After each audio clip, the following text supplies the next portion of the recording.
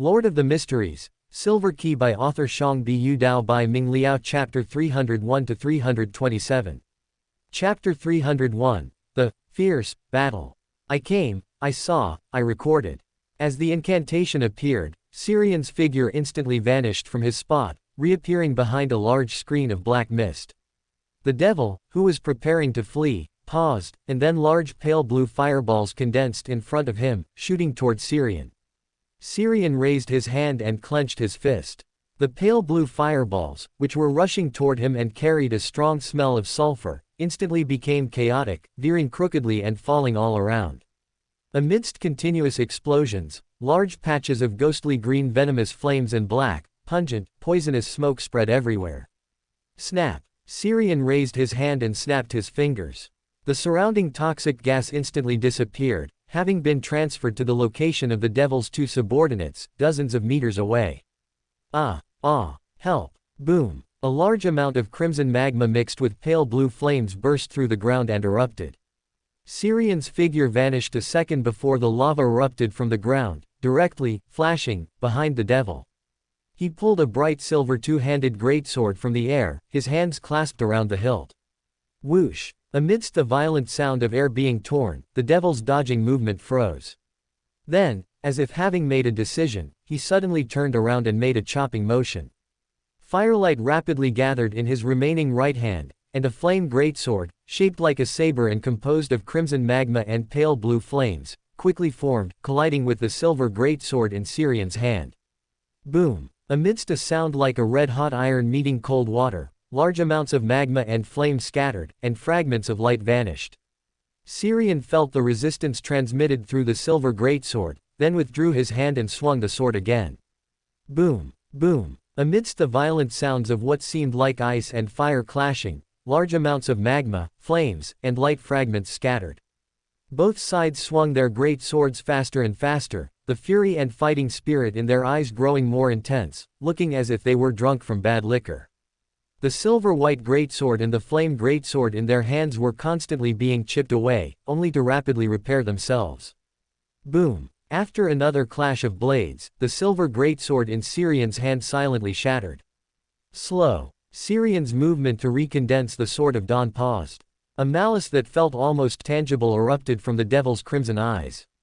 Large patches of black mist, filled with the intent of depravity and filth, surged beneath his feet and behind him, solidifying into slimy, sinister-feeling tentacles that rushed toward Syrian from all directions, binding him tightly. The moment he was bound by the black tentacles, slightly viscous black liquid began to seep out of Syrian's skin. Whoosh! The saber-shaped flame greatsword in the devil's hand chopped down onto Syrian. His body instantly separated into two halves, rapidly losing color and dimension, turning into a portrait of Randolph Carter. The painting, covered in a large amount of sticky black liquid, exploded with a whoosh, shattering and dissolving into corrupt black mist. PFF'd. A silver, broad greatsword pierced the devil's body from behind. From the wound, black mist filled with a sense of depravity shook off, like wriggling black worms, disappearing into the air.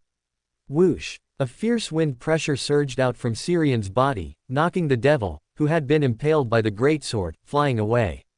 Syrian watched the tall figure being pushed away by the wind, streaks of electric light flashing across his eyes.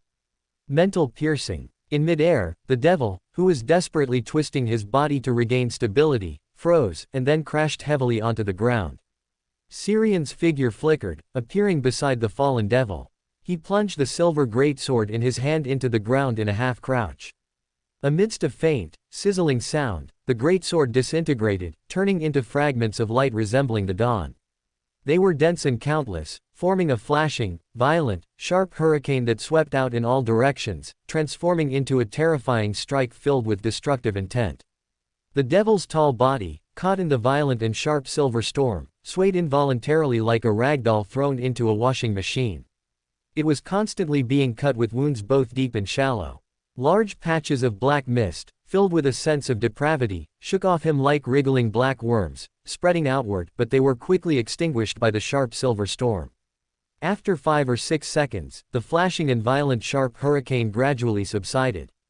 The formerly tall and strong devil was reduced to a skeletal humanoid remnant with only a few scraps of flesh remaining, its vitality weak. Dark red granulation tissue continuously sprouted on the skeleton, which was still clinging to scraps of flesh. It wriggled against the air, attempting to weave together a complete body again. Is this devil's talent flesh and blood magic with powerful regeneration? As he whispered, a translucent, slowly floating book was reflected in his eyes. I came, I saw, I recorded. As the incantation appeared, a bright and magnificent holy light descended from the sky, landing on the remnant covered in granulation tissue. Immediately afterward, a small amount of golden, translucent liquid condensed in front of Syrian, pushed by an invisible hand to sprinkle onto the remnant. Sizzle. On the remnant, the growing granulation tissue melted at a visible rate, finally turning into drops of transparent liquid. Syrian watched the remnant still struggling stubbornly under the holy light, streaks of electric light flashing across his eyes. A few breaths later, the devil, now reduced to only a dark skeleton, crashed onto the ground with a boom, its frame instantly shattering. After confirming that the unnamed devil was truly dead, Syrian glanced behind him.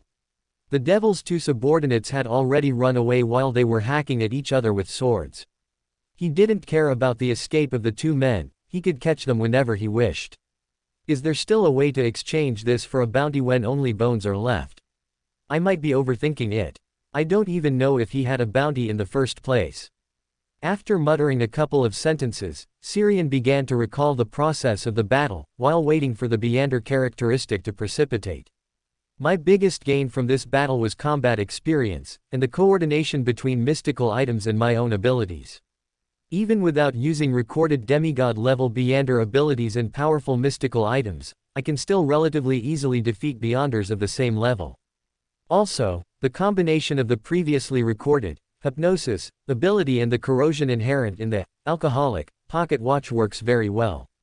It allows me to maintain a degree of sobriety and rationality while subtly influencing enemies, making it easier for them to make irrational choices. If their minds hadn't been corrupted in the bar, this devil and his subordinates wouldn't have chased after me so impulsively, nor would they have become increasingly reckless during the fight. The only problem is that I also got a little carried away, but thankfully the psychological suggestion I planted beforehand allowed me to remain rational during important choices. Letting out a light breath, he pulled a sheet of drawing paper from his pocket and collected the remaining spirit of the devil into the painting. Then, he picked up the devil's Beander characteristic that had precipitated and recondensed on the ground, placing it carefully into the small iron box he carried with him. He glanced at the ground, which was covered in scorch marks and cutting traces, as well as the skeleton in front of him, which was 3 meters tall and clearly not human. Syrian raised his hand and condensed a glittering crystal ball, then allowed the crystal ball to shatter, turning into brilliant specks of light that merged into the void. Dockside District, an unregistered black inn. 2 men wearing ragged black cotton clothes stumbled into the room, rummaged through their suitcases for several thumb-sized brown glass vials, and gulped down the liquid inside. Who? Letting out a long breath, both men immediately sat down on the ground, their faces showing the relief of surviving a disaster. In about 10 seconds, their pale complexions gradually became rosy, and the black, festering wounds on their bodies slowly turned back to a normal bright red. Hiss, without the numbing effect of the poisonous gas, these wounds hurt like hell. Just bear with it. We don't have painkillers. Damn it, how can that guy be so terrifying? He looked like a normal person. Stop complaining, pack up quickly. We're buying tickets tonight and leaving this island. If that guy kills the boss and then comes after us, we'll be screwed. Maybe the boss won in the end. Hey, if you really thought that, why did you run with me just now? Didn't you realize this was a trap set for us? The room fell into a brief silence, broken only by the alternating sounds of breathing, which gradually eased from heavy to steady. A few minutes later, the 2 men, having changed clothes and carrying their suitcases, walked out of the inn one after the other. They hadn't walked far when their steps suddenly halted, and they slowly began to back away. In front of them, Syrian was leaning against a black gas lamp post, smiling and waving at them. Good evening, gentlemen. Immediately after the greeting, a ghostly green flame, clearly highly toxic, shot toward him. As it approached him, the ghostly green flame strangely deflected its course, smashing into the ground not far away. Opposite him, black, pungent smoke materialized out of thin air, blocking his view. He curled his lips, then raised his hand and snapped his fingers.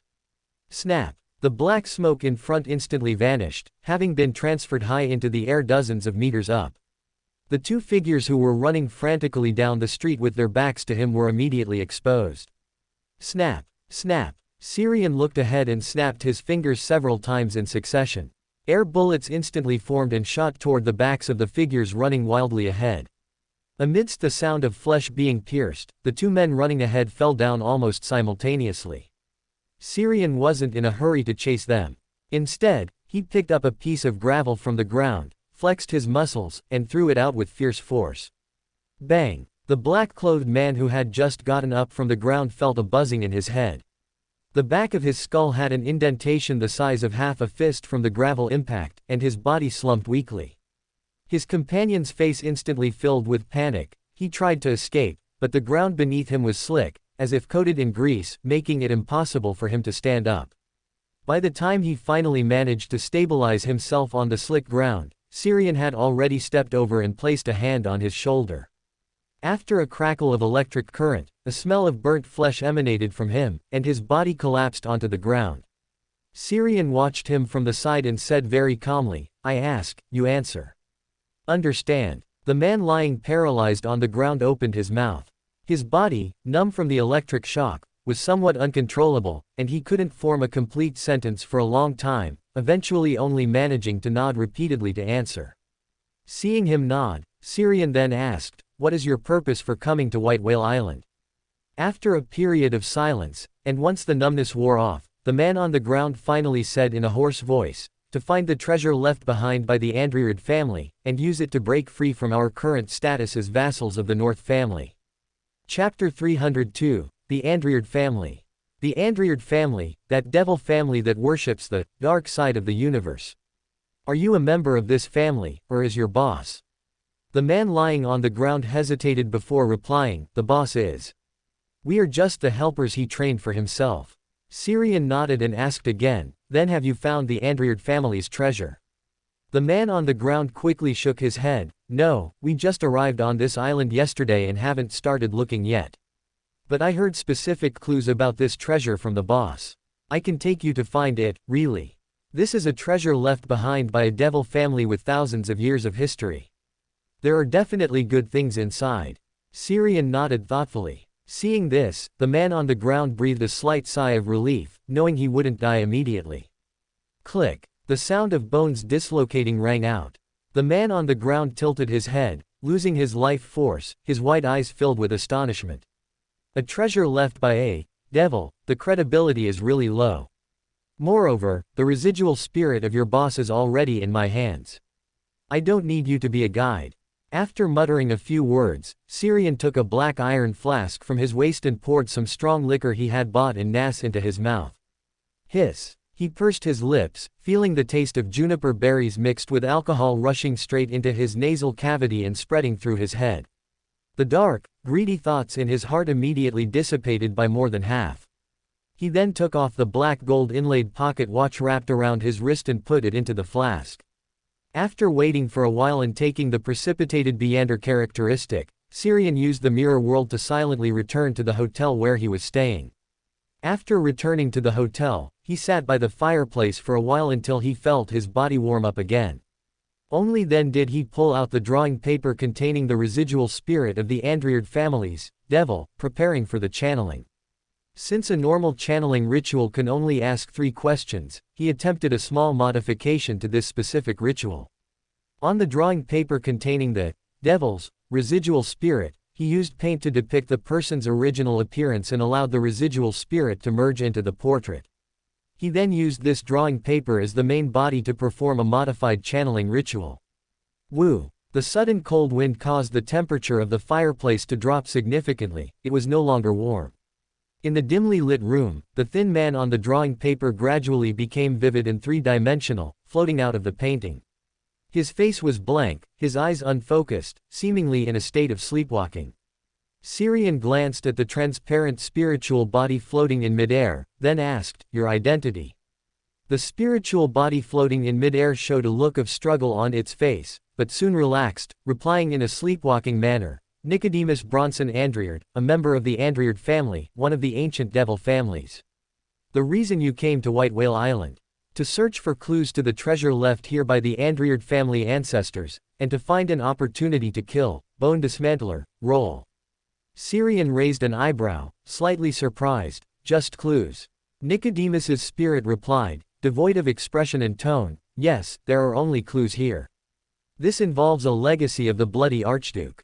Originally, to guard against the Norse family and the Belial family, the clues were deliberately scattered and hidden in different places. You are devils, not cryptologists or treasure hunters. Why play a treasure hunt game? Wouldn't it be better to just give the items directly to the descendants of the family? Now I feel that the probability of this so-called treasure being problematic is close to 100%. Gathering his thoughts, Syrian pressed further. How many clues have you collected already? Nicodemus did not answer immediately. His spiritual body showed an expression of pain, and his body trembled for about 10 seconds before stabilizing. The already transparent spiritual body became even more transparent. Then he spoke in a slightly more ethereal voice than before. 1. What is the clue? A ship. Syrian silently watched Nicodemus's spiritual body. If he couldn't clearly perceive the other party's current state, he would suspect that the spirit had recovered some consciousness and was deliberately hiding information. After a pause, he changed the question. Find an opportunity to kill, bone dismantler, roll. He is a traitor who abandoned the honor of the Andriard family. What honor does your devil family have? I can't believe you're still a Chunabu youth, no, middle-aged man, in a devil family. After complaining mentally, he continued to ask, do you know where bone dismantler, roll is? Nicodemus's spiritual body's expression became painful again, and then it became even more transparent, as if it might melt into the air at any moment. After calming down again, he said weakly, I don't know. I used a ritual to influence his danger premonition, but he did not appear on White Whale Island. I suspect he has already left the surrounding sea area. Left. It is indeed possible. Nodding thoughtfully, he immediately ended the channeling ritual, allowing the drawing paper containing Nicodemus's residual spirit to spontaneously combust, releasing his spirit and allowing him to enter the underworld. Backland, Audra Manor in the North District near the suburbs. Emlyn came here again, and under the guidance of Kasimi Audra, entered the basement of the luxurious villa and saw a Marquis Nibus' sarcophagus. In front of the iron-black sarcophagus, before he could figure out how to speak, Nibus inside the sarcophagus spoke first. Emlyn, have you made your decision?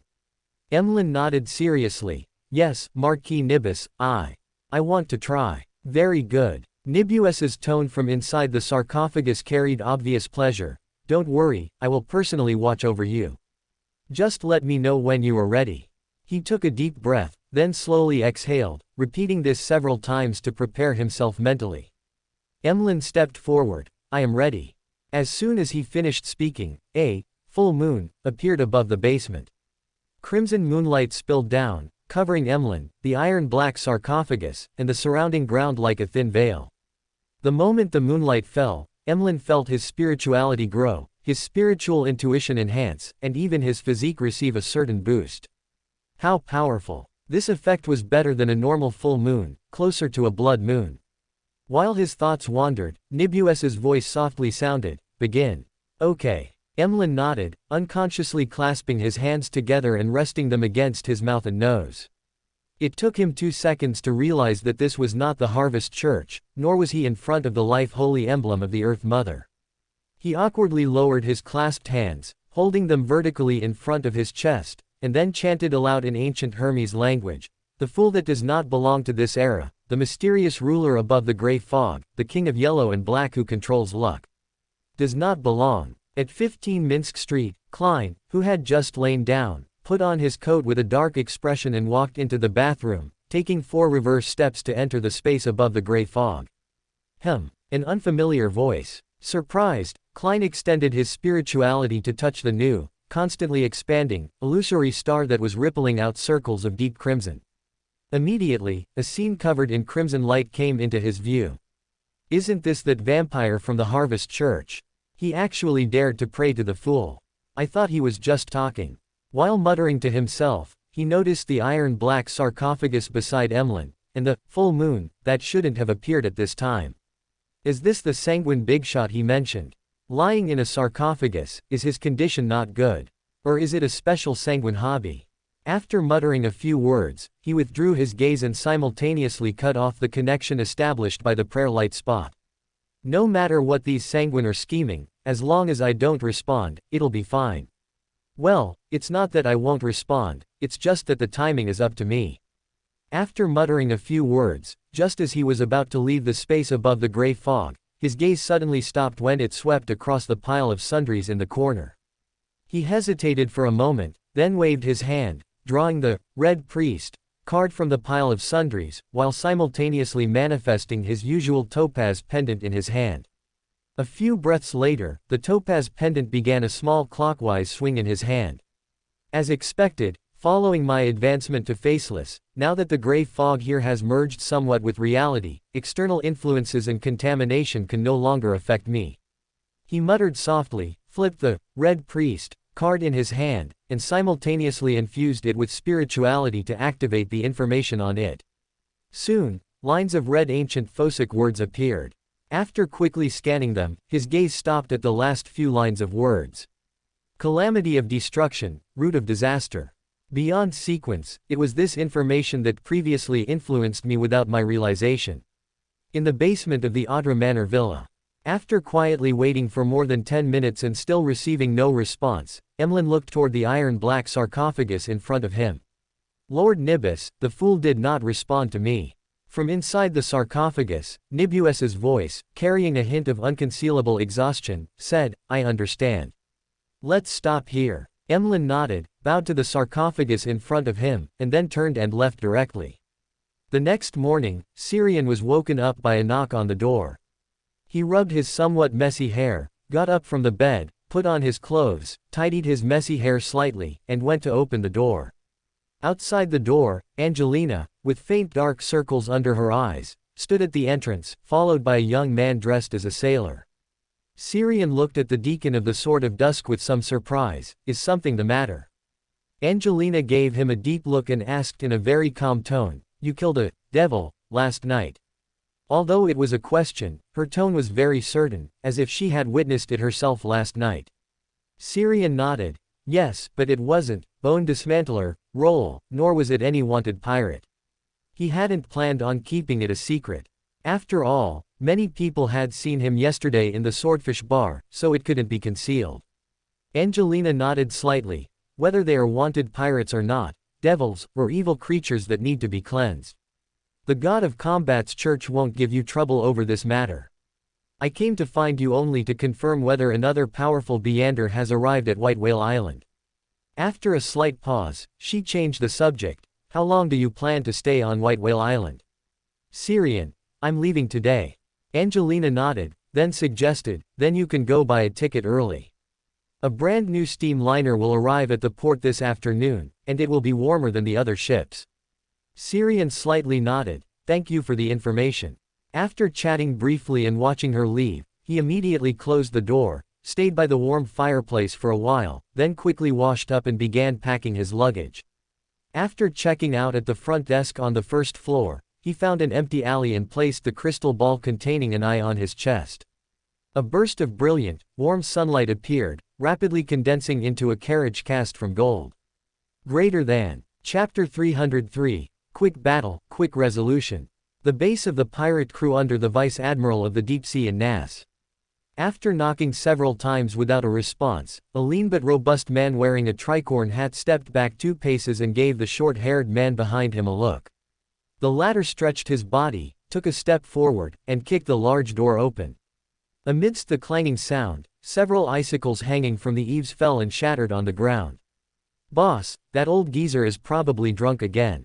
I really don't know why the captain insists on having him as the person in charge here. Not only does he delay things every time, but the information he reports is just bar boasts and gossip.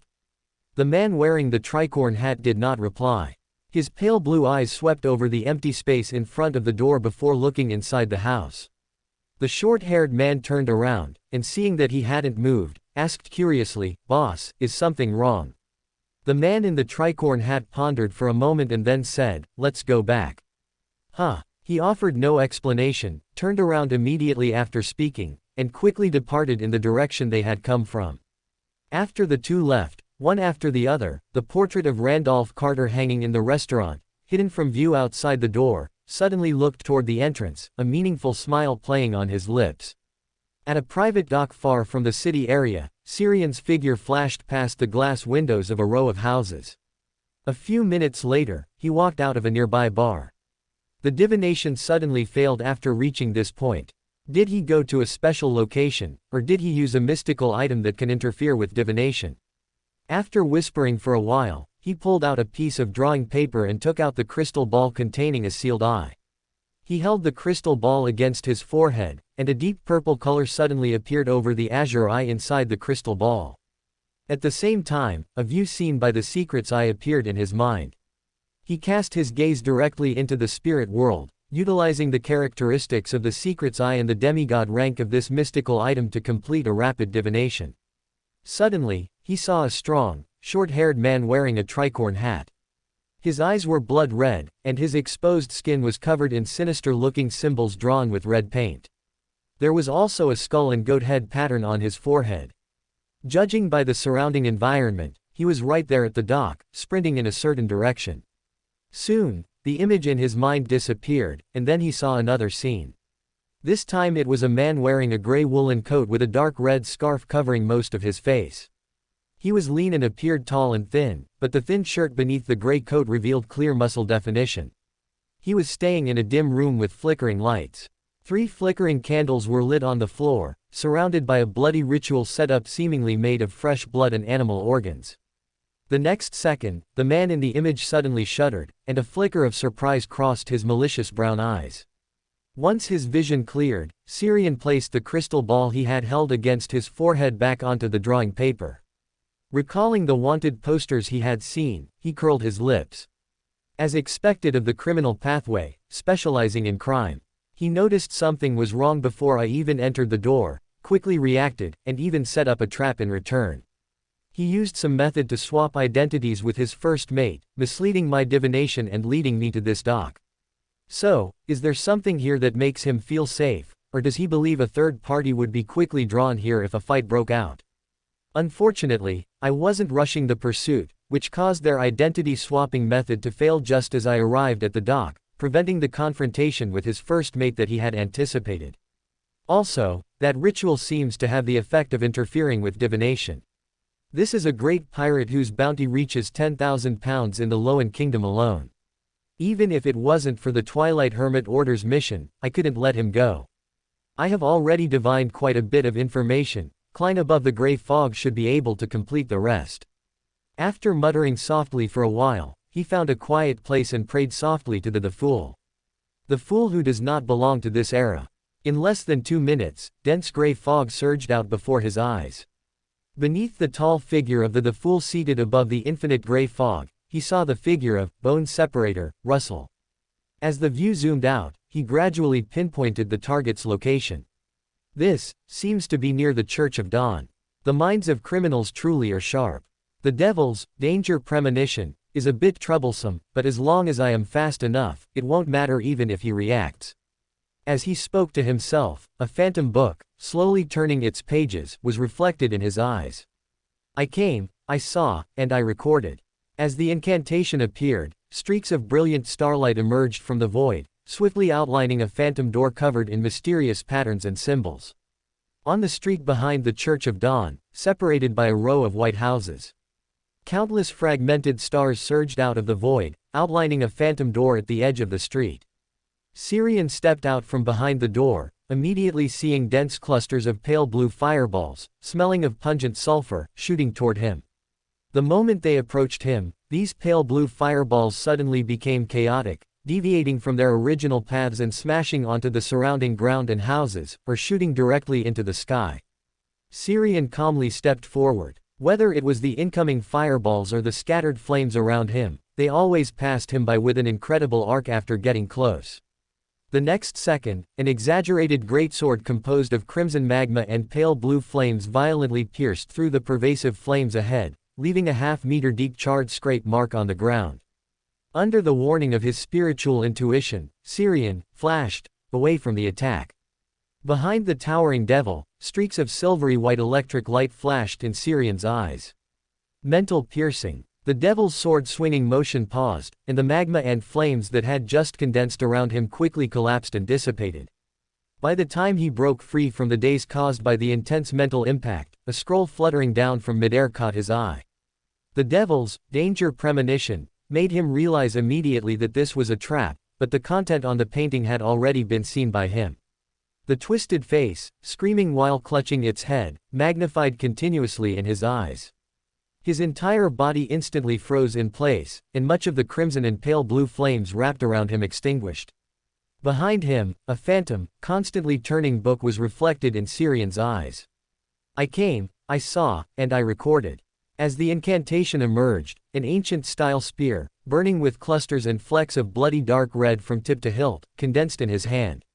The Spear of Longinus. The moment the dark red spear formed, Xiang stepped forward, using the strength of his back and waist to throw the spear in his hand. The danger premonition, roaring in his mind like a steam train pressed against his head, brought the devil, who was stiff and dazed, back to his senses. Large patches of pale blue flames, smelling of pungent sulfur, ignited on his body. The dark red stream of light was like an irresistible bolt of lightning, easily penetrating the cage of pale blue flames that could slow down physical attacks. It also pierced through the devil's body, disappearing into the distant sky. The phantom book in Xiang's eyes was still turning. He opened his hands and made a gesture of embracing the sun. The next second, a brilliant and pure holy light descended. Under the purification of the holy light from the sun domain, the magma and flames wrapped around the devil quickly disintegrated, and his last trace of life essence also dissipated immediately. Whoosh! Letting out a soft breath, Xiang waved his hand, causing the scroll floating in midair to fly back into his grasp. He then quickly walked over to the corpse of the fallen devil. He glanced sideways toward the Church of Dawn. Although the battle had ended in less than 10 seconds, the astrologer's spiritual intuition told him that beyonders from the god of combat's church would arrive immediately. Steve, inside the scroll, also reminded him at this moment, "Great Master, I see a group of very tall people coming right now."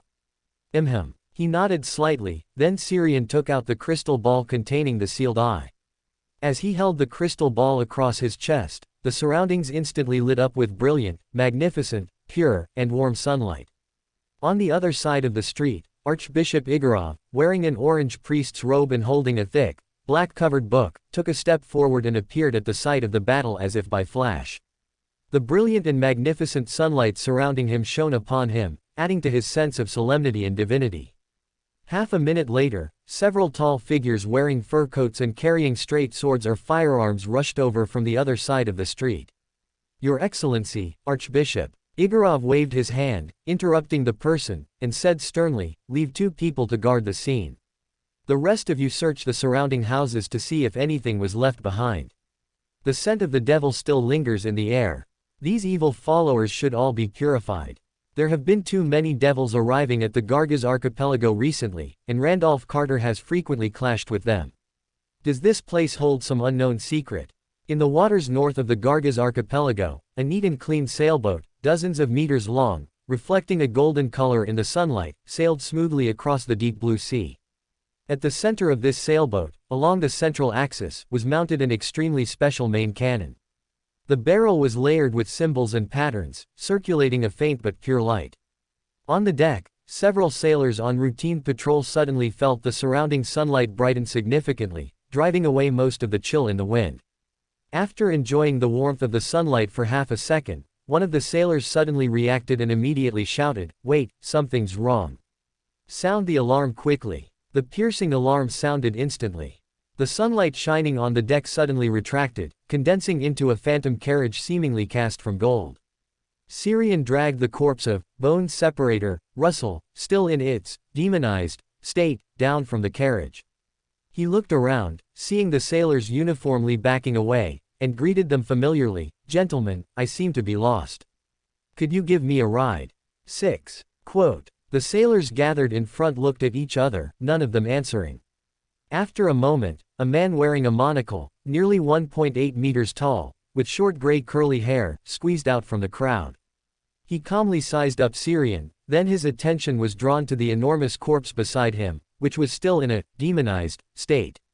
Is this a devil? Did you hunt it? Yes. Syrian nodded. Are you an artisan? How much do you charge to craft a mystical item? The man with the monocle shook his head awkwardly. I'm not an artisan yet. After a slight pause, he introduced himself. I am the first mate of this ship, Brew Walls. You can call me Brew. Syrian nodded. Randolph Carter. I suggest you swap your monocle for framed glasses. That thing is unlucky. Brew looked at him, bewildered and surprised. Greater than. Chapter 304, The Golden Dream. Just as Syrian exchanged a few words with the ship's first mate, the pirates surrounding him suddenly and voluntarily parted, and a beautiful lady with long brown hair walked out from behind the crowd. Her face was oval-shaped, her nose bridge-high, her lips thin, and she had a pair of light blue eyes like clear spring water. She wasn't wearing the popular ship-shaped or tricorn hat common among pirate captains. Instead, she wore a beige jacket cinched at the waist, with a large, palm-sized, flower-shaped decoration made of white lace spreading downwards from the collar. Open black lens bracket writing this, I hope readers remember our domain, find good Taiwanese books, super complete close black lens bracket. Paired with the jacket was a dark, knee-length skirt with connected pleats, slightly puffy, and on her feet were leather boots similar in color to her hair. She was the Iceberg Admiral of the Seas, the captain of the Golden Dream, Edwina Edwards. Syrian noticed that Edwina's gaze towards him showed no surprise or astonishment. It seemed she had anticipated this scene, or perhaps she was simply too calm and rational. As his thoughts drifted, he took the initiative to nod to her. Good morning, you seem to be a very learned lady. May I be allowed to rest on your ship for a while? He paused, then turned his head to look at the devil corpse still at his feet. This devil's corpse can serve as my fare. Excluding the head, which I need to exchange for a bounty. If you're curious, you can study it. I remember that people from the God of Knowledge and Wisdom Church have a hobby in this area. This was something he had thought of before boarding. Anyway, he had already taken the extracted Beander characteristics from the corpse, and he could find someone to help him dispose of it for free. He had originally planned to go directly to Sonia Island, but as he passed through this sea area, he happened to see the Golden Dream. He was a little curious, and he also needed a place to restore his spirituality, which led to the scene of him boarding the ship earlier. Edwina scrutinized the tall devil corpse for a while, lost in thought. Behind her, several pirates quickly spoke up, advising, Captain, he's a dangerous individual wanted by the Storm Church. Exactly, the sea is so vast, and he just happened to run into us. That's too much of a coincidence. 6. Quote. Everyone on this ship, every single one, isn't wanted by the Storm Church. And I'm only wanted by Loan's official authorities, while you are wanted by the kingdoms of all the Orthodox churches. Muttering a few complaints internally, Syrian's gaze swept over the few people who had objected to his boarding, then looked at Edwina again, explaining, this is no coincidence. I was active in the Gargaz archipelago before, and not long ago I had a fight near the Church of Dawn. To avoid conflict with the local authorities, I had to take my spoils and go to the next place. Your ship happened to be on my route, and there were no islands or reefs nearby where I could rest, so I had to presumptuously board your ship. Edwina nodded slightly, seemingly believing his explanation, then asked, Mr. Randolph, where is your destination? Syrian, Sonia Island. Edwina pondered, then explained, that's not on our route. The Golden Dream's next stop is the Rorstad archipelago, and then we'll go to Demir Port. This is an already planned route and will not change for now. Syrian nodded slightly, not minding, I'm just resting for a while, I'll leave tomorrow. You should know that spirit world traversal requires a strong spirit body. Beyonders below demigod level can only endure a limited amount of teleportation time, making it difficult to reach a destination in one go. Edwina thought for a moment and nodded, that's fine. But while on board, you need to abide by some ship regulations. Syrian placed a hand over his chest and bowed, no problem, thank you for your generosity, madam. As soon as he looked up, he was met with a multitude of gazes filled with different emotions. Syrian didn't mind, even provocatively curled his lips at them, then looked at the devil corpse beside him. Corpse, this corpse is yours, just remember to leave the head for me. Edwina nodded slightly, then turned her head to her. First mate, brew beside her, help me move it to the storage room. When I have time, I'll study the devil's body structure, perhaps I can develop some useful secret arts. After speaking, she turned to Syrian. There are still empty rooms on the ship, but it will take some time to tidy one up. I'll give you a brief tour of the ship's layout first. Syrian nodded earnestly, thank you for the trouble. Afterward, led by Edwina, he toured the 2 upper decks, familiarizing himself with the ship's layout, and then arrived at the temporarily tidied room. This is your room. It has an independent washroom, and simple daily necessities will be brought to you shortly. The ship's mess hall has fixed meal times, but there will also be some snacks and drinks at other times. Because the temperature in this sea area is low, crew members usually gather in the warmer restaurant to chat. If you feel bored, you can go there and sit for a while. All right. Syrian nodded seriously. As Edwina turned to leave, he suddenly asked, you don't seem surprised by my appearance on the Golden Dream.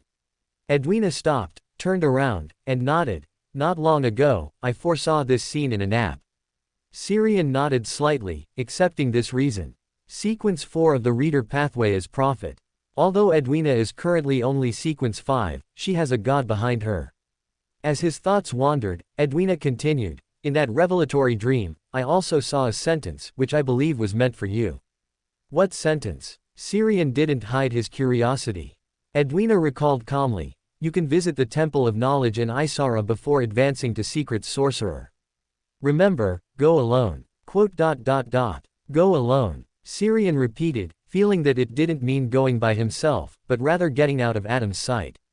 That wouldn't be easy. Collecting his thoughts, he nodded slightly to Edwina, then skipped the topic, I understand. By the way, while on the ship, may I borrow some books from you? Edwina smiled and nodded. Of course, most of the books on the ship are in my captain's cabin, you can come and get them anytime. The books collected onto the Golden Dream are not comprehensive enough. If you don't find what you need, you can ask me, I remember the contents of most of the books I've read. It was evident that someone actively reading made her very happy. Muttering to himself, he politely nodded to her, no problem, thank you again for your generosity and enthusiasm. After a brief chat, Edwina returned to her captain's cabin, and Syrian, after closing his door, lay down on the bed and quickly entered a meditative state to restore his previously expended spirituality. A moment later, there was a knock on the door outside the room. Syrian, forced to interrupt his meditation, sighed, then got up to open the door. Outside the room, knocking was a good-looking young man with golden blonde hair, darker at the roots, neatly combed back to both sides. It was clear he took great care of his appearance, looking nothing like a pirate but more like a gentleman. His eyes were a very light lake green, his nose bridge was high, his lips thin, and he had a trustworthy demeanor. He handed over a set of new daily necessities he was holding and said, Hello, Mr. Randolph, I am Yodson, the third mate of the Golden Dream. The captain just instructed that if you have any questions, you can come directly to me. Syrian nodded suspiciously. He was more inclined to believe this was an excuse for the other party to prevent him from having too much contact with Edwina. Seeing that the other party had no intention of leaving after delivering the items, he simply leaned against the doorframe and chatted with him. You don't look like a pirate at all, you look more like a backland gentleman, or a trier playboy. Yodson raised his hand to touch the neatly combed hair behind his ears, a smile he believed to be polite and proper appearing on his face. You have excellent taste. Before coming to sea, I was also a child from a wealthy family in Intis. So you're here to experience life. It was like that at first, but now I'm here to pursue life.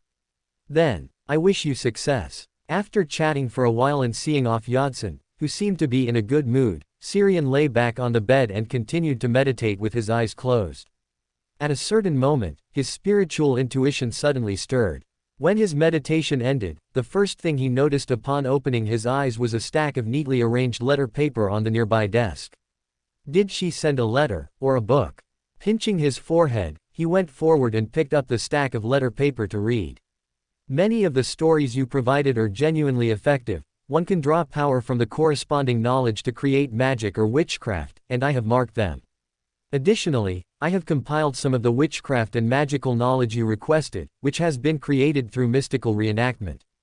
These knowledge itself possesses power.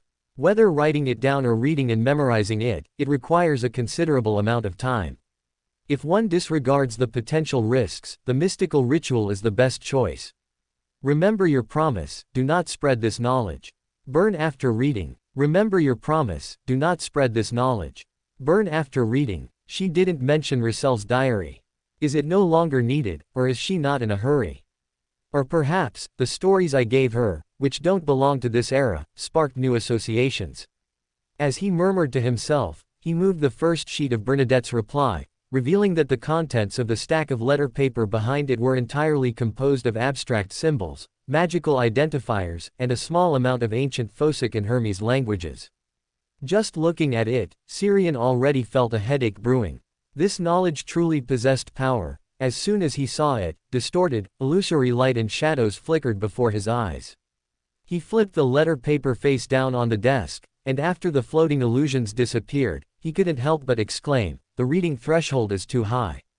I can understand every word, every symbol, and every identifier, but when put together, I completely don't understand it."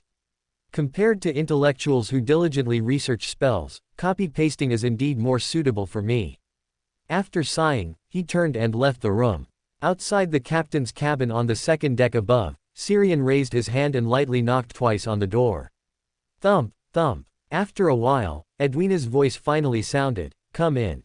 After Syrian pushed open the door, he saw Edwina dressed like a surgeon who had just come out of an operating room, wearing a surgical cap and rubber gloves, with a blood-stained white coat over her beige jacket. Had she already started dissecting the devil's corpse? How fast! Is this the strong executive power of academics in research? After silently marveling, he asked, "Am I disturbing you?" Edwina shook her head slightly. "Not really a disturbance. I was planning to go to the mess hall to get some lunch soon anyway." Chapter 305, A Wasted Effort.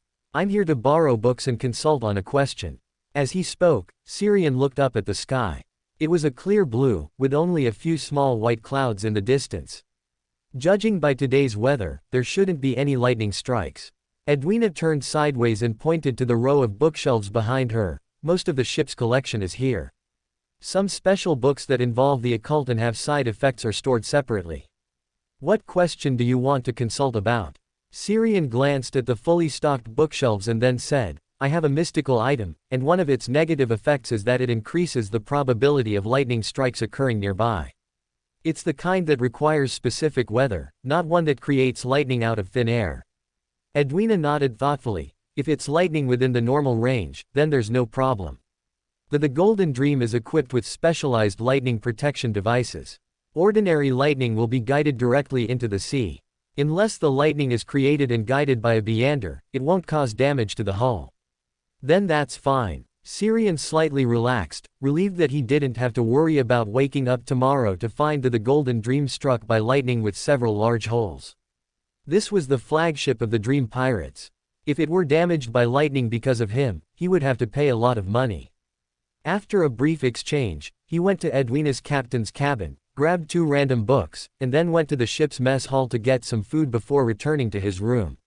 On the desk, the crystal ball containing a sealed eye was taken out of the painting by him. How is a crystal ball supposed to read a book? With the eye, or by relying on ritual magic? The crystal ball on the desk answered his question with action. A deep purple glow appeared above the azure eye, and specks of starlight spilled out from inside the crystal ball, lifting the stack of papers sent by Bernadette like nimble hands. "Is this eye the materialization of Secret's eye?" Muttering to himself, he withdrew his gaze and focused on eating his lunch. In less than 10 minutes, a standard The Golden Dream lunch was finished. Hiccup. Syrian leaned back in his chair and rubbed his stomach. "Honestly, the food on The Golden Dream is really good, better than most restaurants I've eaten at. The drinks are also good, much better than ordinary beer or fruit juice. They taste a bit like fruity alcoholic beverages." He suddenly remembered the title of the ship's first mate at sea, Gourmand. He probably knew where the title, Gourmand, came from. He's not even a rule artisan, yet he can suppress a group of Sequence 6 Beyonders and become the first mate. Could it be based on his cooking skills? Syrian smacked his lips and suddenly burst out laughing. Although it was a pirate group, the Golden Dream truly didn't resemble a pirate ship at all, inside or out. Perhaps running a mobile sea restaurant or a sea tutoring class would be more profitable than occasionally moonlighting as pirates while roaming around as treasure hunters. After resting in the chair for a while, he got up to set up a wall of spirituality in the room, and then pulled out the painting containing the residual spirituality of Bone Stripper, Roll. Using his visualization to materialize a complete spirit channeling ritual from the paper, and making slight modifications, he rubbed his fingers together to light the candle and began chanting the incantation. As the eerie green candlelight flickered, Roll's spiritual body detached from the paper and materialized in midair. His eyes were open, but his face showed no emotion or expression, as if he were sleepwalking or a string puppet. Syrian calmly scanned the spiritual body floating in front of him, then asked, "Who are you planning to smuggle the batch of firearms stored at the Nas stronghold to?" Roll's spiritual body remained silent for half a second before speaking in a somnambulant manner, "The natives on Sonia Island who have not yet been fully assimilated." Seeing that the other party only said that much, Syrian had to press further, "Be more specific." "I don't know. Vice Admiral of the Deep Sea doesn't trust me as much as rumored." "Then tell me what you do know." "Vice Admiral of the Deep Sea has secret supporters on Sonia Island, possibly the military of the Loan Kingdom, or the military of the Fasak Empire. Although he spends most of his time plundering and searching for underwater treasures, relying on the stealth of Fellowship of Concealment, he occasionally makes us do things near Sonia Island that easily escalate conflicts between Loan and Fosak. The arms deal is the biggest secret. I only know about the matter itself, only the few deputies remaining on the Nuans know the more detailed information." Quote. Syrian rubbed his forehead, feeling a bit speechless. "It seems like a wasted effort. Do I have to go and assassinate Vice Admiral of the Deep Sea or his first mate and second mate?" He sighed softly and asked a few more questions until Roll's spiritual body showed signs of instability, then he ended the ritual. He made the spirit channeling ritual materialized by visualization disappear, then picked up the paper containing Roll's residual spiritual body and casually flicked his wrist. Whoosh! The paper instantly ignited, turning into ash and dissipating into the air.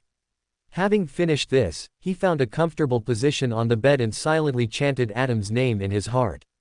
Soon, an irresistible drowsiness overcame him, and he fell completely asleep. In the vast and magnificent hall of the Bone Church, where black stone pillars towered, Syrian awoke in a black armchair. He looked around the empty surroundings, then faced Adam at the very front and briefly described the problem he had encountered. Finally, he added, "I want to know the whereabouts of Vice Admiral of the Deep Sea, or who in the Twilight Hermit Order is on Sonia Island and might know who is in contact with Vice Admiral of the Deep Sea." "I see." Adam nodded slightly in response, then said nothing more. Seeing this, Syrian simply fell silent as well. 2 or 3 minutes later, two familiar figures materialized out of thin air in the black armchairs not far from him. One was Black Throne King Barrows Hopkins, and the other was a lady he had never directly interacted with. She had excellent proportions and was very tall, estimated to be around 1.8 meters. Her skin tone was dark, her features were soft, her eyes were bright azure blue, like the sea surface under brilliant sunlight, and her long black hair was thicker than average. What was more striking was that Syrian could feel an instinctively violent aura emanating from her, as if he were facing a disaster. This was the illusion created by the overflowing spirituality of a demigod level. A newly promoted demigod, and likely from the sailor pathway.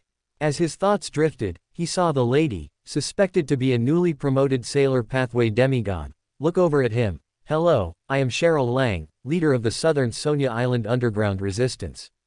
Originally, this mission should have been completed by me, but I have been busy with my promotion, and the people from the God of Combat's church were watching too closely, so I had to change from the primary executor of this operation to an assistant. I have some guesses about the person contacting Vice Admiral of the Deep Sea, but I can't confirm it yet. It will take some time to investigate. You can first go to Golden Fishing Port in southern Sonia Island. There is a FASAC military officer there who is a suitable target. You can gather information there first. Black Throne King Barros also spoke up at the appropriate time. I will keep an eye out for Vice Admiral of the Deep Sea's whereabouts at sea. That is not difficult. As long as I find him, I can easily obtain this information. Syrian nodded, then looked at Cheryl Lang and asked curiously, Sonia Island has an underground resistance. Cheryl nodded calmly. Although we call ourselves the Resistance, we are actually more like a mutual aid group composed of people who don't want to be oppressed. Many among us do not have the lofty ideal of liberating our homeland. Mostly, they just want to live better lives. There are also some radicals who want to expel the Fosic people and deter the Loan people who have been coveting Sonia Island, allowing the people of Sonia Island to gain true freedom. The large and small frictions and conflicts between Loan and Fosic gave them an opportunity. Syrian nodded thoughtfully. A demigod as a leader, even if newly promoted, didn't seem like just a mutual aid group as she claimed. It seemed more like a nail planted by Loan into Sonia Island. In the forsaken land of the gods, within that half-collapsed temple. Straight swords pierced the air, erupting in brilliant light like the rising sun, transforming into a dazzling storm that evaporated all wickedness and terror. The dazzling light forced Derek to close his eyes. Cold air slapped his face, and he suddenly snapped out of his daze, waking up from his deep sleep. He saw the quietly burning bonfire in front of him and the team members around him who were resting with their eyes closed and keeping guard. Soon, the chief leading this team, Colin, also opened his eyes and said in a deep voice, "We leave after 50 lightning flashes." Derek didn't think anything was wrong, he just subconsciously looked up at the sky, using the frequency of the lightning to determine that the time was still governed by the reign of darkness. He wondered what might happen inside that temple. In the cabin of the Golden Dream, Syrian yawned and got out of bed. He looked at the desk opposite the bed. The crystal ball was no longer emitting starlight, and the azure eye sealed inside had some bloodshot veins, looking like it had stayed up too late. The scattered letters around the crystal ball seemed to be about a quarter less than before. It reads quite fast, but it looks a bit drained. Muttering to himself, he returned the tray on the desk to the mess hall, and then took a stroll on the outer deck. Relying on the powerful social skills granted by the gold coin, he recorded many Beander abilities from the crew members on this ship. When he estimated the time and returned to his cabin room, just as he hung Steve on the wall and instructed it not to let anyone disturb him, thick gray fog surged out before his eyes. Forcing down the mental tugging sensation, he quickly walked to the bed and lay down. After a moment of disorientation, when he recovered, he had already arrived inside the eternal, magnificent palace above the gray fog, where blurry figures sat along the sides and ends of the mottled long table. Prompted by his spiritual intuition, Syrian immediately spotted the red priest card that Klein had placed back on the table. Had the issue of potential contamination from knowing information beyond the sequence been resolved? Was this a change brought about by Saphira Castle after achieving a minor qualitative change upon advancing to sequence 6? I thought this would only happen after becoming a demigod. Greater than. Welcome to Fanfic Audiobook, your go-to place for immersive audiobooks. If you enjoy the content, don't forget to like the video and subscribe to our channel for more amazing stories. And please support the author by link in description. Chapter 306, Fate Cycle. While Syrian stared at the red priest card on the table in front of Klein and mumbled to himself, "Justice." Audrey noticed the unusual expression of son Derek and quickly asked, "Son, sir, you look troubled. Did something go wrong with the expedition to that half-collapsed temple?" Derek took a deep breath, calmed his emotions, and quickly described the events he had just recovered in his memory. Led by the chief, we have arrived at and explored the half-collapsed temple. There were no casualties during this process, but he pursed his lips and took several more deep breaths before continuing, but we have already repeated the same events exactly 5 times, and we are about to begin the 6th exploration. Before receiving sir's reminder just now, I had no awareness of it, nor did I have any memory of the previous explorations. The outcome of the 5 previous explorations was the same, but each time there were some differences in the details. The first time, outside the half-collapsed temple, we encountered the sudden incident where all the beast-hide lanterns went out, but we didn't encounter that in subsequent attempts. The second time, one of us couldn't control himself and almost swallowed those beautiful yet dangerous mushrooms growing in the corners, but His Excellency the Chief stopped him in time. The third time, that strange little boy Jack narrated a segment. The fourth time, that little boy mutated without warning. And the fifth time, while we were exploring the underground area of the temple completely collapsed, blocking the exit to the underground area. The outcome of every attempt was that His Excellency the Chief killed the little boy named Jack, and then everything would revert to the time when we were resting outside the city ruins, preparing to explore. Everything would start anew. During this period, the City of Silver exploration team and I have been living this repetitive life. As he spoke, he stood up and bowed solemnly to the blurred figure shrouded in gray fog at the head of the mottled long table. There's no need to be so formal, fool, Sir himself only just learned about this from you. This must be because the strange power could no longer affect him after I pulled him into the space above the gray fog, which is why, son, Sir suddenly recovered his memory. As his thoughts wandered, fool, Klein maintained his relaxed posture, merely nodding in response. However, constantly repeating past events, that sounds somewhat familiar. As his thoughts scattered, prompted by his spiritual intuition, he quickly recalled the time when Syrian was on Bansi Island, and he had provided enough protection to let the Snake of Fate's corpse exhaust its power. A similar time reversal incident had occurred then. According to the divination results I got back then, fate had been reset and overridden. Has, son, Sir encountered something similar now. But the City of Silver exploration team has repeated this 5 times, and will likely continue to repeat it. This is not something a discarded corpse could achieve. Could it be that a living, Snake of Fate, is near that half-collapsed temple, or has noticed the location through some connection and exerted influence? While his thoughts raced, he heard, son, Derek ask eagerly and sincerely, do you know the root of the problem? How should we solve it? Seeing that everyone remained silent, he manipulated, whirled, to look at Syrian and tentatively asked, this sounds somewhat like the power of the Snake of Fate. Syrian nodded in agreement. It is indeed very similar to the fate cycle created by the Snake of Fate. Before he could finish speaking, everyone turned to look at him. Snake of Fate, fate cycle. Son, Derek repeated the terms, but could not find any related memories in his mind. After a pause, he looked at Syrian and asked sincerely, quote, Fate, sir, what are the Snake of Fate and the fate cycle? And how can we break it? The others also leaned in curiously to listen. Syrian pondered before answering. The Snake of Fate is a sequence 1 of the fate pathway. The fate cycle is an ability possessed by the Snake of Fate, which can cause a certain person, object, or area to fall into a peculiar state. Time within the fate cycle maintains a certain degree of flow, yet is fixed within a specific range, cycling back and forth, continuing the balance, which is relative stasis. As for ways to break this cycle, I can think of 2. One is to insert a powerful external force to directly shatter the cycle, or to directly remove a non-critical part of the cycle. The second is to find the node that maintains the cycle. This must exist, and you have already come into contact with it, but what exactly it is, I do not know.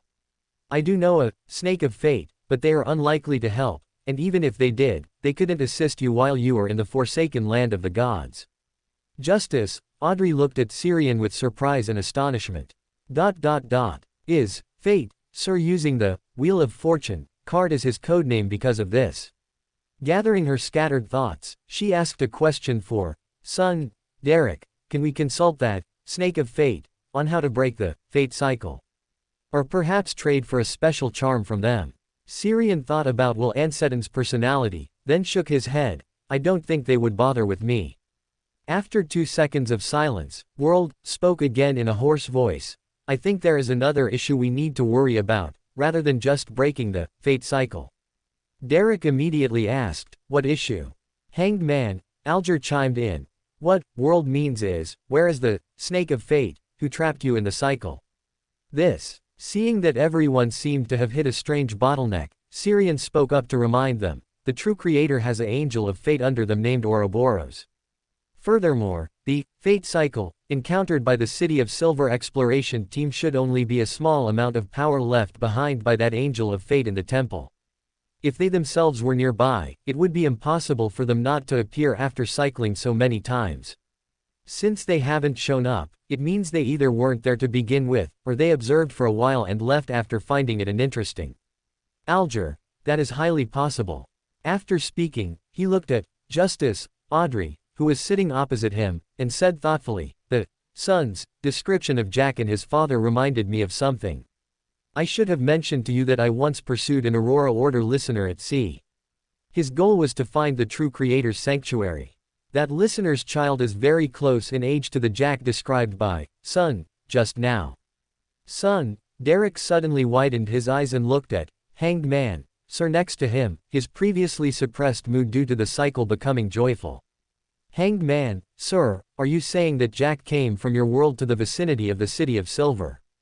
Hanged Man, Alger glanced at Syrian, saw that he had no reaction to the matter, and then said, "It's only a possibility. You can find an opportunity to mention the Sonia Sea, the Loan Kingdom, and port cities in front of that little boy Jack." Derek nodded very seriously. "I understand." Following this, he looked at Fool Klein at the head of the table and requested that the other party materialize the images in his mind. Soon, images existing in Derek's mind materialized. These were the general processes of the City of Silver exploration team during the constantly looping explorations. Some contents he deemed important were displayed before everyone. Collapsed city walls, ruins of destroyed buildings alternating white and blue, the true Creator's temple, supported by stone pillars, some intact, some broken, with a rugged style yet still featuring details. Inside the temple, those beautiful yet dangerous mushrooms, growing in the dark corners.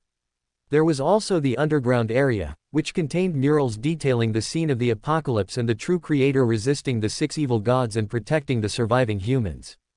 And the greatest anomaly, the little boy Jack, whose entire body was filled with strangeness, and who had pale yellow hair. Looking at the grim and dark images materialized by Fool Klein, Syrian couldn't help but lean forward slightly. If he could take a trip to the forsaken land of the gods, he felt that the effect of digesting the scribe Beander potion would be no worse than being at sea, perhaps even better. After this period of acting, he discovered some more rules. The more unique and unfamiliar the customs and scenery are to the public, the better the recording effect. Furthermore, the scribe is not merely about recording, it also includes the meaning of dissemination. Making everyone remember it is the best form of recording. He turned his head to look at son Derek beside him, opened his mouth, and quickly closed it again. He wanted to ask Derek if he could display all the experiences of the City of Silver's explorations in the forsaken land of the gods through these images, allowing him to draw the content into comics and publish them across the northern and southern continents and at sea. According to the acting principles he had recently summarized, this could effectively help him digest the scribe Beander potion. But this request was somewhat inappropriate at the moment, so he had to temporarily abandon it. While his thoughts were wandering, the reactions of the others varied.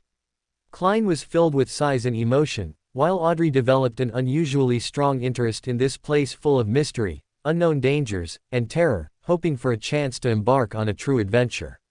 Furs was also full of interest in these scenes, but she was thinking about how to incorporate them into her novel. Hanged Man, Alger was observing every detail in the images with unusual seriousness, both gathering information and helping son Derek find the note of the fate cycle. Soon, he pointed out several key areas he thought were important to son Derek and asked him to display those images again. Among them was the scene of the true Creator confronting the 6 evil gods. The cross behind the true Creator was being eroded by the surrounding seawater-like blackness, causing parts that were originally white to turn pitch black, but it still stubbornly supported a hazy realm, while countless humans knelt and prayed to them. The wicked figures of the 6 evil gods were hidden deep within the surrounding darkness, looking at the true Creator with greedy and malicious gazes. Some of their faces were blurry, as if wearing a mask without features, some held corrupt green books and spears, with their chest and back inverted, some held a rotten infant in their arms, and others had octopus heads, wore feather cloaks, and stepped on black waves. Alger pointed at the 6 wicked figures and asked, "Which evil gods are these?" Derek shook his head honestly. "I don't know, I thought you would recognize them." Justice, Audrey and Magician, Furs carefully observed the images several times but still couldn't find suitable candidates for speculation. As for World, he remained silent because Klein was deeply immersed in thought ever since Derek began displaying the scenes of the forsaken land of the gods. Greater than. Chapter 307. The fate beacon is about to exert its power again. Amidst the silence, Syrian suddenly spoke. During the fourth epoch, the seven deities had human forms, unlike now, where only holy emblems composed of various symbols remain. As his voice faded, the hall became so quiet that not even breathing could be heard for a moment. The hanged man, Alger looked at the octopus-headed monster wrapped in lightning, standing on black waves, wearing a feather cloak, and holding a trident. Understanding suddenly dawned in his heart, but he dared not dwell on it. Only his breathing gradually grew heavy. He took a deep breath and looked away, subconsciously not wanting the image of this octopus-headed monster to remain in his mind. This was blasphemy. But that was the true Creator's temple, so deliberately slandering and distorting the image of the orthodox deities seemed quite reasonable. Soon, he thought of another question. Why don't the current seven deities have a similar, but more normal, human form? The magician, furs swallowed, asking back in surprise and apprehension, you suspect they are the current seven deities. But there are only 6 here. Moreover, these images are too twisted and evil, especially the octopus head, the youth whose chest and back were inverted, and the woman holding a rotting infant. They are entirely the images of monsters. Syrian leaned back against the chair, explaining leisurely, the god of steam and machinery only achieved godhood in the late 4th epoch. Justice, Audrey instinctively believed him, yet found it somewhat unbelievable.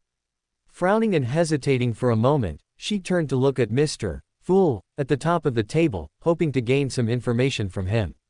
Noticing the gaze from Miss Justice, the Fool, Klein leaned back slightly and said leisurely, night, sun, storm, wisdom, earth, and giant. Then, before the hanged man and the others could ask for more, he manipulated his alternate persona, the world. To speak hoarsely, I saw similar, more normal-looking statues during an adventure exploring a 4th epoch ruin. Syrian looked at him with some surprise, thoughts churning in his mind. Even though I disrupted the plot, did he still go explore the ruin where the Medici evil spirit resides? And Medici Soren Einhorn hasn't left that underground ruin yet. Surely he hasn't grown attached to living there. It's also possible he's guarding against Adam, not trusting and not daring to use the ghost painting frame I gave him. As his thoughts drifted, he heard Miss Justice ask calmly yet curiously, Mr. World, what kind of statues were they? Could you show them to us? The World nodded slightly, then, pretending to, requested permission from Mr. Fool, and materialized the statues of the 6 deities he had seen in their corresponding holy emblems. These divine statues were 6 or 7 parts similar to the evil gods in the mural that son Derek had just materialized, but they were closer to human form and looked more normal. With the corresponding holy emblems present, everyone quickly matched the statues one by one to 6 of the current 7 deities. The hanged man, Alger suddenly exclaimed, so the evil god images on the mural really are the twisted forms of the 6 deities, and they once had human forms. Quote, perhaps, the forsaken land of the gods is deep within the Sonia Sea, just not existing in a normal state. Son, Derek suddenly turned his head to look at Syrian, asking seriously, Mr. Fate, could this mural be the note of the cycle of fate? Syrian pondered and shook his head. The power that traps you in the cycle of fate most likely comes from Ouroboros. He probably wouldn't leave his power on these deliberately defiled and twisted images of the 6 deities. Speaking of this, he glanced at the hanged man, Alger. The other party must have thought of this point but still had Derek display the mural and discuss the topic, presumably to gain more information. Then, at his reminder, Derek materialized another mural from the scenes he had previously displayed. It was a group of devout pilgrims. Pursued by many powerful enemies, they traveled by ship to the forsaken land of the gods, arriving at the true Creator's sanctuary. Leading the group of pilgrims was an angel bearing layered silver wings of light. Clad in simple, plain linen robes, tall and thin, with gentle features, a beautiful face, and silver hair reaching his back. At the end of the mural, he stood upon a quicksilver, ring-shaped river that connected head to tail, gazing forward, as if meeting the eyes of someone outside the mural. Those silver eyes constantly held a hint of gentleness and indifference, as if observing the people standing before the mural, observing fate, observing everyone in the world, from the perspective of an outsider. After, son, Derek displayed the mural again with the help of the fool, Syrian calmly said, that is the angel of fate Ouroboros. If you are truly caught in the cycle of fate, it is highly likely related to him. But I don't know what the node maintaining this cycle of fate is, I am not very familiar with this pathway. Derek did not feel disappointed by this, instead, he thanked him sincerely. I understand. Thank you for your help, Mr. Fate. You truly are a kind person. Also, Mr. Hanged Man, Miss Justice, Miss Magician, and Mr. World, you are always so kind and enthusiastic. The kind, enthusiastic, and benevolent members fell silent for a moment, mainly because Sun's praise was so sincere that it evoked a feeling of shame in their hearts. Tap, tap. In the quiet, the sound of light tapping on the table was extremely clear. Everyone turned their heads simultaneously, looking toward the fool at the head of the table with expectant gazes. Syrian looked at the leisurely figure shrouded in gray fog, with only one thought in his heart: the fate beacon is about to exert its power again. As the thought arose, he heard the fool Klein chuckle softly from within the grayish-white fog. Rose redemption. Unlike the confusion and thought displayed by Justice, Magician, and Hanged Man, Sun, Derek immediately made an association. He had seen this term in the corner of a mural beneath his half-collapsed temple. Could the node created by the Angel of Fate, to maintain the cycle of fate, be related to this name? Audrey was curious, so she actively raised her hand and asked, Mr. Fool, what does Rose Redemption represent? After waiting a moment and seeing that Mr. Fool, in the gray fog did not answer, she turned her head to look at Syrian, who was slightly in front of her. Quote, Mr. Fate, do you know about Rose Redemption? Syrian nodded slightly. I know a little. Audrey's eyes brightened, and she immediately pressed, could you share this information? Of course, if you are unwilling or require compensation, we can negotiate. The Hanged Man, Alger swallowed the words he was about to say and silently looked at Syrian. Sensing the curious gazes falling upon him, Syrian smiled and shook his head. No need, I don't know much anyway. After a slight pause, he continued, what I know is that this organization is closely related to the birth of the true creator. After waiting a while and seeing that he had nothing more to add, everyone sighed silently in their hearts. There was a feeling of excitement mixed with disappointment. Their curiosity had been satisfied, but not entirely. After everyone discussed the topic of Rose Redemption for a while, the matter finally came to an end, and today's tarot club proceeded according to the normal routine. Justice, Audrey turned her body to face the fool Klein at the head of the table and spoke first. Mr. Fool, I have memorized 3 new pages of Russell's diary. As soon as she finished speaking, Magician, Furs quickly chimed in. Mr. Fool, I also collected Russell's diary, but due to time constraints, I only managed to record 2 pages. She had only received this morning from her teacher, Lawrence. It was a small portion of the Russell's diary collected by the Abraham family over the years. Very good. The fool, Klein responded with a light chuckle. Afterward, with his help, Miss Justice and Miss Magician successively materialized the portions of Russell's diary they had memorized. November 10th. I am about to advance to sequence 4, about to become a demigod. After this time, as long as I don't lose control, my life level will undergo a qualitative change, and I will no longer be a short-lived species. After 1 or 2 minutes of silence, the fool's voice gently sounded in everyone's ears. You may begin trading. Syrian opened his mouth, but realizing he had no needs for trade, he fell silent again, simply leaning back against the chair, acting as a quiet listener. Currently, the level of the tarot club is somewhat insufficient to meet my needs. While he sighed inwardly, the others had already begun to communicate. Magician, Furs turned to look at Justice, Audrey on the same side and said with faint anticipation, Miss Justice, I have found the eye of the mirror dragon. The price is £1,000. After attending the tarot club so many times, I can finally earn money from others too. She found the eye of the mirror dragon so quickly. Did she utilize the Abraham family's channels? Audrey was slightly surprised, then nodded without hesitation. No problem, deal. Although her financial crisis hadn't completely passed, she would soon have her coming-of-age ceremony, where she would receive valuable gifts, as well as the shares and cash promised to her by her father, Count Hall. For her now, £1,000 was not a significant amount. Her decisiveness stunned. Magician, furs, the negotiation tactics she had prepared for raising the price were completely unused. If I had known, I should have quoted a higher price. Maybe I could have earned 100 or 200 more pounds. While she felt both happy and regretful, son, Derek also stated his request. I need the fruit of the radiant spirit tree. After obtaining the Solar High Priest potion formula from the previous three-way trade, he visited the City of Silver's trading market and found the red crown of the Dawn Rooster, but he was still missing the other main ingredient. The first mate on the Golden Dream is on this pathway, and since Bard and Reader were adjacent pathways, Edwina might have it. Syrian replied thoughtfully, I will help you keep an eye out. It shouldn't be too difficult. Justice, Magician, and Hanged Man also indicated that they would help keep an eye out within their respective circles. Then the Hanged Man, Alger suddenly turned his head to look at Syrian. Mr. Fate, do you happen to have channels to acquire the Ocean Songster potion formula? Syrian glanced back at the Hanged Man, in surprise. You should have only recently advanced to Wind Blessed, right? Alger nodded slightly. That's right, but roleplaying the Wind Blessed isn't difficult. This is a sequence that can be easily roleplayed based on its name. I have a premonition that I will be able to fully digest the Wind Blessed potion in my body in 6 months at most, perhaps even less.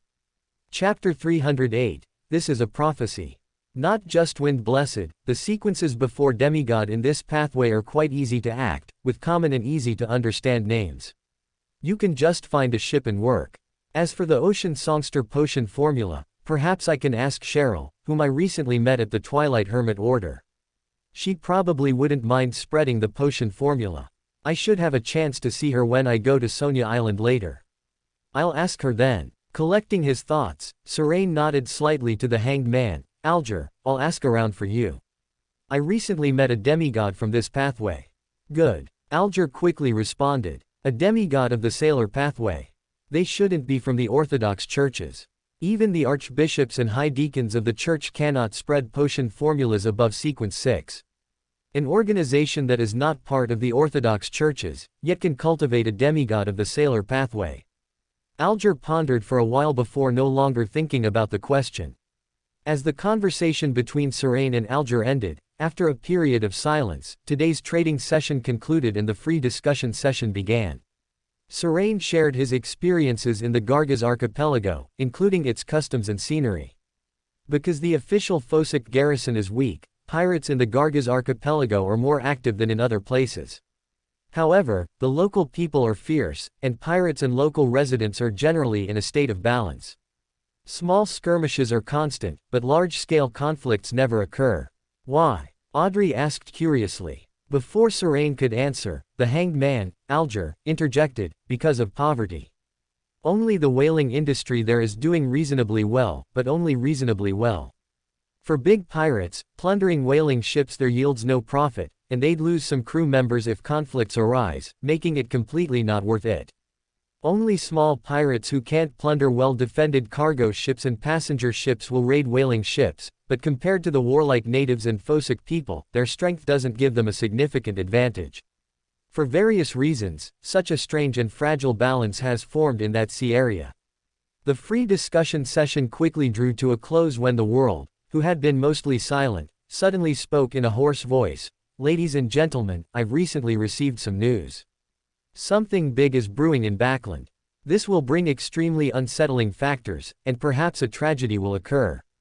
Justice Audrey, who lived in Backland, quickly asked, what big event? I don't know. The world shook his head frankly. Magician Furs also asked nervously, where will the unsettling factors and potential tragedy occur? Serain glanced at the world, who was putting on a conflicted and troubled act, then interjected, East Borough, Docklands, Factory District, Backland Bridge area. As he spoke, not only Justice and Magician, who lived in Backland, but also the world, Hanged Man, and Son looked over with curious eyes.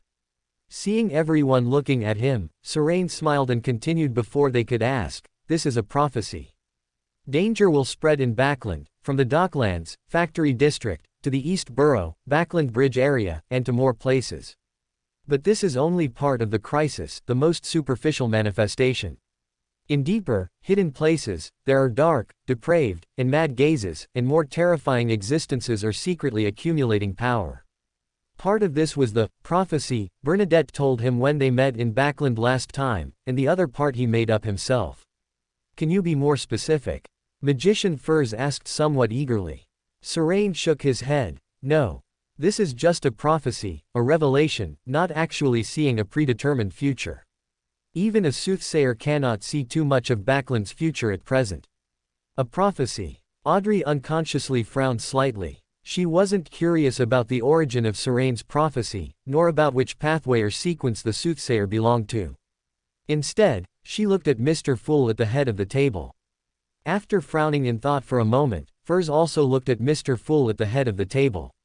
A prophecy. Whose prophecy? East Borough, Docklands, Factory District.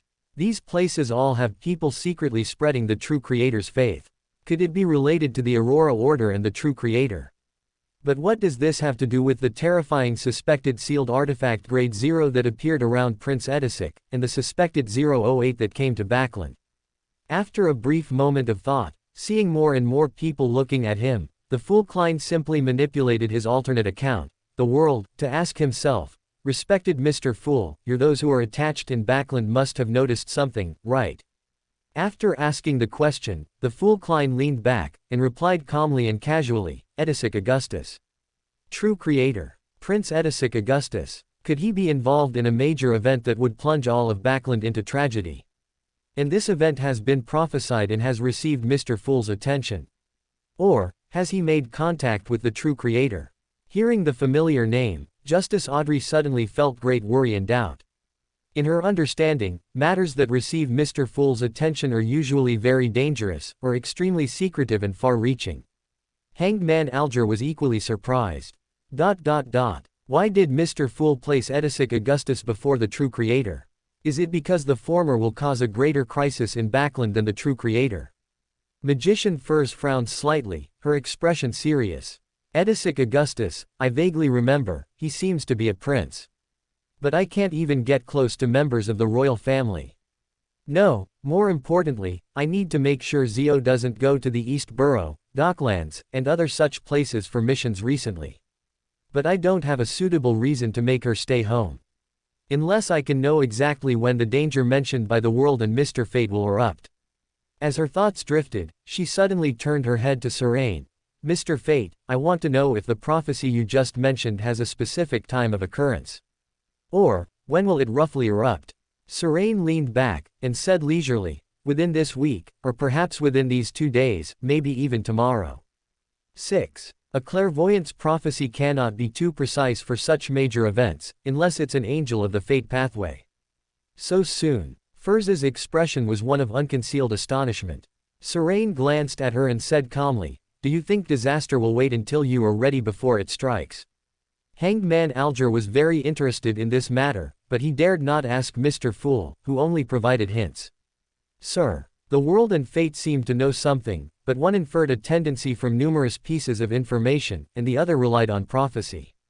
Neither had clearly delved deeply into the matter. Unable to find an opportunity to speak, he had to remain silent. This topic was not discussed for too long, and today's Tarot Club ended at the Fool's prompt. After everyone rose and bowed, streaks of deep red, illusory light rose from the boundless gray fog, dissolving the figures on both sides of the mottled long table. Serene looked at the suddenly empty and quiet hall, and himself who was left behind, then sat back in the high-backed chair behind him. Mr. Fool Klein at the head of the table raised his hand, making the dummy, the world, disappear, then looked at Serene and asked, "What's this prophecy you just mentioned?" Serene leaned back and said calmly, "That's Queen Mystic's prophecy. She has been staying in Backland for a long time recently. The crisis about to erupt in Backland is also the opportunity she has been waiting for." "What opportunity?" Klein asked curiously. "The Sequence 2 Sage's advancement ritual requires stopping a disaster involving high-level powers." A disaster involving high-level powers. Klein's expression wasn't good. He thought of the Tingen incident, where the true creator tried to descend through his offspring, almost wiping Tingen off the map. After a pause, he recomposed himself and asked, "Is the queen mystic you mentioned one of the 4 pirate kings of the sea, the owner of the dawn? She plans to use the impending disaster in Backland to complete her ritual and advance to sequence 2. Serain nodded, more or less. However, when I met her last time, she mentioned that the impending disaster in Backland might be even more severe than she anticipated, and she would only be able to stop the more serious parts of it. After a slight pause, he added, I plan to return to Backland tomorrow. Although I don't consider myself a kind person, I do have some feelings for that place and intend to contribute. Moreover, those who give their all for life in the East Borough, Docklands, Factory District, should never be the ones to die." Klein was silent for a moment, then nodded seriously, "You're right. If you need help, you can chant my name. Although I cannot provide Beyonder abilities at the demigod level, I can throw a few paper figurine angels your way." Serain chuckled, gave him a thumbs up, and then said, "If you urgently need help, you can use your Beyonder ability to transform into my appearance. I will detect it immediately and pinpoint your location." Klein was stunned for a moment, then immediately recalled his previous attempt to change his appearance when he first advanced to Faceless. At that time, he had transformed into many people's appearances without any problems, but when he tried to become Serain, his spiritual intuition inexplicably gave him a frantic warning, forcing him to interrupt the attempt. Judging from the spiritual intuition warning at the time, it was definitely not as simple as just being detected and having his location pinpointed. Can he actively control and reduce the danger within it? After muttering to himself for a while, he didn't ask about this topic. Everyone has their own secrets, such as his identity as Klein Moretti, and the stairs deep within the space above the gray fog. The two exchanged a few simple words, and after he sent Serain away from above the gray fog, he had just stood up to leave when his gaze swept across the distant, flickering deep red illusory stars and suddenly remembered a certain vampire who had prayed to him last night. "Ah, I actually forgot about this after sleeping." He patted his head, closed his eyes, and felt the remaining spirituality on his body. It could last for about 10 more minutes. Immediately, he extended his spirituality and touched the illusory star representing Emlyn. South of the bridge, Wildy Street. Emlyn White, who had just returned home from the Harvest Church and was sitting with his beloved doll, suddenly saw a blur before his eyes, and then boundless gray-white mist. Immediately after, he was astonished to find himself in a mysterious and majestic palace, like a giant's dwelling, sitting at a mottled, ancient bronze long table. At the head of the mottled long table, a blurry figure heavily obscured by dense gray fog looked down at him. For a moment, Emlyn felt as stiff as a marble statue, without thought or movement. As he struggled to comprehend the situation and what he should do, the figure in the dense gray fog suddenly spoke, "Why do you pray to me?" Pray to him? No, he is the fool. Thinking this, Emlyn almost instinctively blurted out, "This is the ancestors' oracle." Greater than. Chapter 309, Returning to Backland. Open black lens bracket. Remember this site's domain name. Read good Taiwanese books with ease. Close black lens bracket. Inside the cabin of the Golden Dream, Serain suddenly opened his eyes and sat up from the bed. On the desk against the wall opposite him, the letters recording the knowledge of mystical reenactment floated in midair, surrounded by starlight, and the bloodshot eye in the crystal ball was reading the contents of the letters without blinking. Should I interrupt it? I have a feeling if it keeps reading like this, it might suddenly die. As soon as he finished speaking, half of the letters floating in midair, surrounded by starlight, fell back onto the desk. 6. Quote. After a moment of silence, Serain decided to ignore the studious crystal ball. He then pulled out a drawing of a sacrifice and bestowal ritual from his open briefcase, materialized the ritual using his imagination, and chanted in a low voice, "The fool who does not belong to this era, the mysterious ruler above the gray fog, the king of yellow and black who controls good fortune. Your loyal believer prays to you. Pray to you to open the door of the kingdom. Pray to you to bestow grace."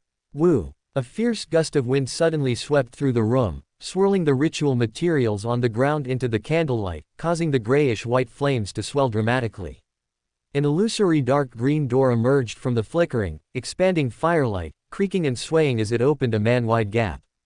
Then, a playing card the size of a poker card flew out from behind the door, made a turn in the air, and landed in Serene's hand. After getting the card, he raised his hand and snapped his fingers, making the imagined ritual disappear, directly ending the ritual of praying for bestowal. Without the influence of the natural forces caused by the ritual, the light and temperature in the room instantly returned to normal. He then removed the wall of spirituality he had set up in the room, rummaged through his luggage for drawing tools, sat by the window, recalled the scenes the son, Derek, had displayed at the Tarot Club, and drew them after making some modifications. In the forsaken land of the gods, within the half-collapsed temple belonging to the true creator, Derek stood before the mural depicting the Angel of Fate, Ouroboros, lost in thought. According to the hints from Mr. Fate and Mr. the Fool, this mural should be the key to breaking the cycle of fate. After carefully examining the mural before him, he turned to look at Colin, the City of Silver's chief demon hunter, who was standing not far behind him, and lowered his voice slightly. Chief, the silver-haired angel in the mural and the human face on the little boy's chest are very similar. The demon hunter, Colin, was startled at first, then frowned. He glanced at the little boy, Jack, who was quietly standing in the corner, then looked at the mural beside Derek, appearing thoughtful. Perhaps we have stepped into an inescapable, head-to-tail river. Fortunately, this should only be some power left by that angel of fate, he himself is not here. Derek's face showed surprise and shock. He had only just uttered one sentence of his prepared words when Chief Colin had already roughly deduced their current predicament. Truly worthy of being chief. The only mistake was that it wasn't, perhaps, but rather, we are already caught in a cycle.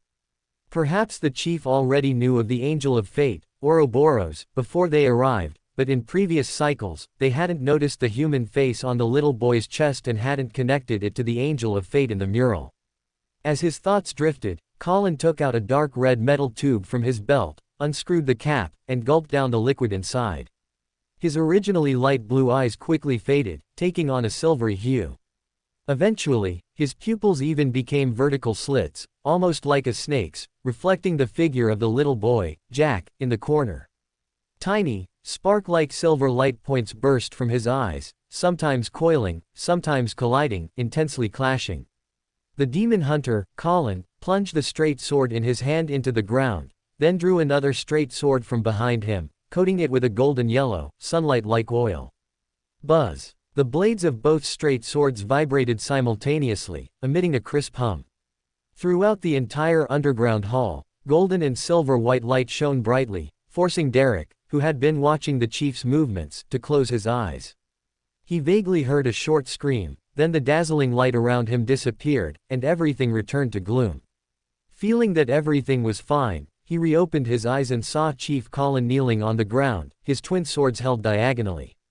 On the ground in front of him, the human face that had been on the little boy Jack's chest lay shattered, reduced to scattered eyes, a nose, and a mouth. These organs twitched a few times before rapidly decaying at a visible speed, until they became a puddle of black rotten flesh. At the same time, Derek felt an invisible, water-like barrier seemingly emerge around him, then silently shatter. He let out a long sigh in his heart, as if he had left a turbulent river and returned to the shore. Phew, it's finally over. Praise be to you, esteemed Mr. the Fool, and also, thank you, Mr. Fate. Derek silently recited several times the praises he usually offered when praying to the Creator of all, the omnipotent and omniscient God, but he changed the object of praise to Mr. the Fool. He then turned his head to look at the other members of the exploration team in the underground hall, finding that they showed no unusual reactions and were still carefully inspecting their surroundings, as if the previous few explorations had never happened. Even after breaking free from the cycle of fate, can't the previous memories be directly restored? Perhaps only when they return to the City of Silver will everyone discover this lost period of their lives from the incorrect dates. In the captain's cabin of the Golden Dream, Serene saw the devil's corpse, dismembered into pieces and even slices, on the long table. His eyebrow twitched involuntarily, then he looked at Edwina, who was holding a scalpel and wearing a white lab coat, and asked curiously, "Do you also have experience in surgery?" Edwina nodded slightly. "I've studied this knowledge, but I don't have much practical experience, especially with beyonder creatures like devils. This is my first dissection." This devil's corpse has given me considerable insights.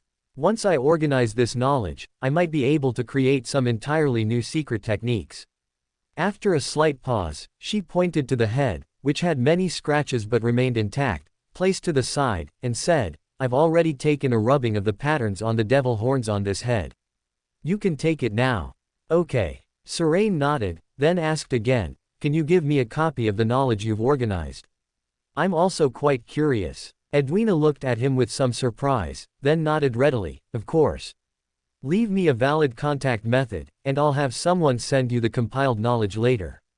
Oh. Serain smiled and nodded. Remember to mark the price in the book, I'll pay for it. Also, another question, if I want to publish a picture book, do you have any recommended newspapers or publishing houses? Due to the influence of authority, most newspapers, publishing houses, and distributors in this world are related to the God of Knowledge and Wisdom Church, or were even founded by them. That's why he thought of coming to Edwina. A recommendation from an insider would certainly be much more convenient than submitting it himself. Picture book. What type? Edwina asked with some surprise, then explained, that falls under the category of magazines. What I'm more familiar with are newspapers and publishing houses that primarily publish academic papers and journals. If I knew the specific type of picture book, I might be able to give you some advice. Serain wasn't surprised and handed over a stack of drawings he had just finished. Edwina took them and quickly scanned them, her delicate brows furrowing.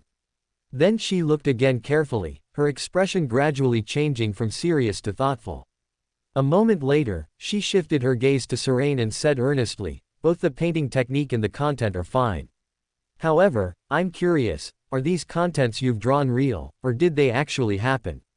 In the city ruins in the background, I see some Third Epic style, and the clothing of those people is very different from the mainstream aesthetics of the northern and southern continents today. Also, the half-collapsed temple you didn't fully show in the painting, it belongs to the early Fourth Epic style. Serain exclaimed with some surprise, as expected of a former polymath. The content in the paintings did indeed happen. I made some deletions and modifications to ensure there's nothing inappropriate. Edwina nodded gently, not pressing the topic further, and instead said, if you can trust me, you can leave these manuscripts. I should be able to help you contact a good publishing house.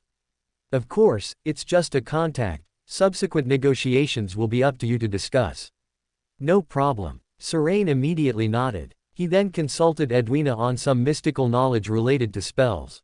As a Beander who had experienced the polymath stage, Edwina's knowledge of spells below demigod level was comprehensive, covering almost all 22 Beander pathways. Perhaps having taught a group of semi-illiterate poor students on the Golden Dream for too long, Edwina was exceptionally enthusiastic when facing the humbly inquisitive Serain, even dissecting and explaining her process of creating secret techniques. According to my hypothesis, if I can fully understand a spell, theoretically, I can reproduce that Beander ability indefinitely, unrestricted by the ability itself. Edwina shook her head, then nodded. Theoretically, yes, but that can no longer be considered reproducing a Beander ability, but simply casting a spell. Oh. However, from your description, it can be inferred that the activated cells of your Beander pathway have an additional advantage in spellcasting. If I could study activated cells, I might be able to develop a secret technique to enhance spellcasting ability. 66. Quote. After 2 seconds of silence, Serain said, if there's an opportunity to hunt a traveler or secret sorcerer from the Aurora Order, I'll collect some flesh for your research. Edwina nodded with a strange expression. After a few more exchanges, Serain bid farewell and left the captain's cabin. He then saw the first mate, second mate, third mate, and bosun in the corridor outside, all looking very busy but not knowing what they were busy with. Glancing at these guys who had been squatting outside for who knows how long, Serain walked past them and went to the mess hall inside the cabin. The next morning, the chilly, salty sea breeze hit his face, instantly dispelling any lingering drowsiness.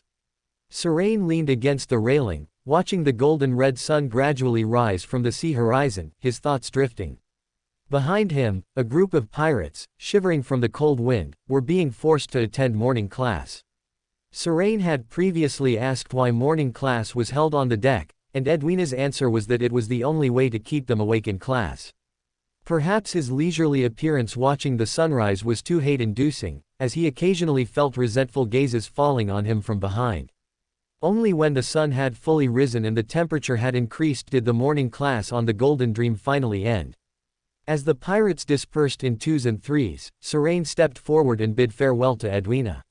He then picked up his carry-on luggage, which had been placed aside, and slowly walked towards the ship's rail under the restrained yet expectant gazes of the pirates behind him. In his eyes, an illusory, slowly turning book was reflected. With each step, fragments of brilliant starlight flickered out of thin air, rapidly intertwining in the still chilly air, outlining an illusory door. In Owen's home in south of the bridge, Backland, countless tiny starlight fragments flew out of thin air, rapidly intertwining into an illusory door, and then Serain walked out from behind the door. As soon as he appeared, Lawrence and Owen looked over. "Weren't you playing the scribe at sea? Why are you suddenly back in Backland? Handling some matters?" Serain replied casually, then glanced around and asked, "Where's Tobias?" No sooner had he spoken than heavy footsteps descending the stairs were heard from the stairwell behind the living room, accompanied by a low, hoarse voice thick with sleepiness, "Looking for me. Have you collected the Beander characteristic of the hunter pathway?" Serain turned to look towards the stairwell. The thudding footsteps grew closer, and then Tobias emerged. He was wearing loose pajamas, revealing a chest covered in old scars, his eyes almost squeezed shut, looking like he hadn't fully woken up. Serain rubbed his fingers together, creating a bone-chilling wind in the living room. Hiss. Tobias was completely unaffected, but Owen and Lawrence, who were in the dining room, shivered from the sudden chill. He awkwardly withdrew his hand, making the cold wind in the room disappear, and looked at Tobias, saying, "I guess you haven't collected the Beander materials needed for a pyromaniac yet." As he spoke, he took out a square iron box from the suitcase he was carrying. Greater than. Chapter 310, Meteorite. Tobias reached out and caught the iron box thrown at him. After dispelling the spiritual wall covering its surface, the box snapped open, revealing a heart-like crimson object inside. The scarlet heart slowly expanded and contracted, with tiny flames faintly spurting from the pores on its surface. Serain looked at him and asked seriously, "Can you swallow a Beander characteristic directly?" Tobias: "No. Only already mad Beander creatures, or Beyonders who've gone insane, would choose to swallow a characteristic raw." "All right." Serain sighed, then took paper and pencils out of his suitcase. In a few minutes he had drawn each supplementary ingredient needed for the pyromaniac potion, and used imagination to bring those painted materials into reality. He then skillfully blended the pyromaniac Beander characteristic with the imagined ingredients into a yellowish liquid bubbling with red foam. Clink. He flipped a gold coin into the air for a quick divination.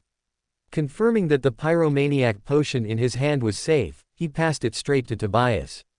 The latter took it and tilted his head back, gulping it down. After finishing the potion, Tobias stood dumbstruck as crimson firelight rose around him, pushing the room's temperature several degrees higher. In Serain's spirit vision, Tobias's spirituality was expanding wildly, yet none of it leaked. The suddenly surging power seemed perfectly under his control. Truly, the potion melts the moment it touches your tongue. After the exclamation, he pulled out the Red Priest card and casually tossed it over.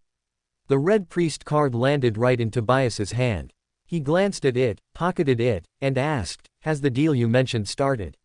Serain nodded. "I had a clairvoyant foretell it, about time." As he spoke, he took out the harmonica used to summon his messenger, put it to his lips, infused it with spirituality and blew hard. Several seconds passed, the living room stayed silent, nothing happened. Unfazed, Serain stowed the harmonica and swept his gaze around the room, finally noticing a fifth person who had somehow appeared. Looking at the gaunt yet oddly energetic Edfarna, Serain pointed at Tobias nearby. "Need your help again. With the Red Priest card amplifying convergence, we should run into the Conqueror characteristic trade. Grab it for me, steal it if you must." Edfarna inclined his head slightly. "Can do." The moment the words fell, his figure faded like a bursting bubble, gone, whether departed or hidden inside the mental world. Serain guessed the latter. After a pause he turned to Lawrence. "Is Verdu still around? I want him to record some teleports and flashes." Lawrence shook his head. "He's already gone back to Intersea County." "Fine." Serene gave a helpless shrug, not too bothered. He still had a traveler Beander characteristic, though troublesome to use. With enough time he could record several teleports and flashes. Then he looked at Tobias again. Come with me to fetch something. Tobias blinked. What? A pair of theft gloves. If things get messy, swipe the item while Edfarna draws their attention. An endless, layered forest of intertwining green vines. Wearing an indigo captain's coat patterned with designs, off-white breeches and knee-high boots, a feathered tricorn on her head, the very picture of a pirate chief, Bernadette sat on a vine-woven bench. Her pale blue eyes were tinged with deep purple, turning unfocused and distant as though lost in a trance. A few breaths later the purple faded and her gaze sharpened again.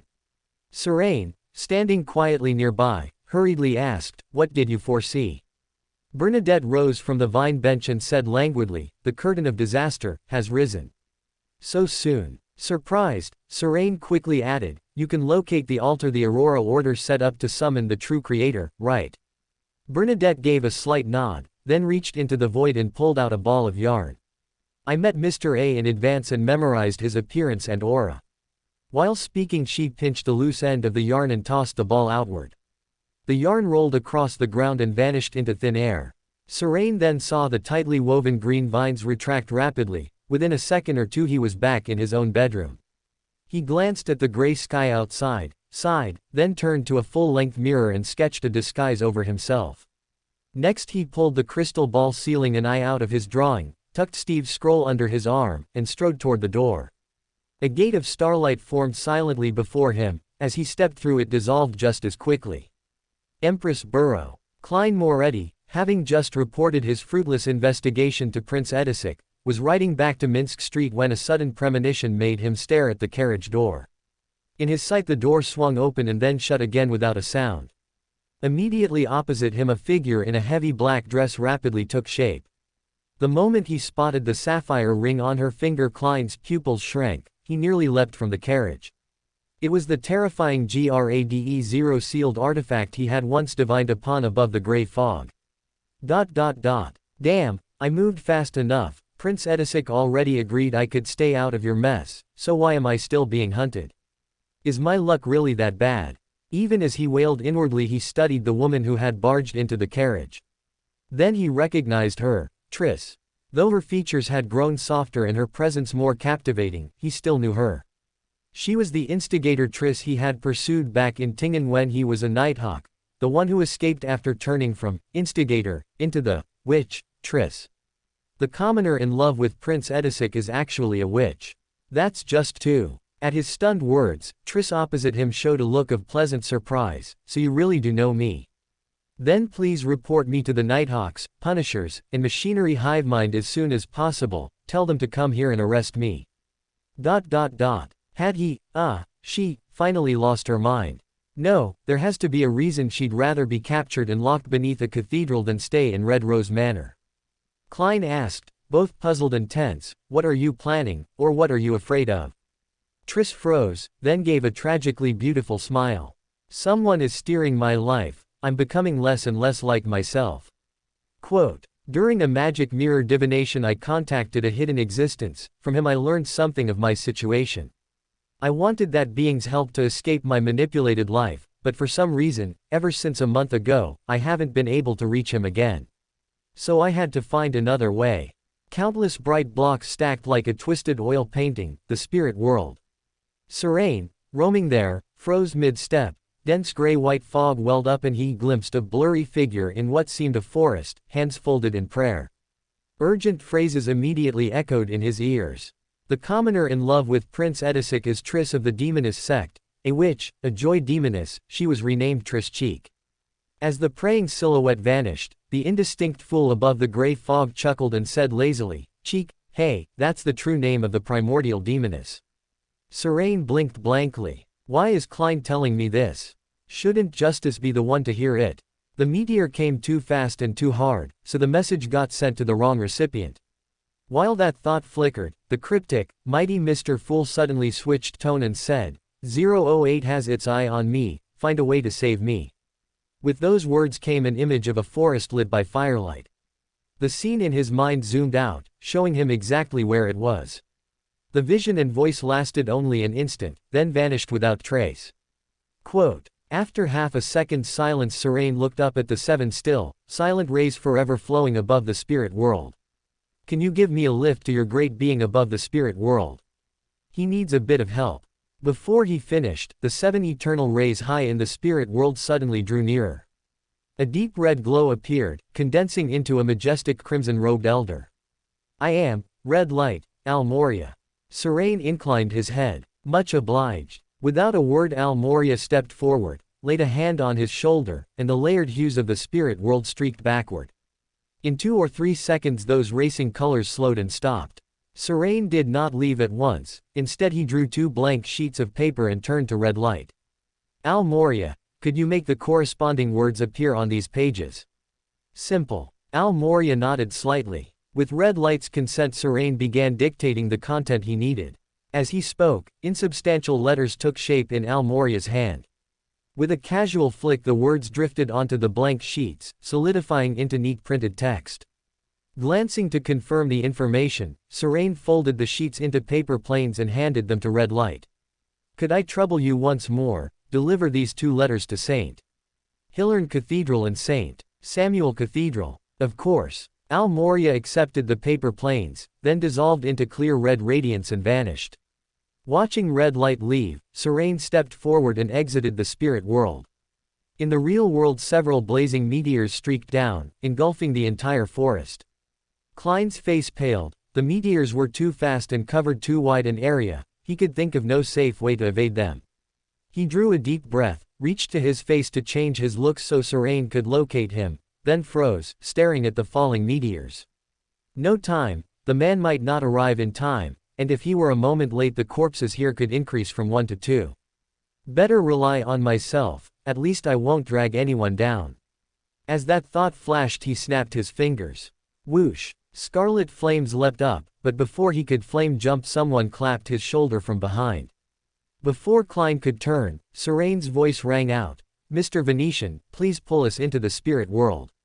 Who's Venetian? Klein blinked in confusion, then a clear yellow radiance seeped from the void.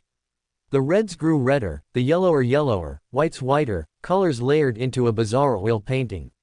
The instant they entered the spirit world he saw a blazing meteor smash where he had stood, obliterating the woods. The ground shook and a mushroom-shaped cloud rose.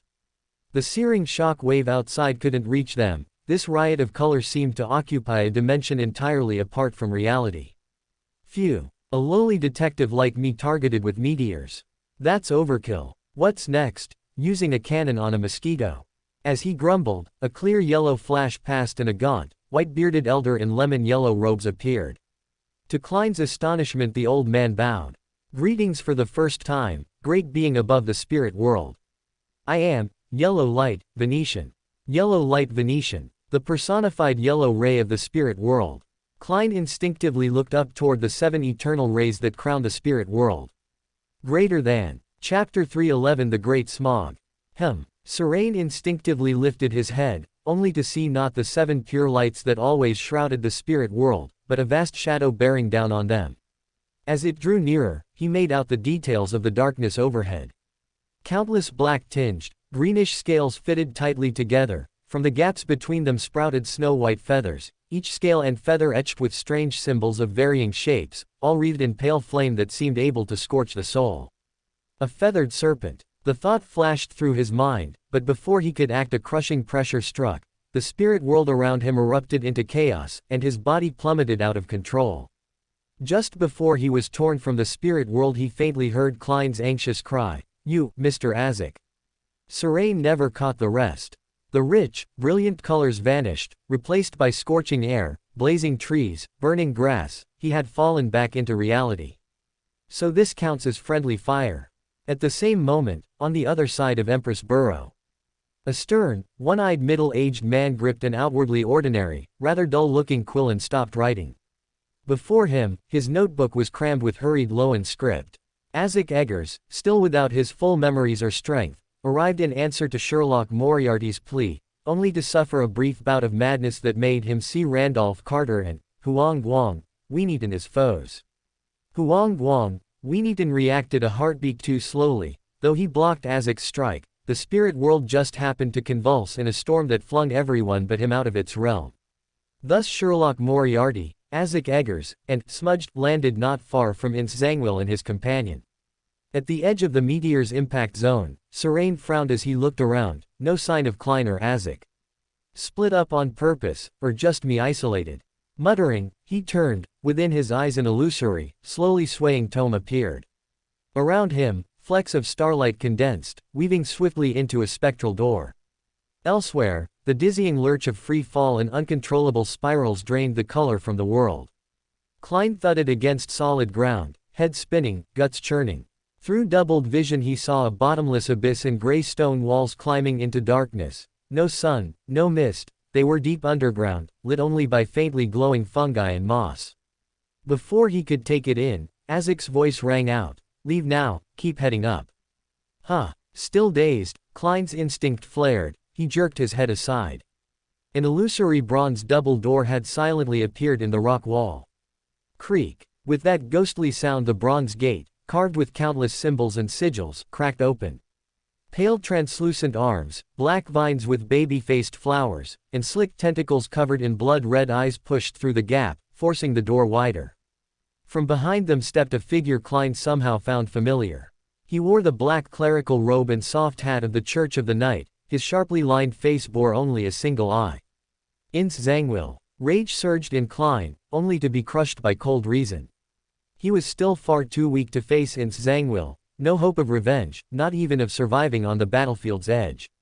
Without hesitation he spun and sprinted up the path. As he ran, Isaac's calm, gentle voice echoed in his ears, "Keep running, don't worry about me." These days have recalled quite a few old things. Behind him, another figure materialized beside the silently confronting Ince Zangwill. A gold mask clung to his face, he hung in midair in defiance of gravity, gazing down at Isaac Eggers, and declared in a deep, authoritative rasp, "Teleportation is forbidden here." St. Samuel Cathedral, a quiet chamber.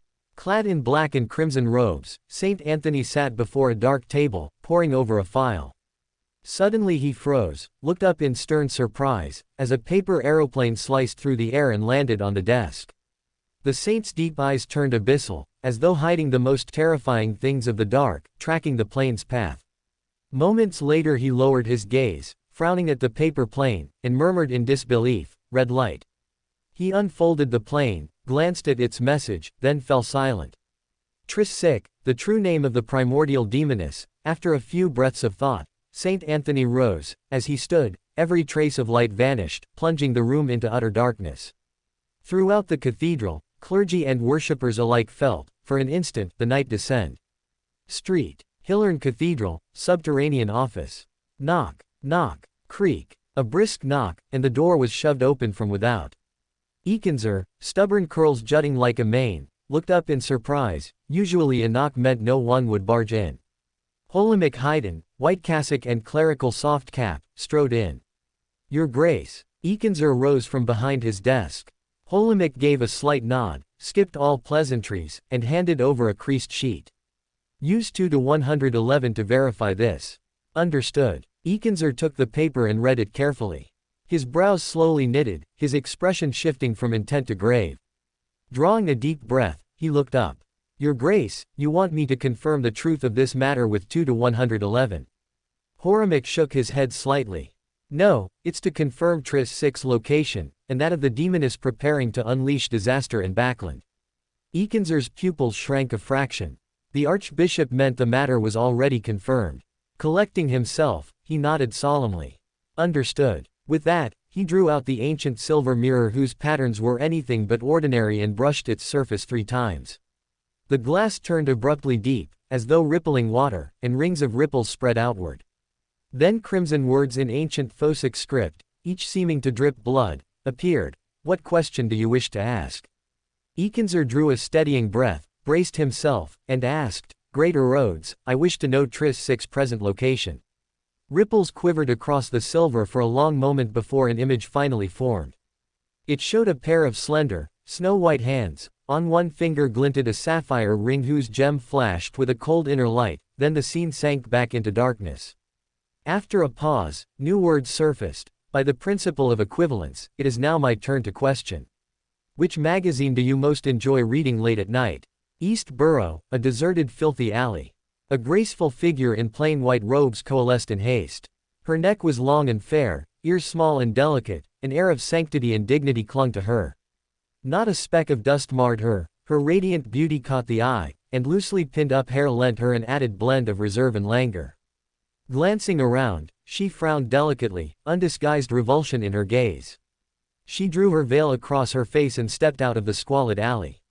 Reaching the crowded, chaotic street, she gazed at the pale, dim sky veiled by thick clouds and fog, and sighed softly, a pity, the smog isn't yet at its heaviest and stillest. Had so many accidents not occurred, we could have waited longer, prepared more thoroughly. Quote, murmuring to herself, she walked on. Her pace was slow, as though savoring a drift through an ocean of mist. Wherever she passed, the fog thickened, tinged with an almost imperceptible iron-black hue that quietly narrowed visibility. Not long after she left the street, a sallow vagrant burst into violent coughing, hacking up phlegm and flecks of blood until he collapsed. Soon another homeless man nearby doubled over in pain and fell.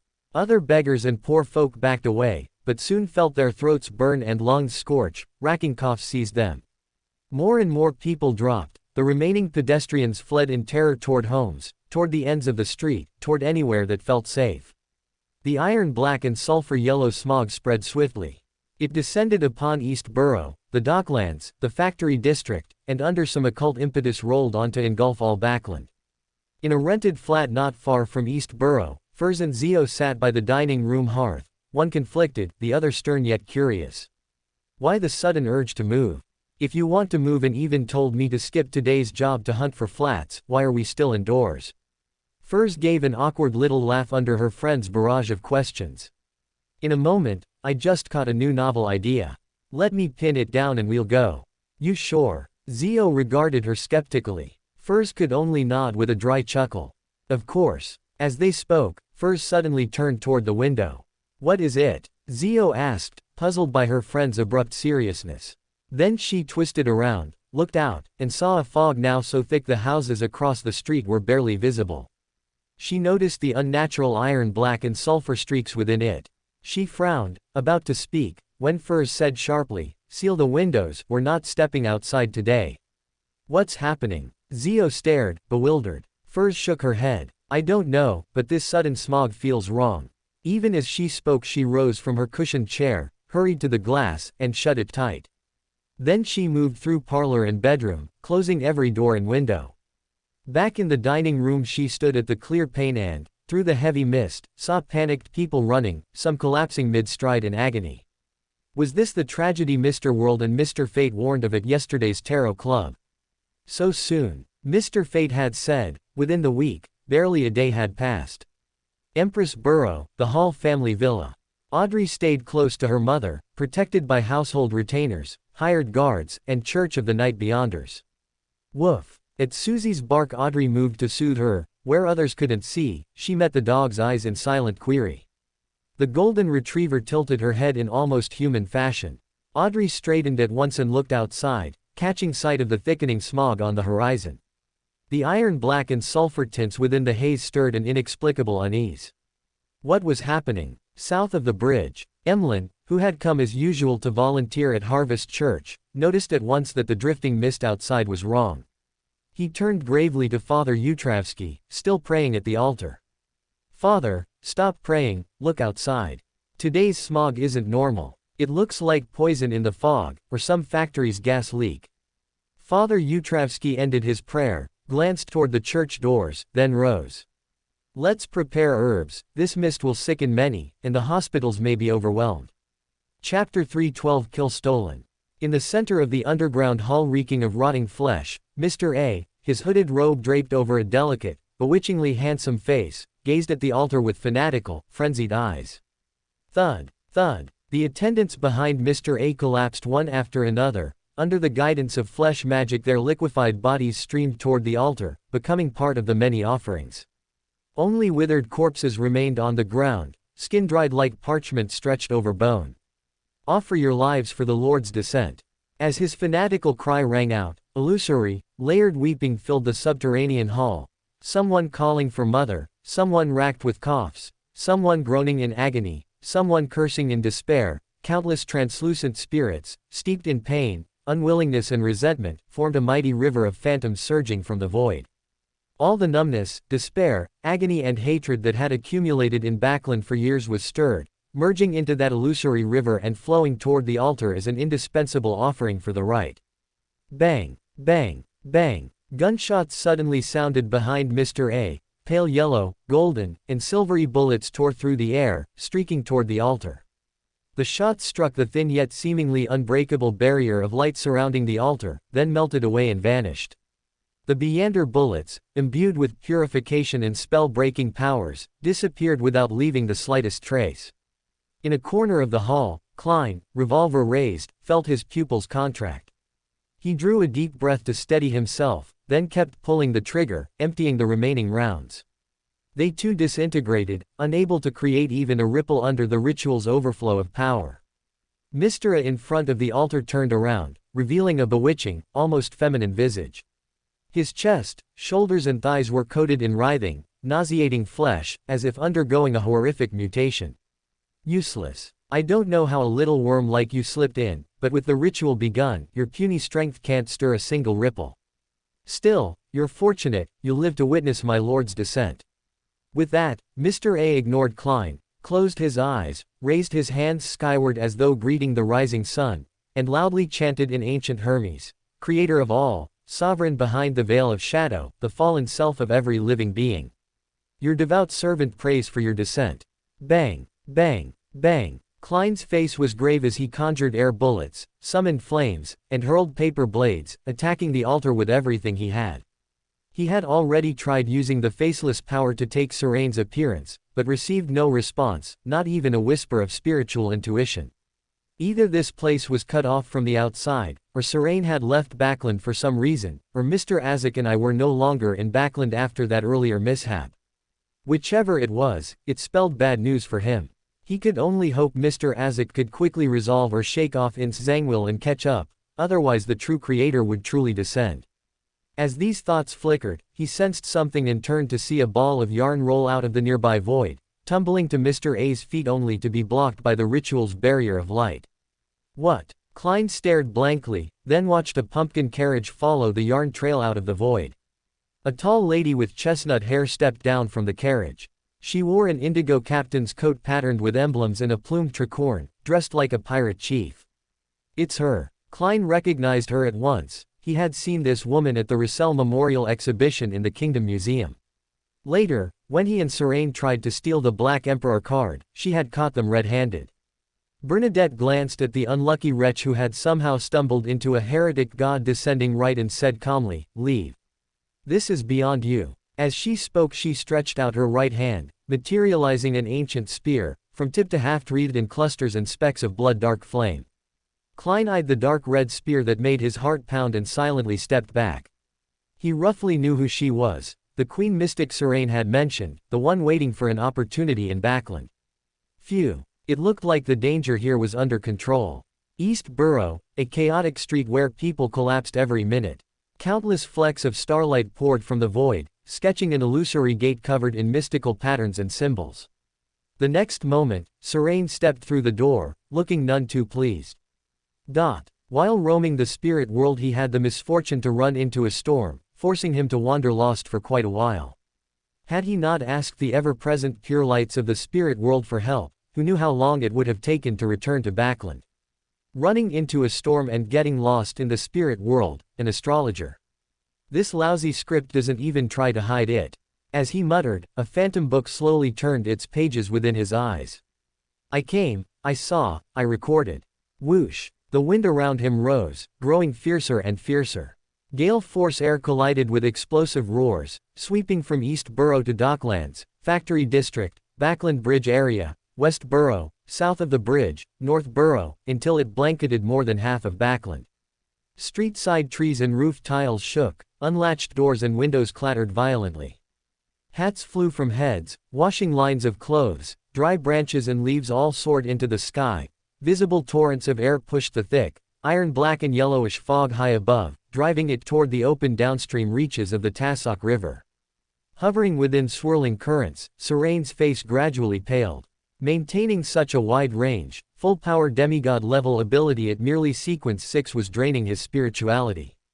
As his spiritual reserves neared exhaustion, the wind over Backland began to weaken. But the next second it flared up again.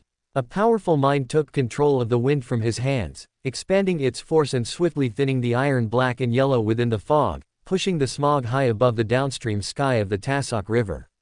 Their minds brushed briefly amid the wind, and at his spirit's prompting Serane glimpsed a middle-aged man wreathed in gales and suffused with daunting presence.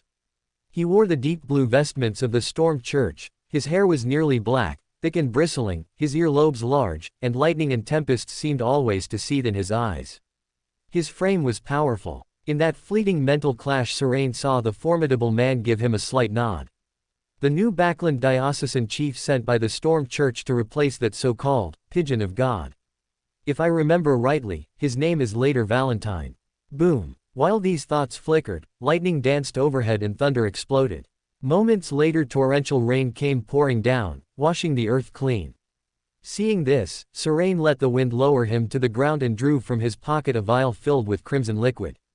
He flicked off the stopper with his thumb and drank the cold draught in one gulp. At once his nearly exhausted spirit was replenished and his deathly pallor began to fade. The potion had been specially commissioned through Father Utravsky and Emlyn to restore spirit quickly. With his spirit almost restored, the illusory tome reflected in his eyes turned another page. His figure abruptly vanished from the street. After several consecutive flashes he arrived on a deserted, rather desolate roadway. Across from him, a demoness of despair, in plain white robes, hair loosely coiled, languid yet inwardly alluring, smiled lazily at him. Punisher, Nighthawk, or Machinery Hivemind. How did you find me, and so quickly? Well, not bad looking and brave, just a bit too confident. Serane kept his gaze lowered and said nothing. From the moment he set foot here his intuition had screamed of danger from every side, from every paving stone of the street. He was unsurprised, the whole street was clearly blanketed by the demoness's plague, hence the deathly hush. Without hesitation he clasped his hands and stooped slightly. In his downcast eyes the phantom pages of a book fluttered wildly. One after another, pure white illusory feathers condensed behind him, forming a pair of broad, solid wings of immaculate white. Ugly duckling. All around him, gossamer threads snapped silently and nascent black flames died in an instant. Across the way the smiling demoness of despair suddenly shuddered uncontrollably, her thoughts frozen solid, she could not form a single idea. Her skin turned translucent, shimmering with motley starlight, her loosely pinned black hair came undone, each strand becoming a slick, loathsome little serpent, some flicking forked tongues, others sprouting stark black and white eyes. Amid incessant hissing, a film of glittering frost raced across the ground toward Serane while black flames blossomed around him, weaving a sea of dark fire. The instant the black flames rose, the figure beneath the great white wings vanished soundlessly, leaving only a crudely snipped paper doll. At the other end of the street Serane patted his pocket, several objects radiant with rich spirit light flew out and began to orbit him slowly. They were a crystal orb imprisoning a cerulean eye, a red and black phantom core, and a gem so clear it was nearly invisible. He reached out and grasped the red and black phantom core. Azure flame ignited in his free hand, coalescing into a spear wreathed in fire. The moment the azure spear took shape he stepped forward, twisted his torso, and hurled it. Every organ and scrap of flesh in the demoness of despair, half deranged and racked by newborn wills, betrayed her. She stood transfixed as the fiery spear struck home. Boom! Crash! In the deafening blast her body was torn apart, flesh ignited, and she burst into countless mirror shards. A demoness's mirror double. Serane released the red and black phantom core and turned to the gem that was almost transparent. Countless tiny, brilliant stars flared in his eyes, his figure turned hazy, then transparent, and vanished. An instant later black flames erupted where he had stood, turning the area into a sea of inky fire. Outside the conflagration a grotesque, twisted human figure took shape, slick serpents coiling about her, a fist-sized scorched hole in her abdomen, flesh continually splitting and writhing. The lingering burn and sting gave her momentary clarity, suppressing the newborn wills that sought to tear her apart. As a demigod she sensed at once that the damned, uncanny foe had evaded her strike. She entertained no thought of pursuit, instead she fought to quell the surging fury and the myriad newborn minds threatening to rip her asunder. Right now stabilizing her crumbling condition mattered more than vengeance or slaughter. Source of every calamity, omen of ruin and doom. Her prayer faltered, she could not utter the third honorific of the primordial demoness. Then her vision blurred and she saw an additional figure before her. It was a young woman with black hair. Her features were delicate, her face utterly expressionless, her dark eyes were deep but lifeless. You. The serpent wreathed, twisted form recoiled a step, forcing out a single word before her voice failed. Only then did the half-unhinged demoness of despair realize that everything below her neck had vanished. It was as though an eraser had been rubbed across a drawing, leaving no trace behind. In the next instant her snake-laden head, its skin cracking like old plaster, also disappeared. With her gone, the silently burning black sea of fire extinguished itself. Amid the dying flames Serene's figure solidified from the ethereal. Gazing at the lady in classical black robes standing with her back to him, and at the place where the demoness of despair no longer was, only one thought remained in his mind. You're already the MVP of the whole book and you still snatch this tiny kill from me. Even as the thought surfaced, the black-robed lady before him turned, regarded him with an unreadable face, and gave an almost imperceptible nod. Chapter 313 The Lord saith, he knows, he sees, he hears, boom. A violent blast, like a huge charge of gunpowder, thundered out, the whole underground hall quivered under the shockwave. TaiwanNovel.com, a great reading experience. Outside the hall, Klein steadied himself with a stagger and glanced back. He saw that the light barrier formed by the overflowing power on the altar where Mr. A had summoned the descent of the true creator had vanished. A thin crack now split the center of the ash-gray stone altar. The long river, woven from countless translucent, illusory spirits and all kinds of oppressive emotions, unwilling resentment, lost its restraints and turned chaotic. Some of the spirits still surged toward the altar, some tried to flee, others rushed at Mr. A and Queen Mystic inside the hall. The countless resentful thoughts and the tearing of the spirits left Mr. A briefly paralyzed, gouts of flesh exploded from him like scarlet flowers blooming. On the other side, Queen Mystic raised her hand and condensed a dark, ancient horn that felt overwhelmingly heavy and powerful. Horn of ruin. She pressed the horn to her lips and blew with all her might. Woo! In that instant Klein felt himself go deaf, his intuition screamed danger. Without hesitation he spun around and fled the area at top speed. Behind him, deep reverberations rolled on, layers of sound piled up until the air itself seemed to shatter, spider web cracks, some deep, some shallow, spreading through the void. Within the horn's range every solid thing, even space itself, collapsed. On the now cracked altar, the faint shadowy figure hanging upside down on a cross began to waver. 1 second before the altar was utterly destroyed, a fleeting, wondrous balance appeared amid the collapsing chaos. A vast, terrifying will descended, the shadowy figure above the altar burst apart, turning into an illusory curtain of shadow that seemed to drape over everything. Behind that veil a blood-red eye flashed for an instant, then vanished with the altar's destruction. The stone altar crumbled into dust within the spider web of cracks, leaving only a swirl of drifting powder. Bernadette frowned slightly, staring where the altar had been, her eyes turned suddenly deep, like a sea before a storm. Moments later her gaze cleared, though her brows stayed knit.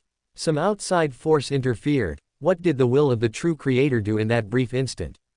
Quote. As she murmured her figure turned transparent, illusory, dissolving into a pile of foam. After Bernadette left, dark red flesh began to gather amid the rising dust, gradually forming a broken human shape. Mr. A knelt expressionless, cracks riddled the ground as though the whole hall might vanish the next second. At the instant everything was destroyed, the will of the true creator had shielded him. 10 odd seconds later, flesh writhing, Mr. A recovered a little strength and said in a calm yet repressed, frenzied voice, "Great Lord, I shall find the Red Angel who will return for you." He rose unsteadily, an illusory book appeared before him. I came, I saw, I recorded. In Empress Borough, where the streets were deserted because of the earlier smog and sudden gale, a carriage rolled slowly past. Inside, a middle-aged gentleman in a black tailcoat and half-top hat cradled a picture frame. His body shook uncontrollably, his mouth clamped shut, then stretched into a wide grin. Warm blood trickled from bloodshot eyes, black veins pulsed across his ashen cheeks, his body seemed at its limit, ready to collapse. After a long while the collapse finally halted, though his shoulders still twitched as he croaked in a hoarse, repressed, exhilarated voice, "Haha, so what if you two trash managed to suppress me? My lord has noticed me, cast his gaze, left his breath. Soon the Aurora Order will find me, and then you two pieces of trash can truly die." With a tearing sound, two crimson gashes opened on his cheeks, phantom teeth and tongues sprouted within, two new mouths. "Sauron, help me hold him down, we must leave Backland before the Aurora Order arrives." "Fine." On the outskirts of Empress Burrow, in a desolate field near the cement road, the weeds swayed unnaturally. Then Triss, lifting the hem of her black dress, materialized out of thin air. After first shaking off the steward Finkel who had been chasing her for Prince Edisic, she had fled back to Backland. Only a metropolis teeming with people, hidden powers, and beyonders could help her evade the demoness sect, and even the Loan royal family, that would come after her. Feeling temporarily safe, she slowed her steps, lowered her head, and chanted softly in ancient Hermes, "O sublime from the unknown, doorway above dimensions, incarnation of art and fantasy." After repeating, "from the unknown," several times, her vision blurred and she saw an endless blackness inlaid with starlight, a dim starry sky. Above that dim, starry sky, an indescribably great figure looked down at her. "Mighty existence, I beseech you." Seeing her prayer answered, Triss hurried to speak. But before she could finish the vision vanished, as if it had been only an illusion. A flash of unwillingness crossed her eyes, head bowed, she muttered, "Why?" "Because you are the abandoned one, just like the poor prince I served. But every wrong must be paid for, mustn't it? Someone must atone for the innocent." The sudden voice cut short the emotion brewing inside Triss. She looked up and saw the old steward Finkel walking slowly toward her. Seeing the steward, no longer the dignified man he once was, she instinctively stepped back. Prince Edisic's old steward stood above her in sequence. She had escaped many times, only to be caught by him again. The next second starlight seemed to flash before her eyes. Then she found a familiar-looking young man now standing between her and the steward Finkel. "Who are you?" The old steward's step halted. He stared gloomily at Syrian. This sudden youth felt dangerous. Serain swept a calm gaze over the man, did not answer, and instead tilted his head slightly. In a mild, level tone he said to Triss behind him, "The Lord says, he sees, he hears, he knows." Triss froze. The scene she had glimpsed while praying, that gaze falling from infinite heights, flashed unbidden through her mind. She had thought herself abandoned, a discarded piece, yet, it seemed otherwise. That lofty, mighty presence had never left. He had always been there, watching, listening to every prayer. His silence had simply meant he foresaw she could escape Red Rose Manor by her own strength, flee the life the demoness sect had planned for her, and that he waited near the finish line. Unaware of Triss's turmoil, Serain had merely stated his stance, and given himself a little flourish. With that he turned to Finkel, the old steward sent to retrieve her. Starlight danced in his eyes as he spoke in broken phrases. "The demoness who used Backland's smog to spread plague has been dealt with. Now it's your turn." As he spoke, figures flickered into being all around, encircling the steward in a perfectly synchronized assault. A siege woven from high-frequency flash. Finkel's face darkened at the ring of identical silhouettes. Every copy felt real, yet every one felt false. He paused, clenched his right hand, and in ancient Hermes declared, "Avatars are forbidden here." Nothing changed, only several pale blue fireballs streaked at him from every side. Startled, Finkel crossed his forearms and thundered, "Seal." Layer upon layer of invisible walls arose, deflecting the sapphire flames. As the fire died he pronounced again in ancient Hermes, "Flash is forbidden here." The words fell and Serain felt an unseen resistance. An invisible barrier now lay between him and the spirit world, briefly barring his flash. The after-images born of rapid flash vanished, leaving only the figure in front of Finkel pressing a crystal sphere, within which a single eye floated, to his chest. Finkel lunged, cocked a fist, and swung. Death. Serain watched calmly, neither retreating nor dodging. A transparent spear of ice smashed against Finkel's fist. The lance shattered with a crash. White frost blossomed like a flower, stiffening his body and slowing every motion. At the same moment the crystal at Serene's chest shone, projecting the image of a mountain range shaped like an upraised palm. Mount Five Fingers. One of the spells Ohates had once woven from the old tale Serene told him. After Ohates' death the spell lingered in the crystal formed from his Beander characteristic. Across from him, Finkel paled. Before he could shape a rule in ancient Hermes, an invisible, crushing weight slammed down. His legs sank halfway into the ground, his back bent 90 degrees, face scarlet, bones crackling like dislocating joints. Serene released the crystal and seized the phantom nucleus swirling red and black that hovered beside him. As he poured in spirituality, the nucleus blazed with interlaced scarlet and ebon light. Cyan flames gathered in his other hand, weaving into a spear of fire that he hurled outward. Boom! The fiery lance pierced the steward's charring body, blooming into gorgeous flames of jade shot through with crimson. Amid the quietly burning fire, a figure in a classical robe and hood stepped silently into view.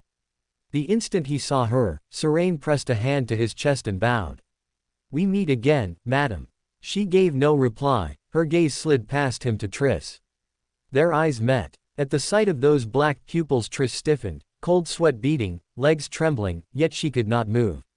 Every instinct screamed a warning, but her body offered no response. She was an infant again, helpless and without strength to resist.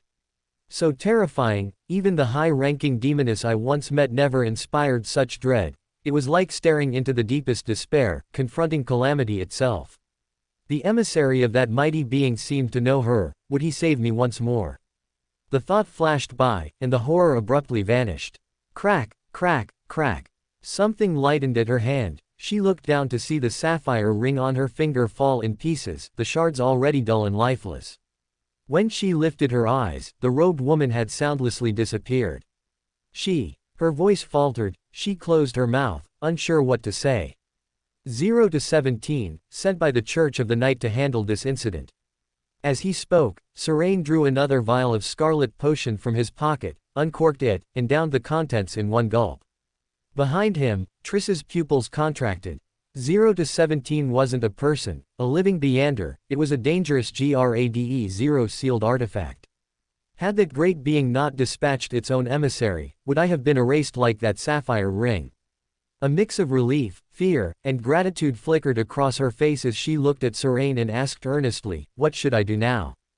Glancing back, pleased he had snatched a kill ahead of a goddess's descent, he replied, "Whatever you wish. When you tried to escape again and again, didn't you imagine the life that would follow? Of course, it's best to stay out of the demoness sects and the low and royal family's way. I must head elsewhere, could you collect the spoils for me for now?" Triss-eyed Finkel's blackened, carbonized corpse and nodded instinctively. All right. Chapter 314. A balanced battlefield. Within a forest, woven from countless greenish vines, a pumpkin carriage emerged from the void and slowly came to a halt. After Bernadette Gustave stepped down from the pumpkin carriage, she summoned several invisible servants holding metal boxes of strange designs. As she raised her hand, the metal boxes held by the invisible servants opened spontaneously, and various materials and items flew out from within. There was a pale mask shimmering with a metallic luster, a cold vertical eye encrusted with diamonds, a glass cup, and several supplementary materials needed to concoct the sage potion. She took the pale metal mask, which had holes only for the eyes and no other gaps, into her hand. It immediately materialized into an extremely complex and quite mysterious three-dimensional symbol. The moment it was touched by this three-dimensional symbol, the vertical eye, encrusted with diamonds and shimmering with pure light, shattered with a crash. After the vertical eye disappeared, countless blue-purple light spots precipitated from the void, gradually forming a slowly rotating vortex. In less than half a minute, the vortex formed by the countless light spots accelerated its convergence, turning into an object surrounded by cold radiance. Bernadette leaned her body back slightly, letting the newly formed Beander characteristic fall into the glass cup along with the pre-prepared auxiliary materials. Under the continuous stirring of an invisible hand, the materials in the cup quickly melted and blended together. Finally, it turned into a cup of bubbling, cold liquid, and within every bubble hid a transparent eye. Bernadette took a serious look at the sage potion in her hand, a deep purple flash appearing in her eyes. Then she brought the glass cup to her lips, tilted her head back slightly, and drank it all in one gulp. After a brief moment of stiffness, her body suddenly disintegrated, turning into a vast, illusory torrent of information. Somewhere in the deep, dark mirror world, Clarice, wearing a black court dress, suddenly stopped and looked behind her. "You've followed me for so long. Are you waiting for me to distance myself from Backland, or are you waiting for your helpers?" No one responded to her words in the empty mirror world. After 2 seconds of silence, just as she intended to walk back, the dark mirror world suddenly lit up with brilliant starlight. An extremely illusory star gate, seemingly aggregated from countless insects shimmering with starlight, emerged out of thin air.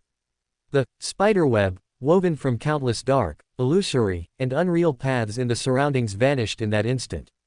The deep, illusory mirror world became pitch black, as if covered by a heavy layer of shadow. This portion of the mirror world was sealed off and hidden. In the next second, an illusory ocean appeared within this isolated mirror world.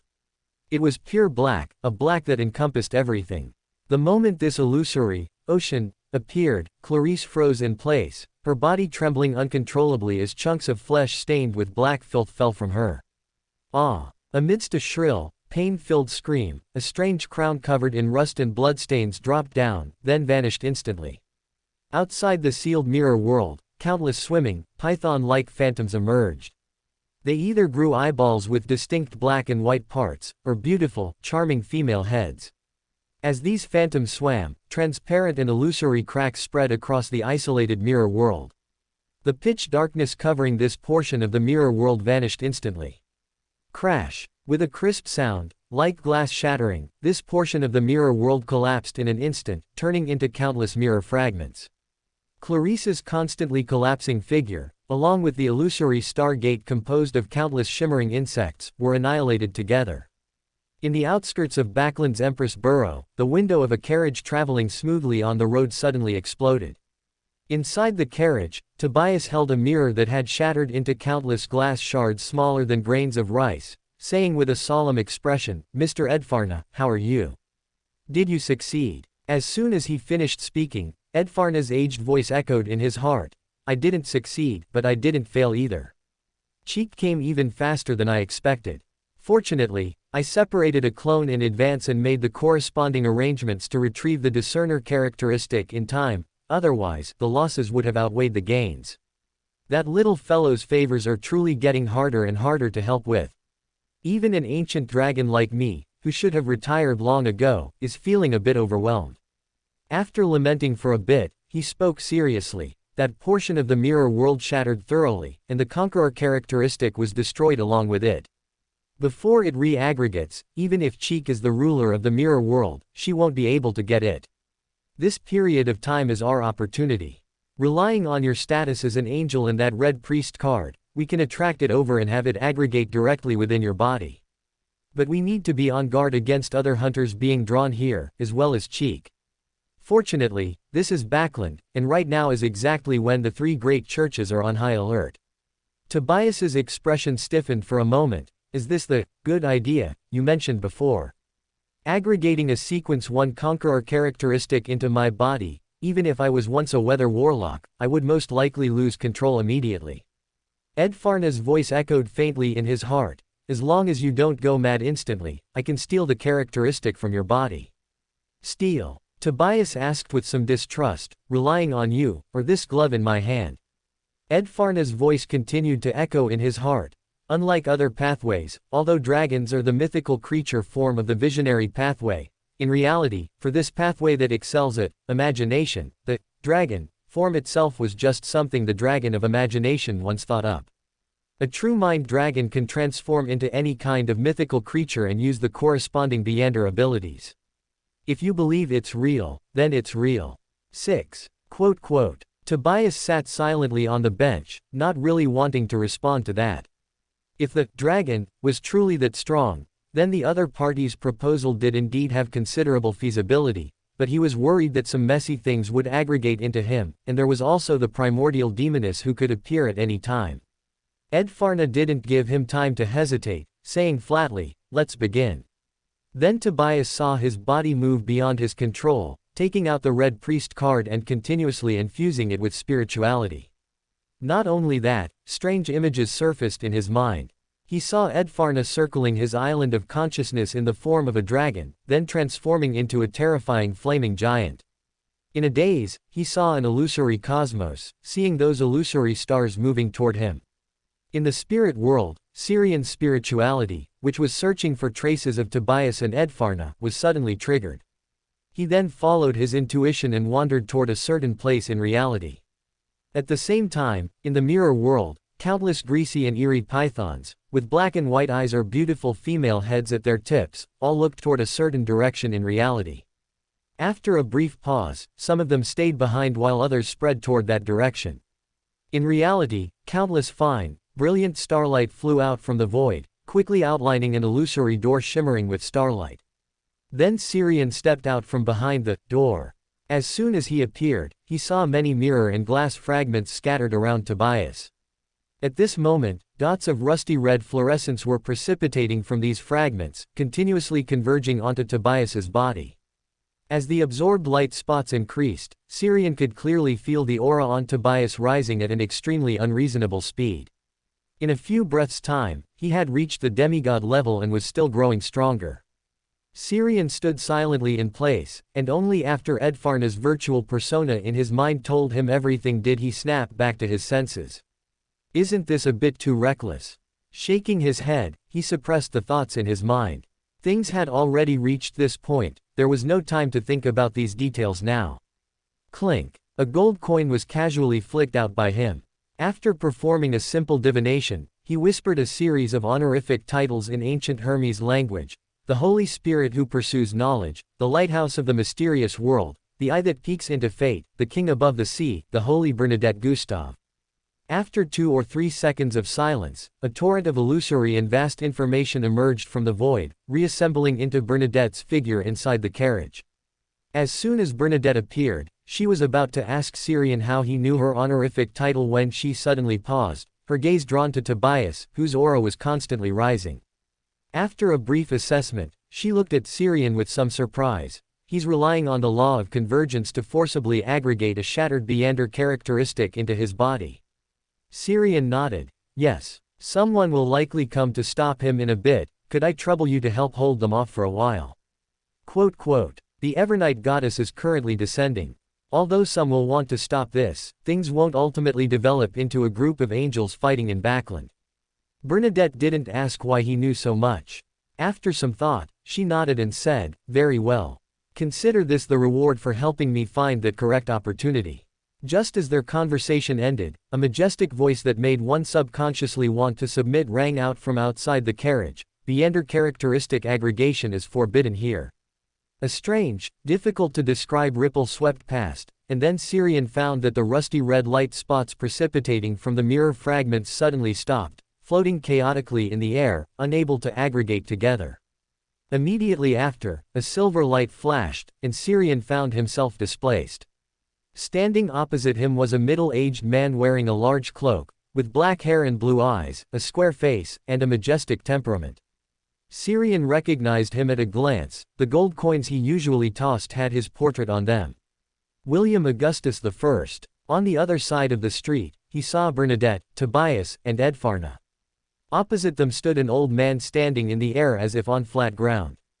It should be he, had a slightly arrogant temperament and expression, with many silver strands mixed into his black hair and no beard on his face. The former Duke of South Wales of the Lowen Kingdom, Drink Augustus. Seeing 3 existences opposite him whose auras were clearly not weaker than his own, Drink Augustus's expression stiffened, and a barely perceptible flash of panic crossed his slightly arrogant eyes. Noticing this scene, the corner of Syrian's mouth twitched uncontrollably. He had already realized that the battlefield had been partitioned by the opponent, but this partitioning was truly somewhat ridiculous. A Tobias who had aggregated many characteristics and was already close to an angel, a Bernadette who controlled many sealed artifacts and had just been promoted to Sequence 2, and an ancient dragon carrying the pollution of the Chaos Sea. Against such a magnificent lineup, the opponent assigned was a Sequence 2 balancer. While he, a Sequence 6 carrying 2 demigod-level items, was assigned a Sequence 1 as an opponent, what kind of heaven-defying matchmaking mechanism was this? The only thing that made him feel fortunate was that the nation founder and protector Opposite him, the Sequence 1 William Augustus I was also shocked by this strange battlefield he had partitioned and didn't dare to attack him immediately. In the tense and exciting atmosphere, everyone remained silent, not daring to easily break this incomprehensible balance. William Augustus I glanced sideways at Tobias, who had been partitioned into the other battlefield, then looked back at Syrian and said in a majestic tone, "That companion of yours has already aggregated many characteristics. Leave the rest behind, and I will let you leave Backland." Oh, Syrian didn't speak, glancing at the houses on both sides of the street. On those glass panes, python-like phantoms were slithering. The primordial demoness had arrived long ago, but she had been shrinking back in the mirror world, not daring to come out and provoke the three gods whose attention had already been drawn by the previous great smog at this sensitive time. He didn't know how she had convinced the Loan royal family to provide her with after-sales service. If they didn't help, would she expose all their previous pleasant cooperation? Amidst his drifting thoughts, Syrian saw William Augustus I pull a silver rapier out of thin air, pointing it forward and giving it a swipe. In the next instant, the surrounding space changed again, and the battlefield was repartitioned. Bernadette, Tobias, and Edfarna were still together, and the enemy they faced was still the former Duke of South Wales, Drink Augustus. But on Syrian's side, compared to before, two more beautiful and charming ladies had appeared opposite him. One was a lady in a yellow cake dress wearing a playful soft hat, with a half-smile on her face. The other was a mature woman in an orange floral dress, with wavy curly hair, a graceful figure, and a charming, seductive air. Syrian, is this right? Over there it's 3-on-1, and on my side it's 1-on-3. William Augustus I looked down at the silver straight sword in his hand, confused, bewildered, and lost in thought. Greater than. Chapter 315. Missing out. On the battlefield, which was divided extremely unevenly, everyone was cautious, not daring to act lightly. Syrian's mind was tense, but his expression remained calm as he looked at the three people ahead led by William Augustus I. He was thinking about how to retreat reasonably while constantly calling Adam's name in his heart. Adam gave no response, but he saw a familiar figure appear in this area.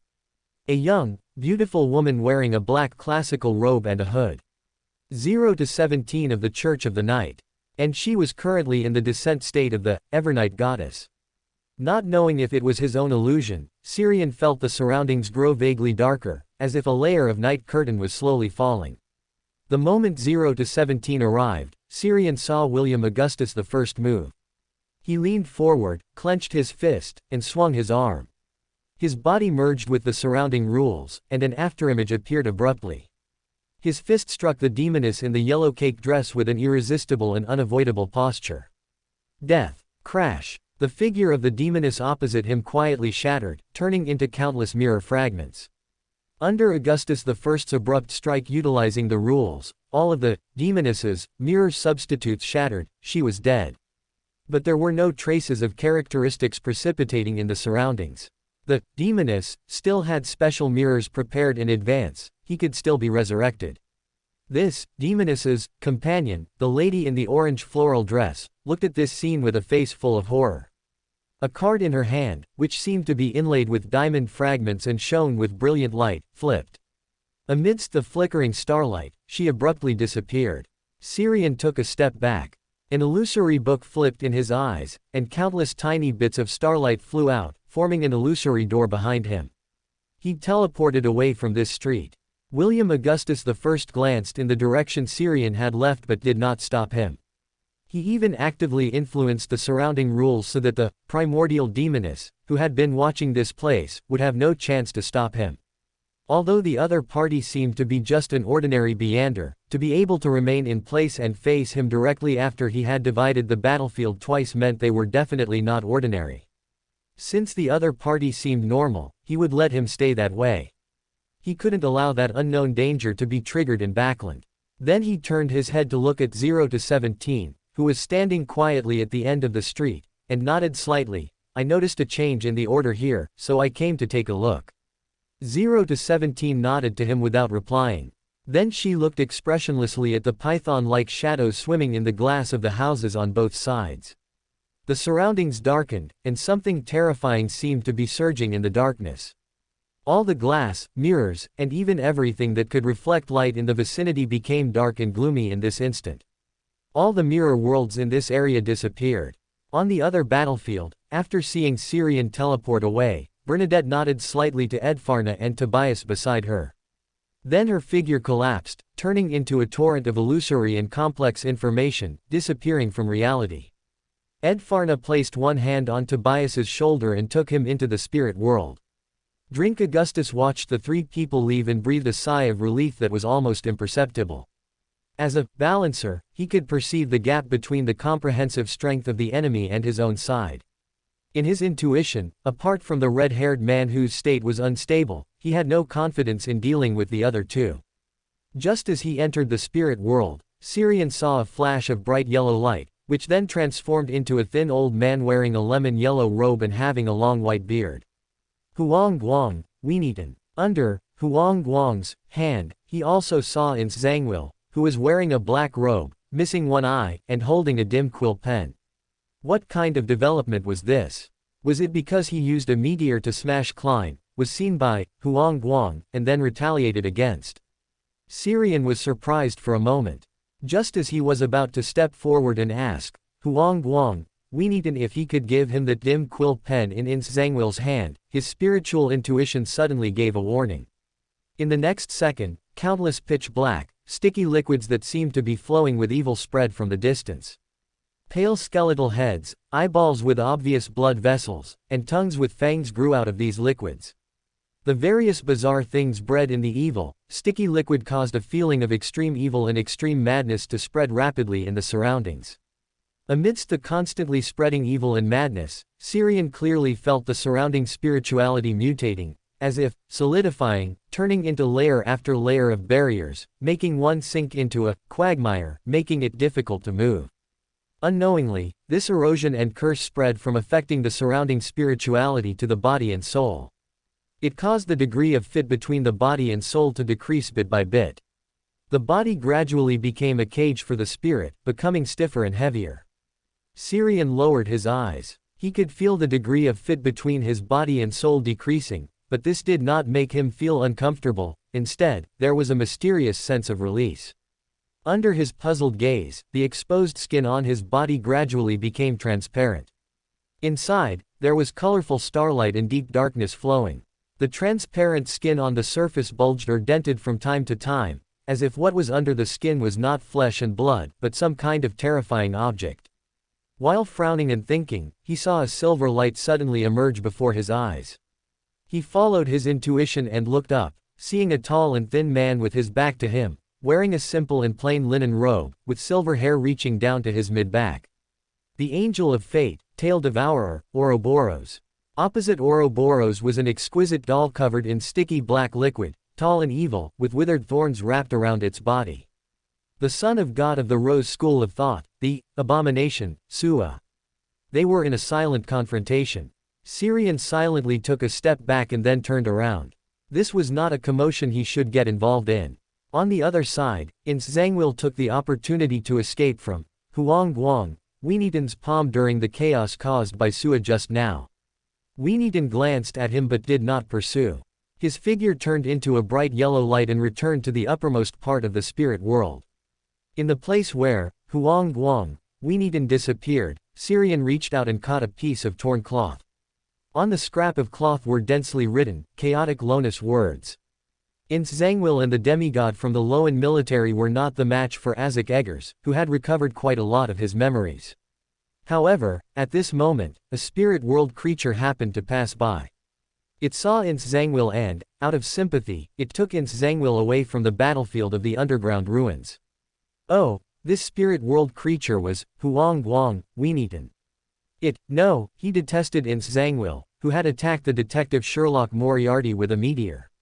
He decided to give Ins Zhangwil a lesson. The unlucky Ins Zhangwil finally, under Huang Guang, Weenitan, the entire paragraph is crossed out. At this time, an evil angel happened to appear in this area of the spirit world. His arrival affected the entire spirit world area. He is crossed out. He is the son of God of the Rose School of Thought, the abomination, Sua. The unlucky Ins Zhangwil was also affected by Sua. This was not a very good opportunity. No, another angel also came to this area at this time.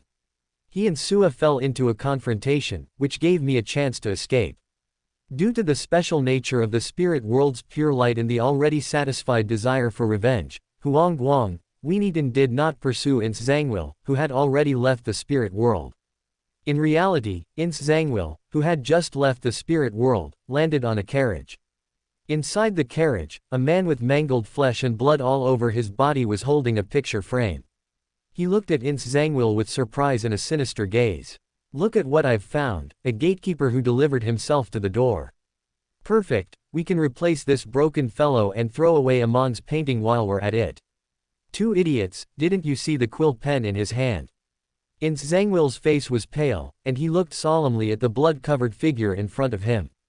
As a former gatekeeper, he easily recognized that the person who spoke with three completely different voices from his mouth was being influenced by an evil spirit. Arrogant and conceited evil spirit. Amidst his whisper, pure darkness surged within his body like a tide, forming a domain of night. From within the darkness, the sound of chanting poetry emerged. It was peaceful and quiet, inducing sleep. Even an evil spirit would be affected, becoming slow and no longer mad, as if obtaining spiritual redemption. At the same time, countless hair-like thin lines extended from within Ince Zhangwil's body. They had no physical form, as if reaching out from dreams and darkness, wrapping around the blood-covered man opposite him. "Perfect, I lack a powerful spirit body that I can command." Amidst the whisper, he propped up his body, approached the figure that had fallen into a deep sleep, and reached out a hand. In a place he didn't notice, that dim quill pen laboriously and tenaciously wrote word after word on the floor of the carriage. The foolish and unlucky Ince Zhangwil did not notice that this was a trap set for him by the evil spirit opposite him. This was an evil spirit with the status of a king of angels. It had not been put to sleep, let alone attached itself to that poor fellow. It had been hiding in the shadows all along, waiting for Ince Zhangwil to lower his guard to seize the opportunity to snatch his body. As the last word fell, the already dim quill pen grew even dimmer, falling onto the floor as if it had lost all its strength.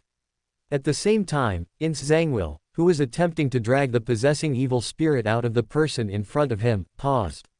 He saw the unlucky fellow possessed by the evil spirit suddenly look up and smile at him, saying in a tone similar to his own just now, "Perfect, I also lack a body that can move freely in the outside world."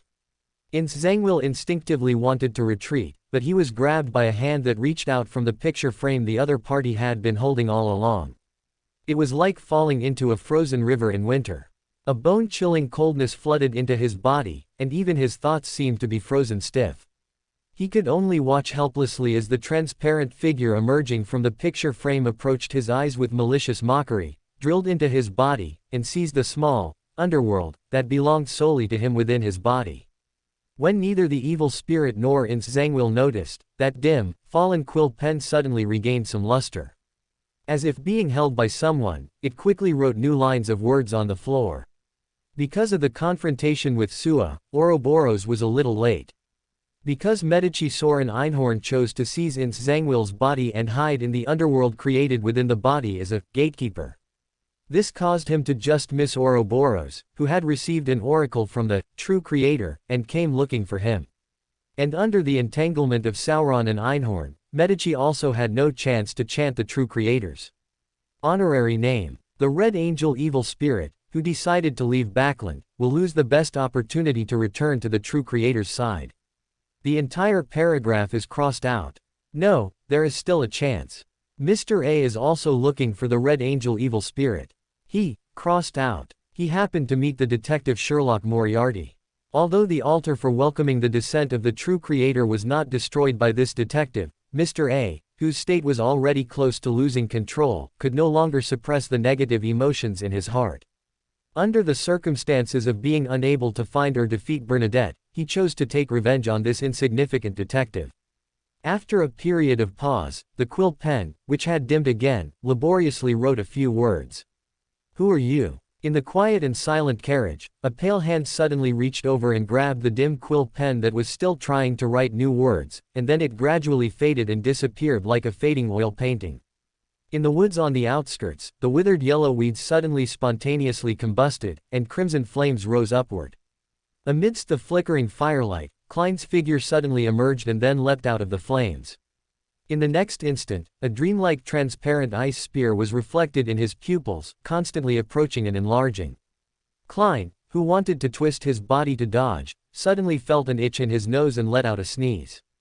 Achoo! Achoo! He suddenly felt his body was weak and limp, he had a headache and fever, and even using spirituality seemed to be somewhat slow. In this state, he was already unable to dodge the incoming ice spear, and he couldn't even produce an air bullet. Having already anticipated such a situation, he took out the copper whistle he carried with him and blew it hard. Countless white bones gushed out in front of him like a fountain, quickly outlining a skeletal messenger with pitch-black flames burning in its eye sockets. Boom! The crystalline and dreamlike ice spear landed on the skeletal messenger's body and instantly shattered, spreading thick white frost and ice crystals in the surroundings. Klein suddenly shivered, feeling that his cold had worsened. Cough! Cough! Klein, whose shoulders were shaking from coughing, suddenly felt a hand placed on his shoulder. Before he could react, his vision suddenly blurred. By the time he reacted, he found that he had already appeared at the edge of the woods. Cough! Cough! He coughed while turning his head, seeing Syrian handing over a test tube containing a light green liquid. Greater than. Chapter 316, Amon's Gift. A healing potion from the Harvest Church. It might not cure you instantly, but it should alleviate your condition. As he spoke, Syrian tossed the test tube over. Thanks. Klein didn't stand on ceremony. After catching the tube, he poured the liquid directly into his mouth. An icy cool sensation slid down his esophagus into his stomach, and he felt his breathing become much smoother instantly. A Beander potion. Yeah. Syrian nodded slightly, his gaze fixed solemnly ahead. With a mutilated body and eyes full of madness, Mr. A was catching up. Whoosh! Whoosh! Several thin, sharp wind blades formed instantly, shooting towards the two of them. Syrian placed one hand on Klein's shoulder and held a crystal so transparent it was almost illusory in the other. A brilliant starry sky was reflected in his eyes. In the next second, he and Klein vanished from the spot simultaneously. Immediately after, the wind blades sliced through, leaving narrow, deep gouges in the ground. Mr. A coughed painfully a few times, and an illusory, constantly flipping deep blue book surfaced before him. I came, I saw, I record. As the incantation appeared, his figure also vanished from the spot. By the banks of the Tassoc River, Syrian and Klein's figures outlined themselves out of thin air. Phew! Exhaling deeply, Syrian raised a hand to rub his brow, then took out a crimson potion capable of rapidly restoring spirituality from his pocket and drank it. Feeling his depleted spirituality being replenished, he finally sighed in relief and turned to Klein. Blinking while carrying someone is truly exhausting, especially when using an ability that relies on a Beander characteristic. My spirituality is running low. This is already the third bottle I've drunk today, the effect isn't very good. How about you call a pure light from the spirit world to give us a ride? Me. Klein pointed at himself with an expression that said, "Are you kidding me?" Just as he was about to sigh, his spirituality was suddenly triggered, and he saw Mr. A's figure rapidly outline itself before them. The illusory book in front of Mr. A vanished. His face suddenly gained a touch of feminine softness. Even with a face full of madness, he possessed a unique charm. In the next second, a crystal clear, dreamlike ice spear condensed before him, only to vanish rapidly as if a drawing had been erased from paper. Then, Mr. A himself began to disappear, from his hands and feet to his chest, then his neck and head. He vanished without the slightest power to resist from start to finish. Syrian looked to his right and, as expected, saw 0 to 17 wearing a classical robe and a hood. Whether it was an illusion or not, Syrian felt that the other party lacked expression. Those somewhat dull eyes looked at him first before turning to Klein. On that beautiful but lifeless face, the corners of the mouth curled up slightly into a faint smile, and she gave a gentle nod. Then, under their surprised and calm gazes, she rapidly faded and vanished. Withdrawing his gaze, Syrian looked at Klein, who hadn't yet come to his senses, and waved a hand in front of his eyes.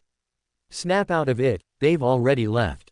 Ah! Klein gave a dry laugh and remarked with the relief of a survivor, "This exciting day is finally over. I have to thank you. You've saved me twice this afternoon alone." After a brief pause, he looked at where 0 to 17 had vanished and asked curiously, "Do you know which church sent that lady to handle this incident? Is she a demigod, or an even more powerful angel?" Syrian glanced at him with a raised eyebrow. "I thought you wouldn't dare to guess in the direction of an angel. Don't underestimate a seer's spiritual intuition." As they spoke, a figure rapidly outlined itself in front of them.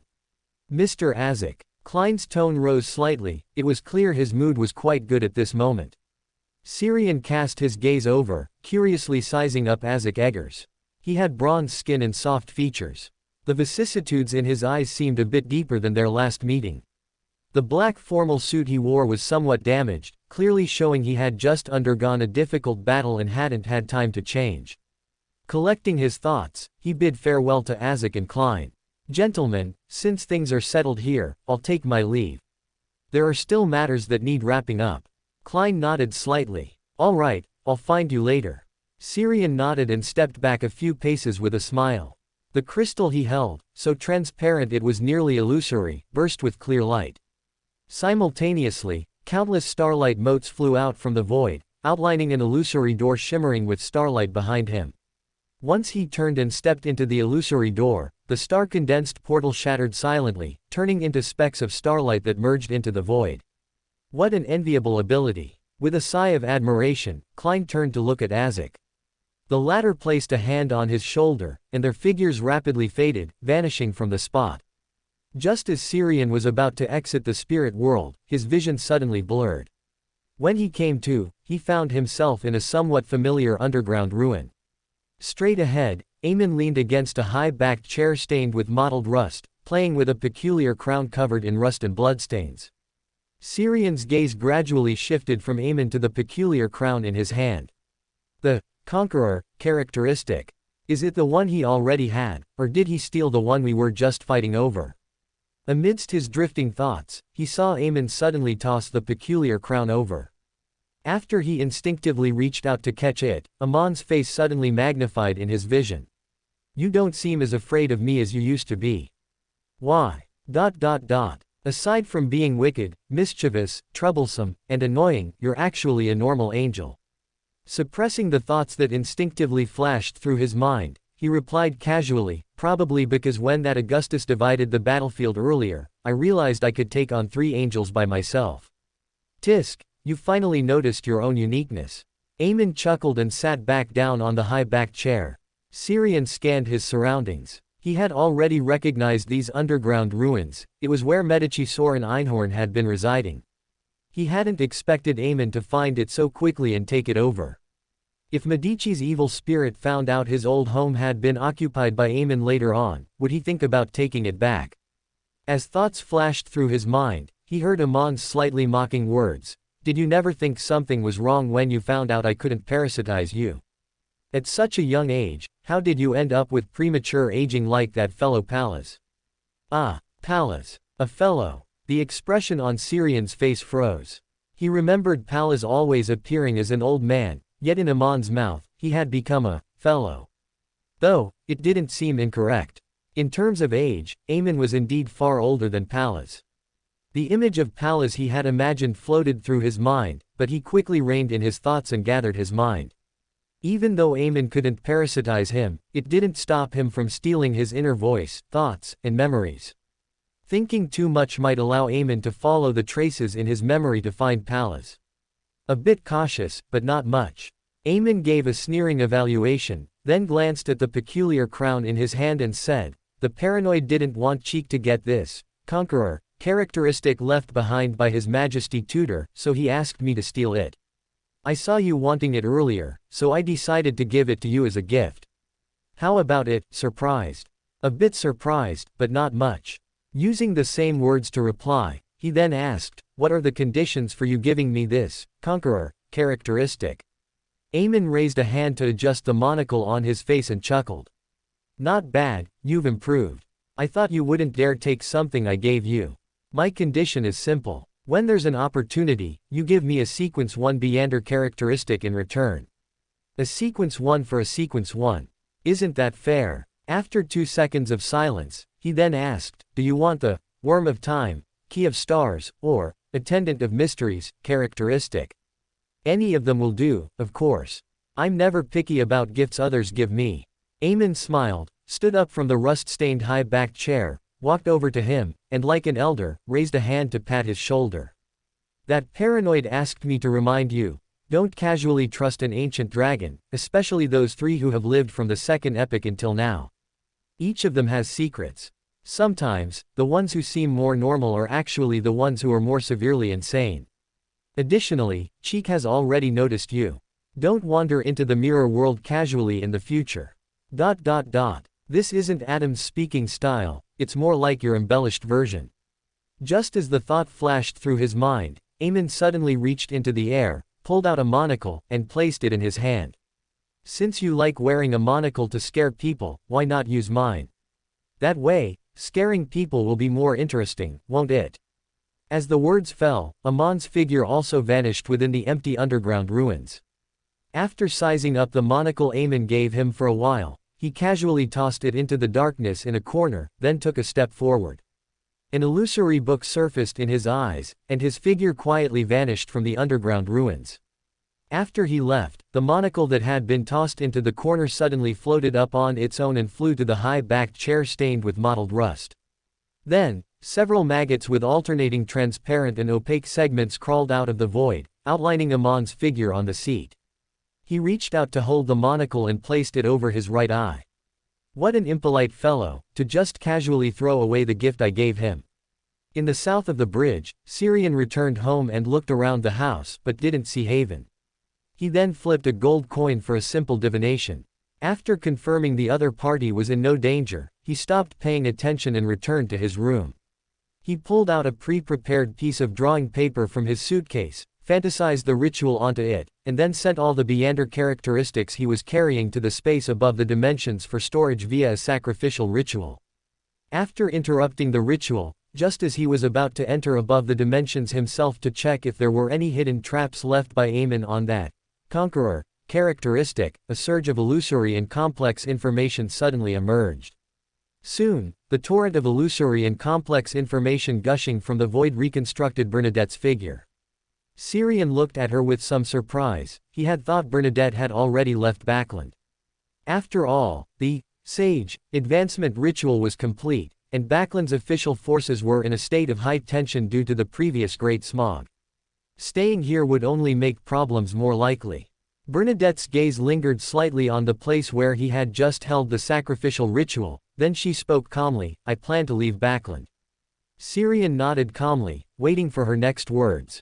I'm a bit curious, how did you know my honorific name? Also, that hand of order from the Augustus family, the battlefield he divided twice based on balance actually left you alone both times.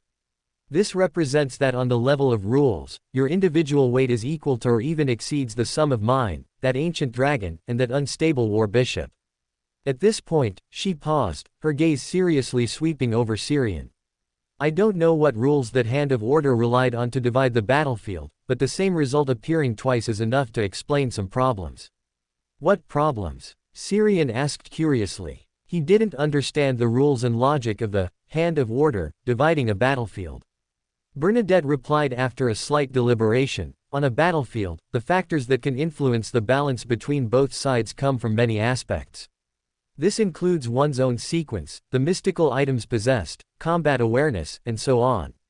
The standard for a hand of order to divide a battlefield using order and rules is generally the level of danger from these combined factors, but it's not absolute, it can be subjectively adjusted by the person manipulating the rules.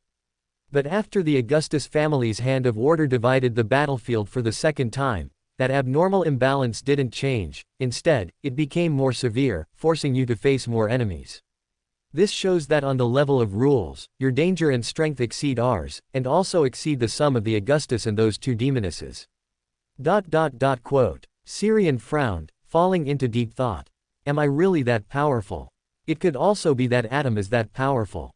Although he didn't respond to me at the time, he definitely had his gaze fixed on me, and there might even be a virtual persona hidden in the depths of my mind. So, while it looked like I was facing the Augustus families, Hand of Order, and two high-ranking demonesses alone, it was actually the three of them facing me and Adam. As thoughts drifted through his mind, he gradually became convinced of this idea. Although there were still some doubts, they were quickly ignored. Just as he snapped out of it, he heard Bernadette's soft words, "Perhaps you once approached or even reached the level of a true god." Greater than. Chapter 317, The Silver Key. Perhaps you once approached or even reached the level of a true god. And there's a high probability you've retained a portion of those characteristics, which is why a strong spiritual warning always triggers whenever I have the thought of using Secret's eye to observe you. As she spoke, Bernadette's azure eyes scrutinized Syrian seriously until he frowned slightly in discomfort, at which point she finally withdrew her gaze. After a brief pause, she turned her head to look out the window. In the sky, devoid of any clouds or haze, a few stars were faintly visible. Night was falling, and the sun was being driven down. Her tone suddenly grew deeper. It's also possible that you're hiding something within you, some kind of characteristic that a certain existence behind you can use to complete a divine descent. That's why, in the battlefield partitioned by the Hand of Order, you faced more enemies alone than the three of us combined. Divine descent is not a good thing, it's best not to let things reach that point. A probe combined with a warning. Restraining his thoughts, Syrian nodded and then asked, "Is this something you prophesied?" Bernadette nodded slightly, then shook her head. "This doesn't count as a prophecy, but rather an intuition-level revelation I obtained after advancing to Sage. When things develop to an irreversible point, something terrifying will descend from you and end everything." "Descend from me. End everything." Syrian frowned and murmured the words to himself, without any clue. So Bernadette extrapolated from this, thinking I'm the incarnation of some deity or a godlike existence, or simply a vessel prepared for a divine descent. It seems to make some sense, yet something feels off. Am I really that powerful? After letting his thoughts wander for a moment, he shifted his gaze toward Bernadette and reminded her, "You have already become an angel walking the earth. Perhaps you could go to the spirit world to meet the seven lights. They know many of this world's secrets and truths. There are many secrets where the threshold for even knowing them requires the status of an angel." Bernadette gave him a serious look, then nodded. "Is this your suggestion, or a reminder?" "I will make a trip to the spirit world later." After a brief pause, she ended the topic and said instead, "Those diaries, as well as knowledge regarding mystical reenactment, I will continue to communicate with you via messenger. Additionally, since you already know my honorific name, you can try chanting it at certain times, but do not spread it around." Syrian nodded and replied seriously, "I understand. Thank you for your help today." After a slight nod, Bernadette took a step forward. Her figure suddenly disintegrated, turning into a vast, illusory torrent of information that penetrated the walls and ceiling, vanishing from the room. Watching Bernadette's figure disappear, he rubbed his brow and pulled over a chair to sit down.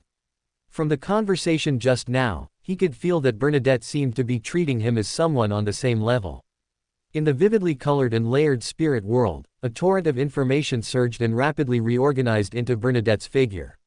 She tilted her head slightly, looking toward the seven bright, clear rays of light that always resided at the very top of the spirit world, flowing quietly.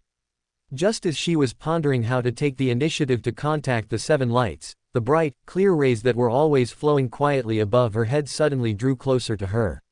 A bright yellow light condensed before her eyes, transforming into a thin old man wearing a lemon-yellow robe and sporting a long white beard. "Hello, Madame Bernadette. I am, Yellow Light, Venetian. I have sensed your intent. Since it is the request of that Highness, I will tell you the truth of this world." "That, Highness." A flicker of surprise flashed through Bernadette's eyes.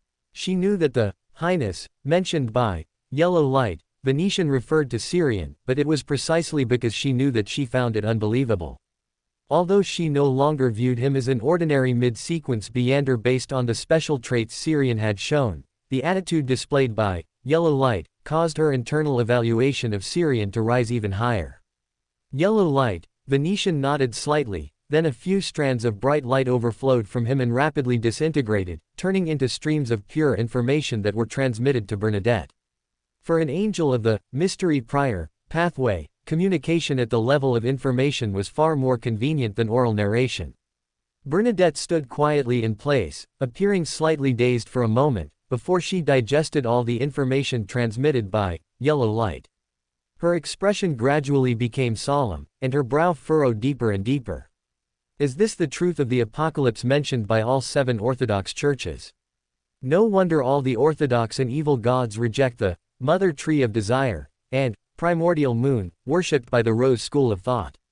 This truly is a heavy, oppressive future without hope.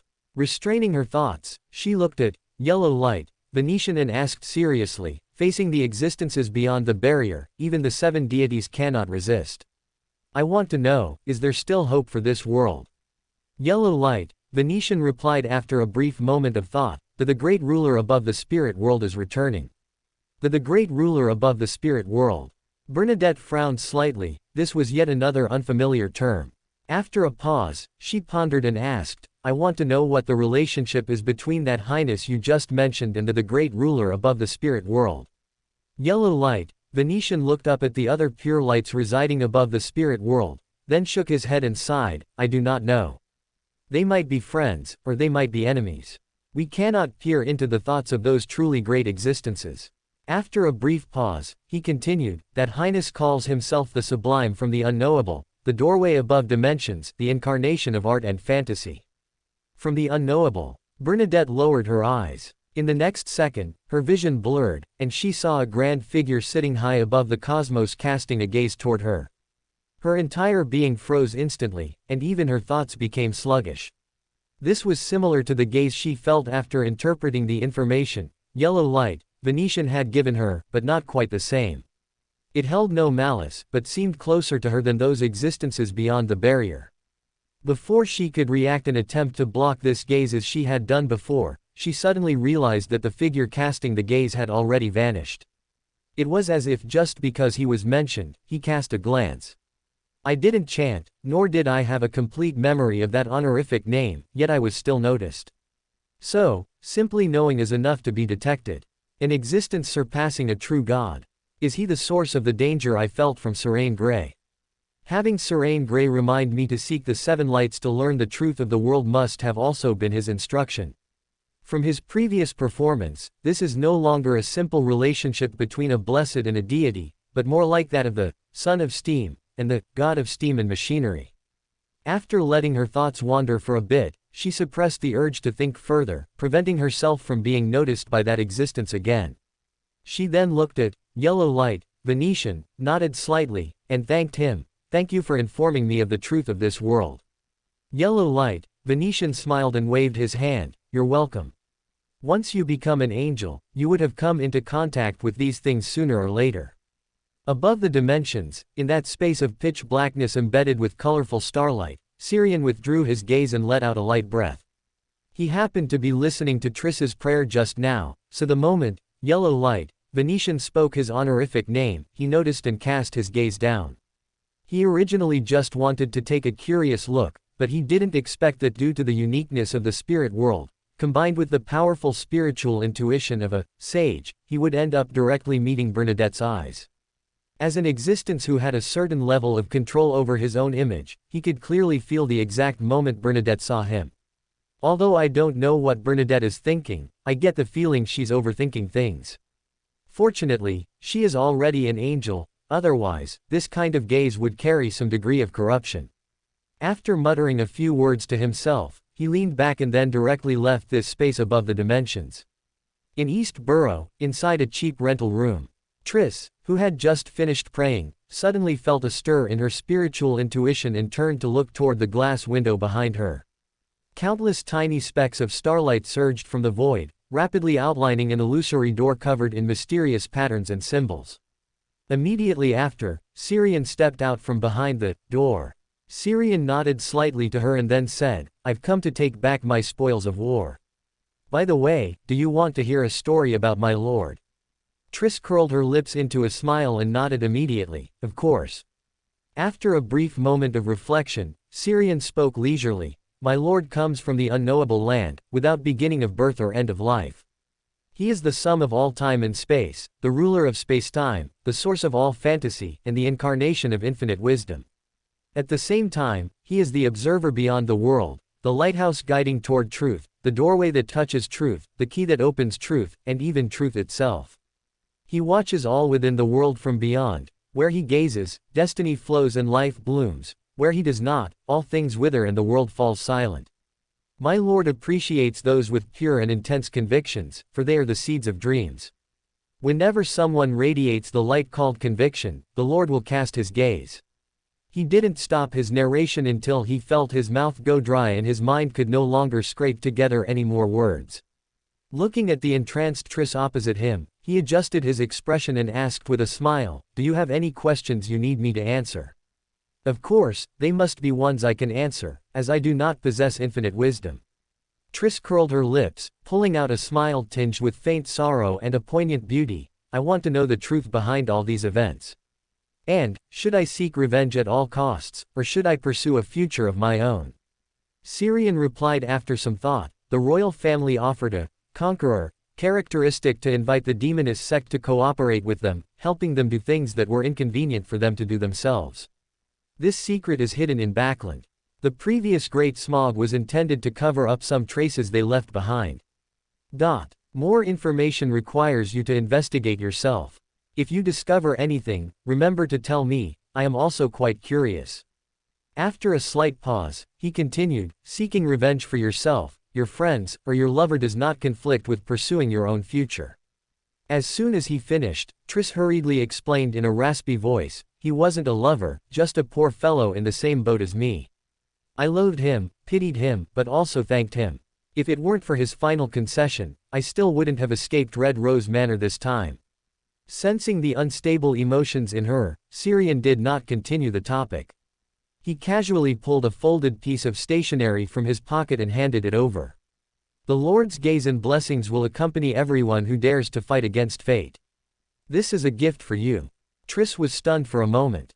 With some curiosity, she reached out to take it and unfolded the paper. Sequence 4 feet Iron-Blooded Knight, a domain of pure masculinity. From this sequence onward, one only exists and can only exist as a male. Main ingredients: core of a magma giant, stone of calamity. Supplementary ingredients: 80 milliliters of boiling magma, 20 grams of plant powder contaminated by the stone of calamity, 20 grams of soil soaked with soldiers, blood from a large battlefield, 1 oak fruit. Advancement ritual: form a team of at least 30 people, cultivate deep camaraderie with them, let them gradually become powerful, and ensure they cooperate with tacit understanding, able to grasp your meaning through eyes and movements, becoming nearly one with each other. Then, they will form the ritual.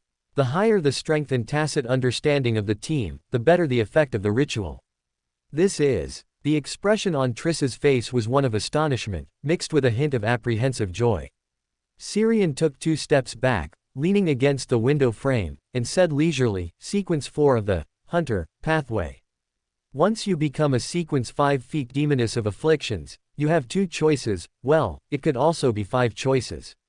Maintain your original pathway and become a Sequence 4 feet demoness of despair, or jump to the neighboring pathway and become an Iron-Blooded Knight. Or you could choose to jump to the Corpse Collector, Sleepless, or Warrior pathways. Choosing these 3 pathways will have certain restrictions, but for the vast majority of Beyonders, those restrictions are too far off and can be ignored. Similarly, these 3 pathways do not have the effect of forcibly changing one's gender." Triss remained silent for a moment, then began to laugh. She laughed loudly, laughing until tears flowed. After a few seconds, she composed herself, looked up at Syrian, and said seriously, "I understand. Thank you, and thank the Lord for the gift he bestowed upon me. I like it very much."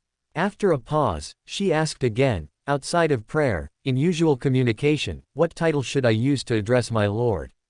Syrian fell silent for a moment as a few words automatically popped into his mind. "You may call the Lord, the Silver Key."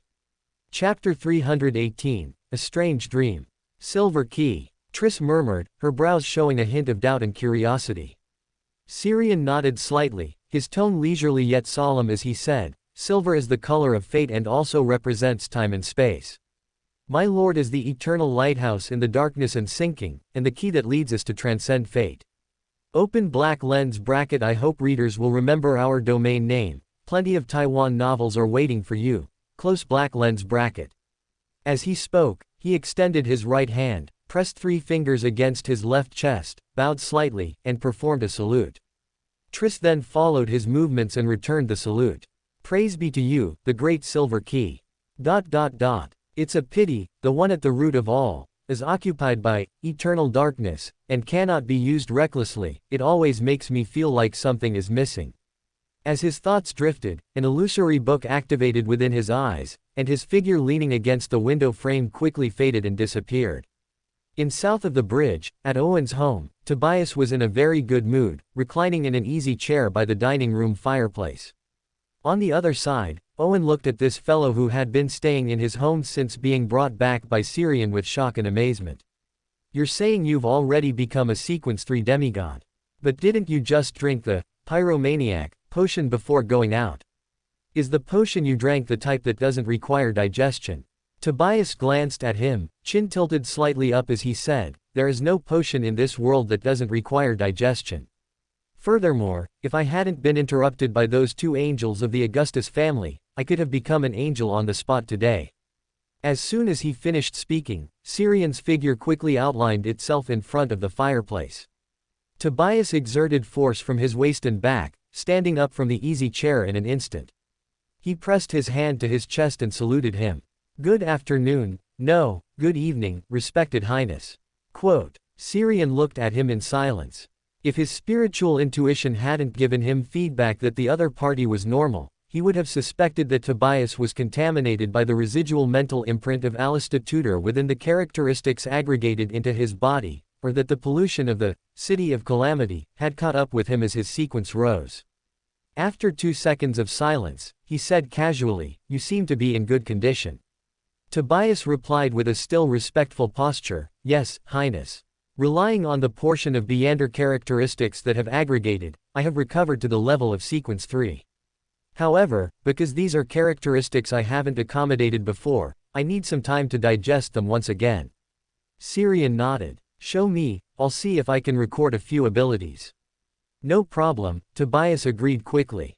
As his voice fell, his body suddenly decomposed, turning into multiple streams of cyan flames that wandered around the room before regrouping. Then, he continuously created flames, condensing solid, power-filled spears and fireballs as hot as small suns. Syrian stood to the side, watching intently, his mutated brawn strengthened by the potion repeatedly recording every detail of Tobias using his Beander abilities. After recording the Beander abilities, he chatted with Owen and Lawrence for a while, telling them about his experiences at sea and the events of today, and then he took his leave. After he left, Tobias lazily lay back down in the easy chair. Meanwhile, Owen approached with curiosity and surprise, staring at him and asking, what was with you just now? I remember your attitude towards Syrian wasn't like this during the day. After a brief recollection, Tobias sighed.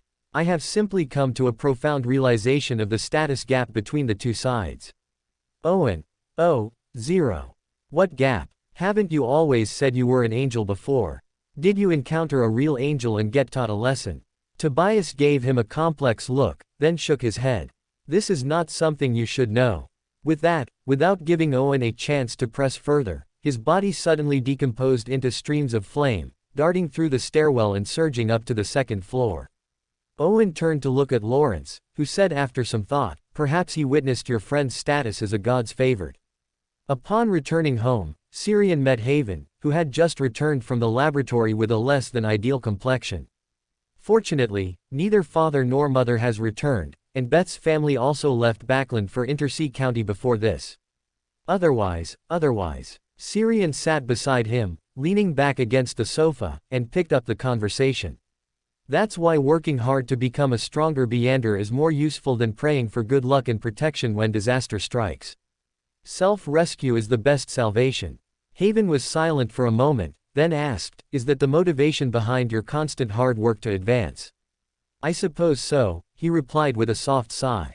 He raised his hand and patted Haven's shoulder. Go rest first. We can leave any further talk for tomorrow, your nerves are a bit tense.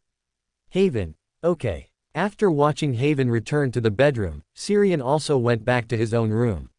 Lying on the bed, he unknowingly fell asleep. In a daze, he felt an overwhelming sense of pressure and restraint coming from all directions, making it hard to breathe. It was as if he were mired in dark sludge. No matter how he struggled, he couldn't escape. He felt as if there were an invisible barrier between his body and his spirit. No matter how hard he tried, his consciousness remained unable to control his body, like a case of sleep paralysis. Not knowing how long he remained in this state of stalemate, he vaguely heard someone calling his name from the depths of the darkness. He wanted to respond, but he could never make a sound. Until the dazzling sunlight scattered and the invisible barrier between his body and spirit vanished, he suddenly sat up from the bed. The surrounding brightness made him squint his eyes, slightly unaccustomed. After recovering his senses, he noticed that it was already bright outside. Sunlight shone through the glass window, hitting his bed and his face exactly. Quote, "So, it was just a dream." Rubbing his messy hair, he got up, went to the desk, found a gold coin, and flipped it into the air with a clink. After repeating this a few times, he put the gold coin back in its place and then went to take a bath to clear his head. After getting dressed and returning to the bedroom, vast amounts of grayish-white mist suddenly surged before his eyes. Sitting high above the gray fog, the fool looked down at him. "Prepare yourself, I am pulling you up to the gray fog." Syrian lowered his gaze to look around, then lay back on the bed. Ready. As soon as he finished speaking, an invisible, majestic force landed on his spirit body. As he deliberately relaxed, his spirit suddenly soared. His vision blurred, and then he saw the ancient palace above the gray fog that looked like a giant's residence, as well as Klein sitting in the chair belonging to the fool. Quote. You are. At the head of the mottled long table, sitting in the high-backed chair belonging to the fool, was not Sherlock Moriarty or Klein Moretti, but an image he had never seen before. It was a young man with neatly combed black hair, deep brown eyes, and a rather thin, well-defined face. A pair of gold-rimmed glasses rested on the bridge of his nose, and he had no beard, making him look both young and experienced. He glanced at Syrian, then raised his hand to adjust the gold-rimmed glasses on his nose. "This is a new image I designed for myself. I plan to leave Backland in the next couple of days and go to sea to digest the faceless potion, while also searching for traces of the mermaid. So Gehrman Sparrow looks like this." Letting his thoughts wander, Syrian nodded slightly. "It's a good idea. Making money at sea is much easier than being a detective." Klein, in the image of Gehrman Sparrow, had eyes that brightened subtly, then he gave a restrained cough. "My main purpose in going to sea is to digest the potion, search for traces of the mermaid, and incidentally avoid the investigation here in Backland. I wasn't careful enough when I fabricated the identity of Sherlock Moriarty. Once the official churches start investigating seriously, it will be easy to find problems. Especially since within the Church of the Night, there is. There's also that poet classmate who is brave enough to swing a shovel and dig up your grave." Completing the thought with a mental quip, Syrian asked with a curious expression, "By the way, what do you plan to call this new identity?" "I haven't decided yet." Klein shook his head. In fact, he had already decided, but being asked so suddenly, he felt a sudden sense of shame and didn't really want to say the name he had thought of. Pausing, he changed the subject. "Yesterday, in that underground ruin where the Aurora Order summoned the descent of the true creator, I heard a conversation between a demoness and Mr. A. The Aurora Order was temporarily pulled in by the demoness sect and the Lowen royal family to take the blame. They wanted to use that great smog and the Aurora Order's summoning of the true creator's descent to erase some traces. I'm not sure what traces they wanted to erase, but I imagine it's related to the missing persons cases at sea and the human trafficking incidents in Backland.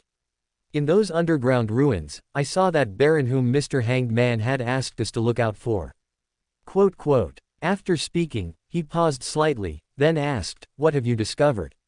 Syrian leaned back against the chair and said, "The ritual for the true creator's descent was stopped by Queen Mystic. She used it to complete her own ritual and advance to the sequence 2 feet sage. The demoness who used the smog to trigger the plague in Backland was eliminated by 0 to 17. Tris, who is being raised by the primordial demoness as a vessel for divine descent, has broken free from the demoness sect, and the ring that could trigger the descent has also been destroyed. Prince Edisic committed suicide, and even his spirit body was obliterated. In this incident, basically all the figures who appeared on the surface have been eliminated. The clues that the three great churches could investigate seem to have been cut off. Pausing, he suddenly leaned forward, hands propped on the edge of the table, looking at Klein and saying with a light laugh, "The cooperation between the demoness sect and the Loan royal family was for a conqueror characteristic. Yesterday, the Loan royal family transferred the conqueror characteristic to a demoness, but it was snatched away halfway through." Klein looked at him in surprise and shock, then suddenly asked, "Does this matter have something to do with you?" Syrian nodded slightly. "Although some accidents happened along the way, that conqueror characteristic is indeed in my hands now." Klein looked at him suspiciously. "Why do I feel like you had this all planned out from the start?" Syrian shook his head. "It wasn't exactly planned out, I just had good luck and happened to be prepared." The two then chatted for a while about the impact of this great smog incident. The topic suddenly became heavy, and after a short while, they fell silent and ended the conversation. A deep red, illusory light rose before his eyes. After a moment of daze, Syrian found himself back in his bedroom. Phew! Exhaling a light breath, he leapt up from the bed and went downstairs. In the dining room was a cold breakfast Haven had left for him, along with a copy of today's Tassoc Daily that had already been flipped through. Syrian sat at the dining table, an illusory, constantly flipping book reflected in his eyes. Snap! He snapped his fingers, and several golden, illusory flames instantly ignited in front of him. This was a small trick for heating food that he had discovered while in the Gargaz archipelago. The holy light fire of the sun domain can hardly cause substantial damage to things outside of domains such as evil, corruption, and darkness. Furthermore, this illusory fire burns spirit bodies and spirituality. It has almost no effect on things without spirituality. Thus, this holy light fire of the sun domain became his great helper for heating food. After the cold breakfast was restored to a warm state, he took his breakfast and the newspaper and sat near the fireplace. Then, while eating his breakfast, he began to flip through today's Tassoc Daily. According to preliminary statistics, more than 12,000 people died directly in that great smog, and the subsequent spreading plague took more than 20,000 lives, including many young children and healthy young men and women. The most severely affected areas by this disaster were East Borough, the Docklands, the Factory District, and the Backland Bridge area. A large number of workers died in the plague or fell ill, causing many factories to shut down. The upper and lower houses passed the report of the Air Pollution Investigation Committee, and there will soon be corresponding legislation to regulate the emission of smoke and wastewater. What awaits us will be a new Backland. After flipping through for a while, Syrian threw the newspaper in his hand aside. As expected, no matter which world it is, these people are the same. After muttering to himself, he looked at the jumping flames in the fireplace and fell into deep thought. Although I no longer remember the original number of people who would have died in this disaster, the hurricane I stirred up in advance should have saved quite a few people. As for encountering a storm and getting lost in the spirit world at the time, Zhangwil shouldn't have had the time to write that with 008. So, is this also a necessary sacrifice? Is that conqueror characteristic stolen by Aemon and sent to my hands a consolation? Letting his thoughts wander for a while, he took out the harmonica for summoning his messenger and blew it hard against his lips. A few seconds passed, and before he noticed, the gray-white, withered Edfarna was already standing by his side. "It seems you have no letters for me to deliver." Hearing the voice, Syrian only then belatedly realized that Edfarna had appeared. He hurriedly turned his head to look at her. "I wanted to tell you that Adam has likely discovered you are by my side." Edfarna nodded slightly with no change in her expression. "I know. I knew yesterday." Chapter 319, Assassination Operation. Above the golden Red Sea, enveloped by the orange twilight, the clouds were stretched into various shapes by the wind, and the ships below, slowly rising and falling with the waves, looked like exquisite silhouettes. Above the sea, large flocks of seabirds circled back and forth. Every now and then, one or two would dive into the fishing nets floating on the surface, snatching fresh fish from the fisherman's catch. Some successfully escaped with their spoils, while others were left behind in the nets, becoming part of the fisherman's haul for the day. On the open-air balcony of a local specialty restaurant by the coast, Xiang sat on a rattan chair, holding a drawing board and brush, recording the scene on the sea onto paper. This was the Golden Fishing Port, south of Sonia Island, and the largest and most prosperous sea departure port in the northern Sonia Sea. The brush in Xiang's hand paused and moved, and soon, a sketch of the sea under the orange twilight was outlined. Just as he put down his brush, a familiar figure walked straight over, pulled out a chair, and sat down opposite him. He looked up at the person, raised an eyebrow slightly, and asked, "How did you find me? And do you not need any disguise when going out with your status?" Opposite him, Cheryl, wearing a sleeveless animal hide coat and with her hair tied into dreadlocks, leaned back in the chair. Her demeanor was unrestrained yet aggressive, giving the impression of a gang leader on a pirate ship. "The painting is quite good." She glanced at the drawing board in Xiang's hand, offered a compliment, and then said, "Randolph Carter, the painter, with a bounty as high as £45,000, if I couldn't find you strutting around the Golden Fishing Port like this, then I would be a terrible leader. As for disguise, I'm disguised most of the time. Few people know what I look like now." After a slight pause, she handed a brown file bag to Xiang. "These are the files you need. The Fosik military on Sonia Island recently had a personnel change, and the newly arrived colonel is a good target. Do you need me to help you record some relatively powerful demigod-level Beyonder abilities?" Xiang nodded slightly, "Of course." In the massive square paved with gray-white marble outside the Twilight Church, Xiang moved through the crowd, heading toward the main church door. The melodious sound of bells rang out then, carried by the sea breeze throughout the entire harbor. Xiang stopped, closed his eyes, and felt signs that the scribe potion inside him had undergone a bit more digestion. At this rate, after circling Sonia Island a few times and then taking a trip to the Rorstad archipelago, the scribe potion should be nearly digested. After muttering softly, he stepped through the main entrance of the Twilight Church ahead.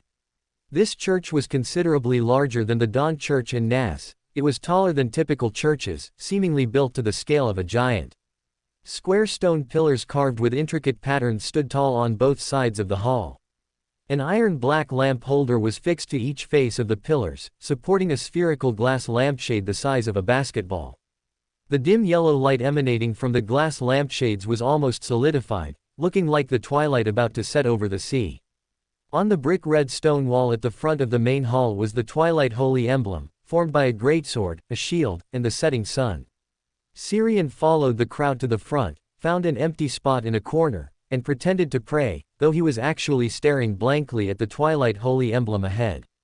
In his true sight, everything in the hall became abstract, like oil paintings done by a child's scribble. Where the Twilight Holy Emblem had been, a twilight was appearing, gradually sinking into darkness and heading toward demise, staining the surroundings orange-red and radiating an aura of decay. He looked down at himself. The orange-red of the twilight did not stain him, instead making him feel somewhat out of place. After 2 seconds of silence, he stood up and left the church with the flow of people. Behind him, the last sliver of twilight glow fell upon the Twilight Holy Emblem, making it appear sacred and solemn. His steps halted suddenly as he exited the door. Feeling something, he looked back at the seemingly glowing Twilight Holy Emblem. Did the god of combat notice me and cast his gaze upon me? After carefully sensing, his spiritual intuition gave no feedback. He shook his head slightly and walked away from the church. In the upper city, far from the docks, inside a heavily guarded villa near the city lord's mansion where military officers were stationed. Footsteps accompanied by low voices sounded in the corridor. "Colonel Raoul, there is a banquet hosted by the city lord's mansion tonight. You need to leave before 8 o'clock. Most of the nobles, high-ranking government officials, and military officers here have been invited. It's a good opportunity to integrate into the local circle." "I understand. Have a waiter prepare hot water. I need a bath and then to change into proper attire." "Yes, Colonel Raoul." Creak. The wooden door was pushed open, and a middle-aged man wearing a deep red coat covered in metals walked in from outside. He was tall and straight, estimated to be about 1.9 meters, with a high nose bridge, deep-set eyes, a pair of light blue pupils, and slightly curly brown hair. His facial contours were hard and rigid, and his chin was slightly raised, giving the impression that he looked down on everyone. Behind him was a young gentleman dressed in a long black formal suit, with meticulously styled hair and framed glasses on his face. He carried a fountain pen and a notebook, suggesting he was a secretary or similar attendant. Although Sonia Island cannot compare to the southern continent, we frequently have friction with the Loan Kingdom's military. If you have enough time, you can accumulate a good amount of military merit, perhaps even getting promoted to Major General before your term ends. Military merit. The middle-aged man sitting in the armchair behind the desk spoke with a complicated tone tinged with disdain. If I were 10 years younger, military merit would indeed be important. But for me now, no amount of military merit is more than a number that transfers me from one place to another. My surname is not Einhorn, nor am I one of those great nobles who have existed since the founding of the nation. This identity dictates that becoming a colonel is my limit. The young secretary in front of the desk remained silent. The colonel could complain, but he could not engage in this topic. After a period of quiet, the middle-aged man behind the desk, looking as if he were resting his eyes, waved his hand at him. You may leave. Help me prepare a gift for the banquet, and a list of guests who will be attending. Understood. The young secretary nodded, exited the room, and gently closed the door. With a soft click, a form of isolation was established between the room and the outside, turning it into a sealed area. Colonel Raoul, sitting behind the desk, suddenly opened his eyes and looked toward the door. He had just sensed an abnormal spiritual fluctuation. Before he could react, the light in the room suddenly dimmed, then instantly brightened again, as if a dark cloud had briefly drifted overhead. Raoul stood up from his chair with a serious expression. Even without relying on spiritual intuition, he sensed that something was wrong. All sound from outside the room vanished, and the windows became hazy, seemingly covered by a sheet of white mist. Pink petals continuously drifted down within the mist, looking incredibly beautiful, as if one had stepped into a paradise hidden from the world. The source of the peach blossoms. But Raoul was in no mood to appreciate this strange scenery. All his senses were blocked within this room, and the alarm he had secretly pressed under the desk had also failed. The room he was in had been isolated from the outside world in a way he could not understand. HMPH. Raoul sneered, his sharp gaze sweeping the surroundings. Since you've made your move, are you still afraid to show yourself? Opposite Raoul, Syrian, leaning back in a chair, felt a sudden impulse surge in his heart. He curled his lips and said, "Haven't I been right in front of you the whole time?" Raoul froze for a moment, then belatedly realized Syrian was sitting opposite him, watching him with a half-smile. As if he had finally woken up, he recalled the previous moments. From the beginning, this person had been sitting in his office. Just now, his secretary had been standing right next to him while they talked, yet neither he nor the secretary had noticed him at all. No, they had noticed, but their spiritual intuition and brains had actively ignored his presence. Raoul looked darkly at Syrian, the spectator's psychological invisibility. What do you want? To negotiate a deal, threaten me, or assassinate me? You actually know that's psychological invisibility. Syrian looked at Colonel Raoul, who always spoke with his chin raised, with some surprise. Raoul's expression darkened further. I am a colonel of the Faisak Empire, and I have access to a national intelligence network. Not only do I know you infiltrated using the ability of psychological invisibility, but I also know that Beyonders of the Spectator pathway do not possess strong frontal combat capabilities. Syrian leaned forward, looked at Raoul, and curled his lips. Then don't you know that spectators are very skilled at hypnosis? Raoul's expression changed. He had indeed overlooked this point. Had he been secretly hypnotizing and psychologically suggesting things to me since I entered the room? As this thought flashed through his mind, a flock of reddish-white flame crows quickly condensed around Raoul, leaving bright red arcs in the air as they attacked Syrian from all directions. The latter maintained his position leaning back in the chair, making no move, but a phantom book reflected in his eyes flipped rapidly. The moment the flame crows landed on him, the crimson flames instantly flared up, enveloping him, and then vanished. At the same time, a cluster of firelight condensing around Raoul suddenly went out of control. The firelight surged violently, and Syrian's figure leapt out from the flames. Flame jump. As he leapt out of the flames, a large expanse of fire condensed in front of Raoul, forming a blazing wall of fire. Syrian ignored the blazing wall of fire in front of him, clenched his right fist, and, with his muscles bulging, swung it violently forward. The moment he threw his punch, the wall of fire in front of him suddenly became chaotic. The raging flames ceased condensing, conflicted with each other, and holes of various sizes appeared. Bang! His fist passed through a hole in the wall of fire and slammed viciously into Raoul's body, causing the latter's form to distort as he was sent flying backward, knocking over the bookshelf on the wall. Syrian frowned slightly. There was no sign of Raoul among the scattered books, only a pale yellow paper figure. His spiritual intuition suddenly gave a warning, sensing danger approaching from behind. The next second, a long flame spear, white with a hint of red, pierced through his body from behind. Its tip embedded in the floor and instantly exploded. Boom! Waves of crimson, scorching fire spread out layer by layer. Syrian's figure thinned and became brittle in the fire waves, finally turning into a crudely cut paper figure that burned to ash. In front of the glass window, Syrian's figure materialized amidst the spreading heat waves. The moment he appeared, dense crimson fireballs blasted toward him, clusters of fireballs nearly filled the entire room. The phantom book in his eyes flipped rapidly. Syrian took one step back, and his figure instantly disappeared. Boom! Boom! Dense, continuous fireballs exploded one after another, crimson firelight and heat waves nearly covered the entire room. Syrian, who had just flashed past one wave of attacks, was surrounded by firelight again. The surging crimson heat waves blew so fiercely that his hair began to curl. His left hand, wrapped around a black and gold inlaid pocket watch, clenched into a fist. The firelight sweeping toward him suddenly became chaotic, forming a clear space around him. Taking advantage of the chaotic firelight around him, he pulled out a black and silver glove and put it on. The moment he put on the glove, an indescribable majesty surged from him. His figure seemed to grow taller, making anyone who saw him want to bow their head and prostrate themselves.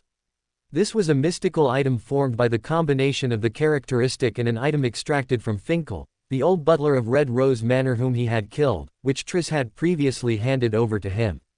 Its negative effects were making the wearer irritable, arrogant, and impulsive. Using it multiple times in a short period would breed a dark and negative second personality within the user.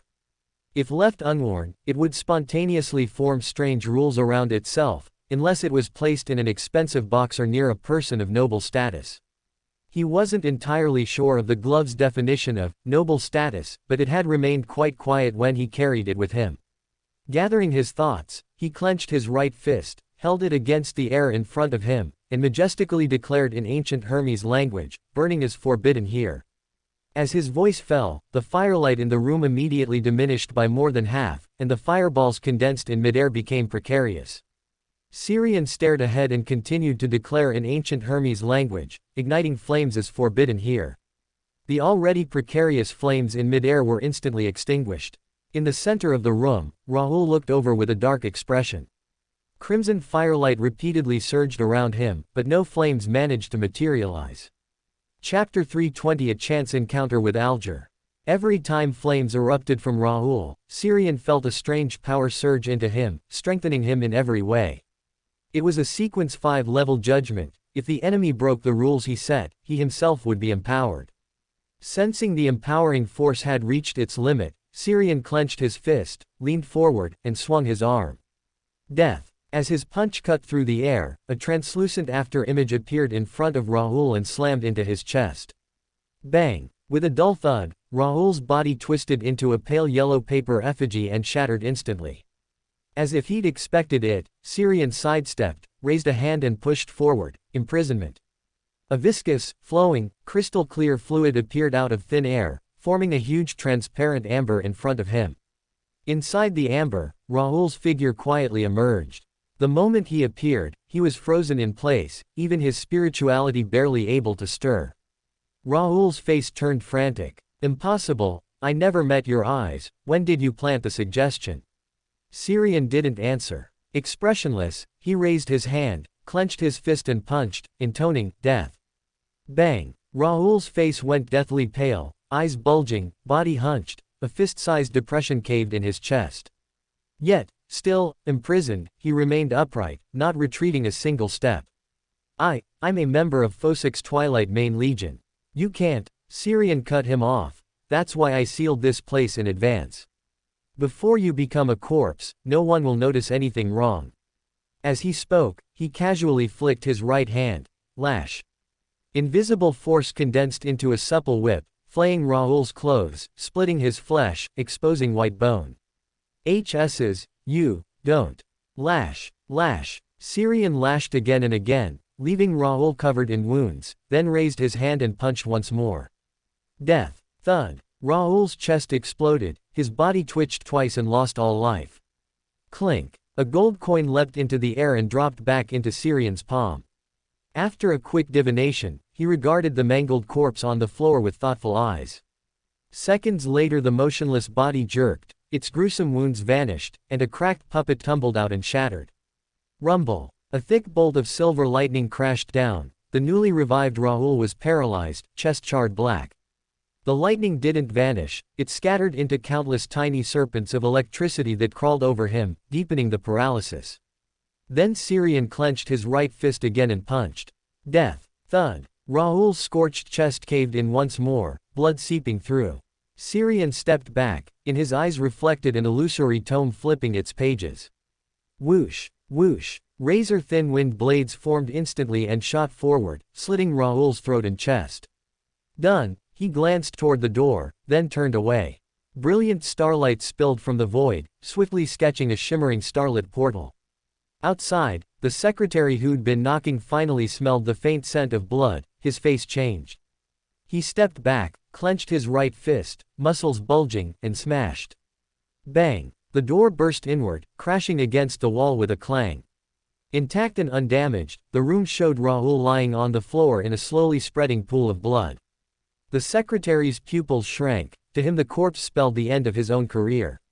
Colonel. Quick, notify the governor's mansion and the army. The colonel's been assassinated. In a tavern by the docks, Randolph Carter sat at the bar quietly sipping Sonia blood wine. No patrons lingered nearby, even orders were shouted to the barman from a distance. Randolph leaned back against the bar, savoring the quiet. No wonder the notorious painter Randolph Carter can keep pirates 5 meters away. A useful reputation, he muttered, reached instinctively to smooth his hair, and found nothing. Soon a familiar figure entered, sat on a high stool and said, "A Sonia blood wine," on his tab. The barman, seeing Syrian order and stick the notorious painter with the bill, froze, scarcely daring to breathe. Fearing Randolph might lash out and kill the innocent bartender too. Recent sea tales claimed the savage, mighty painter loved to drink and kill in taverns. Since news of Randolph Carter on Sonia Island spread, bar trade had slumped. While the barman wondered how to escape the coming clash, Randolph straightened and said, "2. I'll have one as well." Several gold horns spun precisely into the barman's hand. Professional reflex took over, he smiled. "Coming right up, gentlemen." 2 glasses of deep crimson, viscous Sonia blood wine were set before them. Syrian sipped, paused, then drank deep. Exhaling, he turned to Randolph Carter, Cheryl in disguise, and asked, "Do you sell the Ocean Songster potion formula?" Randolph Carter sipped elegantly and smiled. "Normally, no, but for you, a discount, £4,000. Syrian nodded. "Deal. I'll contact you when I'm ready." He drained his glass and walked out. He had only come to tell Cheryl the Fosik colonel was dead. As for why Cheryl posed as the painter drinking alone in the bar, that was his demand. This identity was already under intense scrutiny by the official powers at sea. If he vanished at this exact moment, it could easily lead people to connect the death of that Fosik colonel to him. Just as he reached the bar's entrance, he saw a somewhat familiar figure walking toward him. It was a man with sharp features and a rugged profile. His skin was bronzed, yet distinct from both the native islanders and the people of the southern continent, more like a pure-blooded Loanite after years of sun and storm. A head of seaweed-like deep blue hair resembled the natives of Sonia Island, hinting at elven blood. As Serain studied the other, the blue-haired half-elf approaching likewise studied him with open curiosity. Both felt a flicker of recognition, yet neither could place where they had met. After a moment Serain looked away and they passed each other. Once outside, he fished a gold horn from his pocket and flicked it skyward with a clang. Glancing at the divination, he confirmed the stranger was indeed someone he had met before, only the face felt unfamiliar. He closed his eyes, kneading his brow while figures flashed through his mind. Soon he locked on a hazy silhouette. Mr. Hanged Man of the Tarot Club, Captain of the Blue Revenge, Alger. Hangman Alger had actually come to Sonia Island. What a twist of fate. Had it not seemed too deliberate, he would have turned back to share a drink. Face-to-face meetings within the Tarot Club were rare. The thought made him pause mid-step. Wait, inside the bar Cheryl was still disguised as the painter, Randolph Carter, and Hanged Man surely had suspicions about this identity. If they met now, he spun around and strode back into the bar. Inside, when Alger saw the painter Randolph Carter seated at the counter, his pupils contracted, then, composed, he walked up. A pint of rye beer. 2 pence. Taking the tankard, Alger sat in Serain's vacated spot, glanced at Carter, and froze. Thanks to his sailor pathway, he was acutely sensitive to those above him.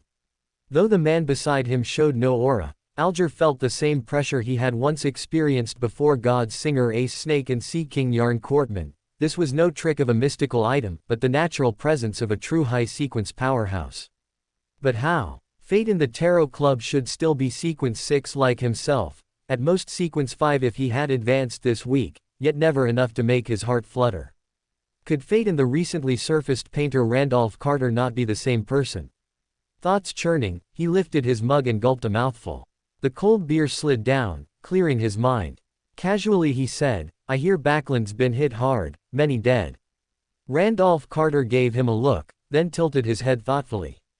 You're the ghost ship captain active over the Sonia Sea. Without waiting for an answer he continued, not many, very many.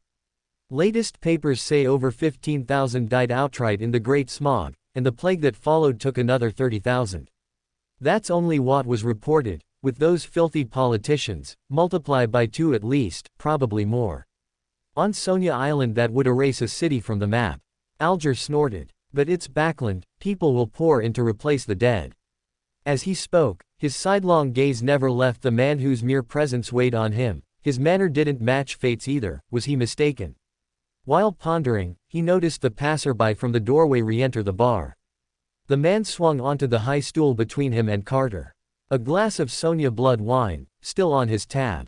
The barman glanced at Randolph. At his nod he told Serain, coming right up. Soon the crimson liquor sat before him. With a smile Carter asked, so, decided already? Want to buy the Ocean Songster potion formula? Ocean Songster. Alger, about to leave, paused mid-sip and listened. Serain chuckled. Not that fast. I just like the Sonia blood wine here, wanted another. Carter replied calmly, I have the recipe. If you like, I'll copy it for you, brew as much as you want. Serain's hand froze, he laughed wryly. Thought you'd just give me a bottle. Carter shook his head. Emperor Rosal said, give a man a fish and you feed him for a day, teach him to fish and you feed him for life. Seeing Serain's stiff smile, he added, his meaning, better to teach survival than hand out food. Serain forced a nod. In a way the Emperor was a success. Except life kept ambushing you with, Emperor Rosal once said. Idly he asked, you seem to admire Emperor Rosal. Carter nodded openly. I do. Emperor Rosal was truly strong, great in every sense. If I had even half his wit and means. Serain said no more. He drained his glass and stood. Thanks for the drinks, I enjoyed them. With that he left. Alger had already slipped away during their talk. Chapter 321 The Gathering and a New Member. Upper Backlund, inside Raoul's opulent villa. The secretary in the black tailcoat, every strand of hair perfectly in place, leaned exhaustedly against a wooden chair as he fielded, again and again, the interrogation from the Fosic military. According to the testimony of the servants and the patrol guards, you were the last person Colonel Raoul met before his death, the first to break down the door when something seemed amiss, and the one who discovered the body.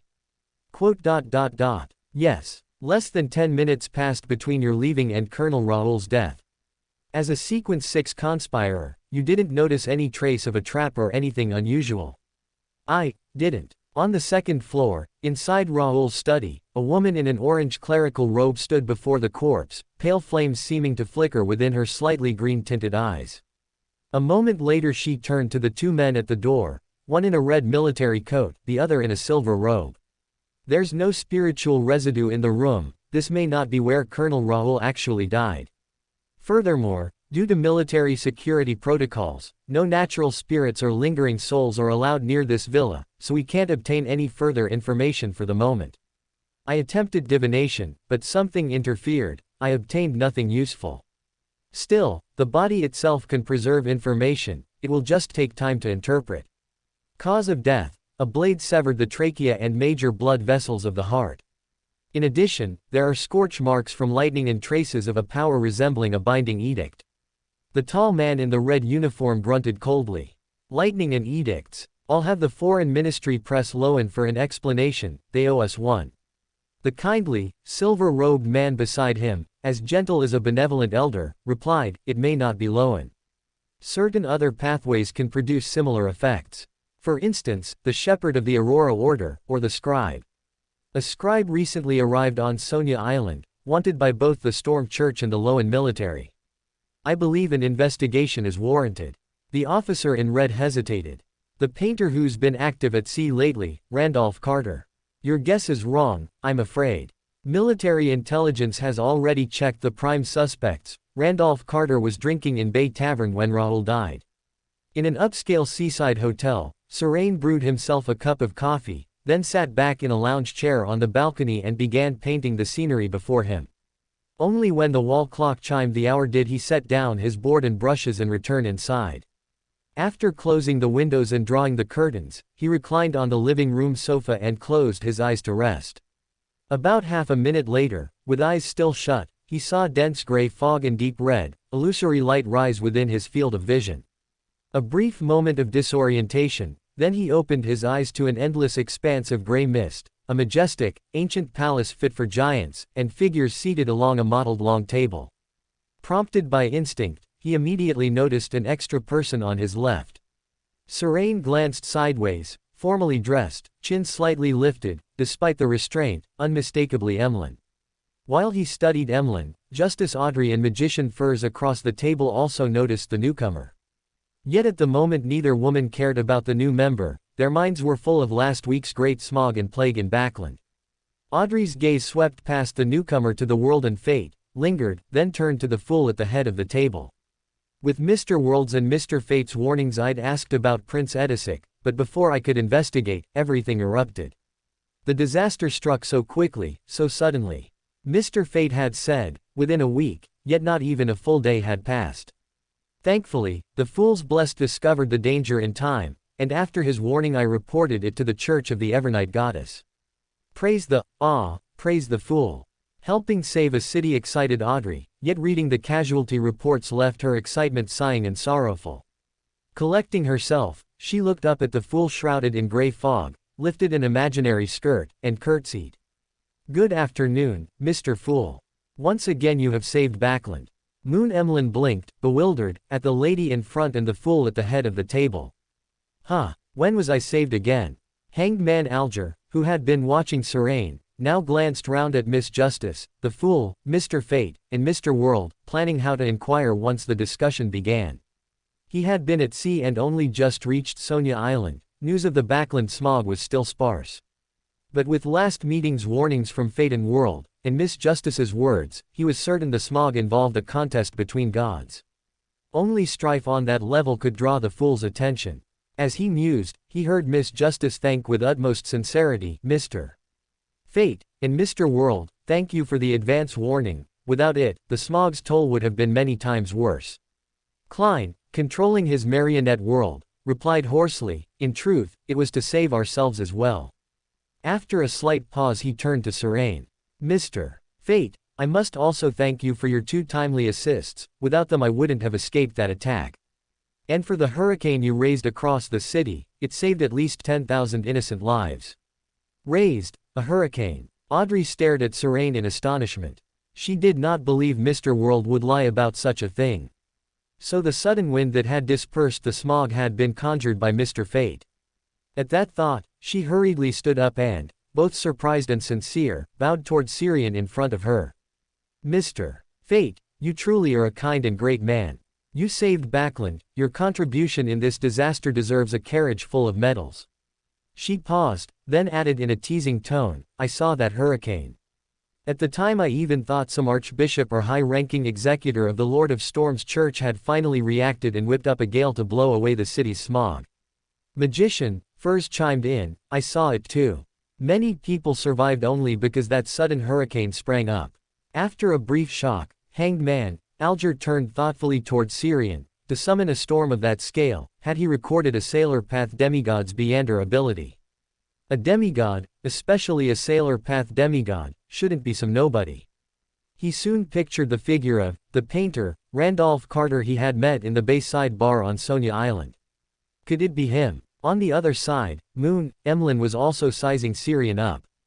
As a newcomer, he didn't yet know everyone at this gathering, but from the conversation he had gathered that the man called Fate was sitting right beside him. I knew the hurricane was almost certainly man-made, but I never imagined the culprit was actually at this very meeting, right next to me.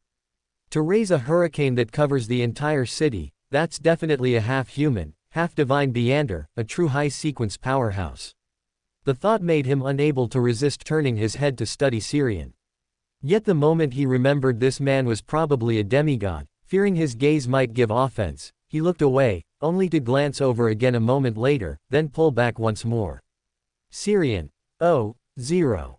He noticed Emlyn's little dance but couldn't tell whether it was performance art or an eye twitch. To his right, son, Derek's stare was equally obvious, full of awe and admiration. He pinched the bridge of his nose and glanced toward the world, at the far end. He had indeed bragged about the feat in an exaggerated, showy tone, but he hadn't meant for the tale to be broadcast to everyone. It was like boasting to a friend, only for them to instantly post it on social media and draw a flood of likes and comments. Social death, yet weirdly gratifying.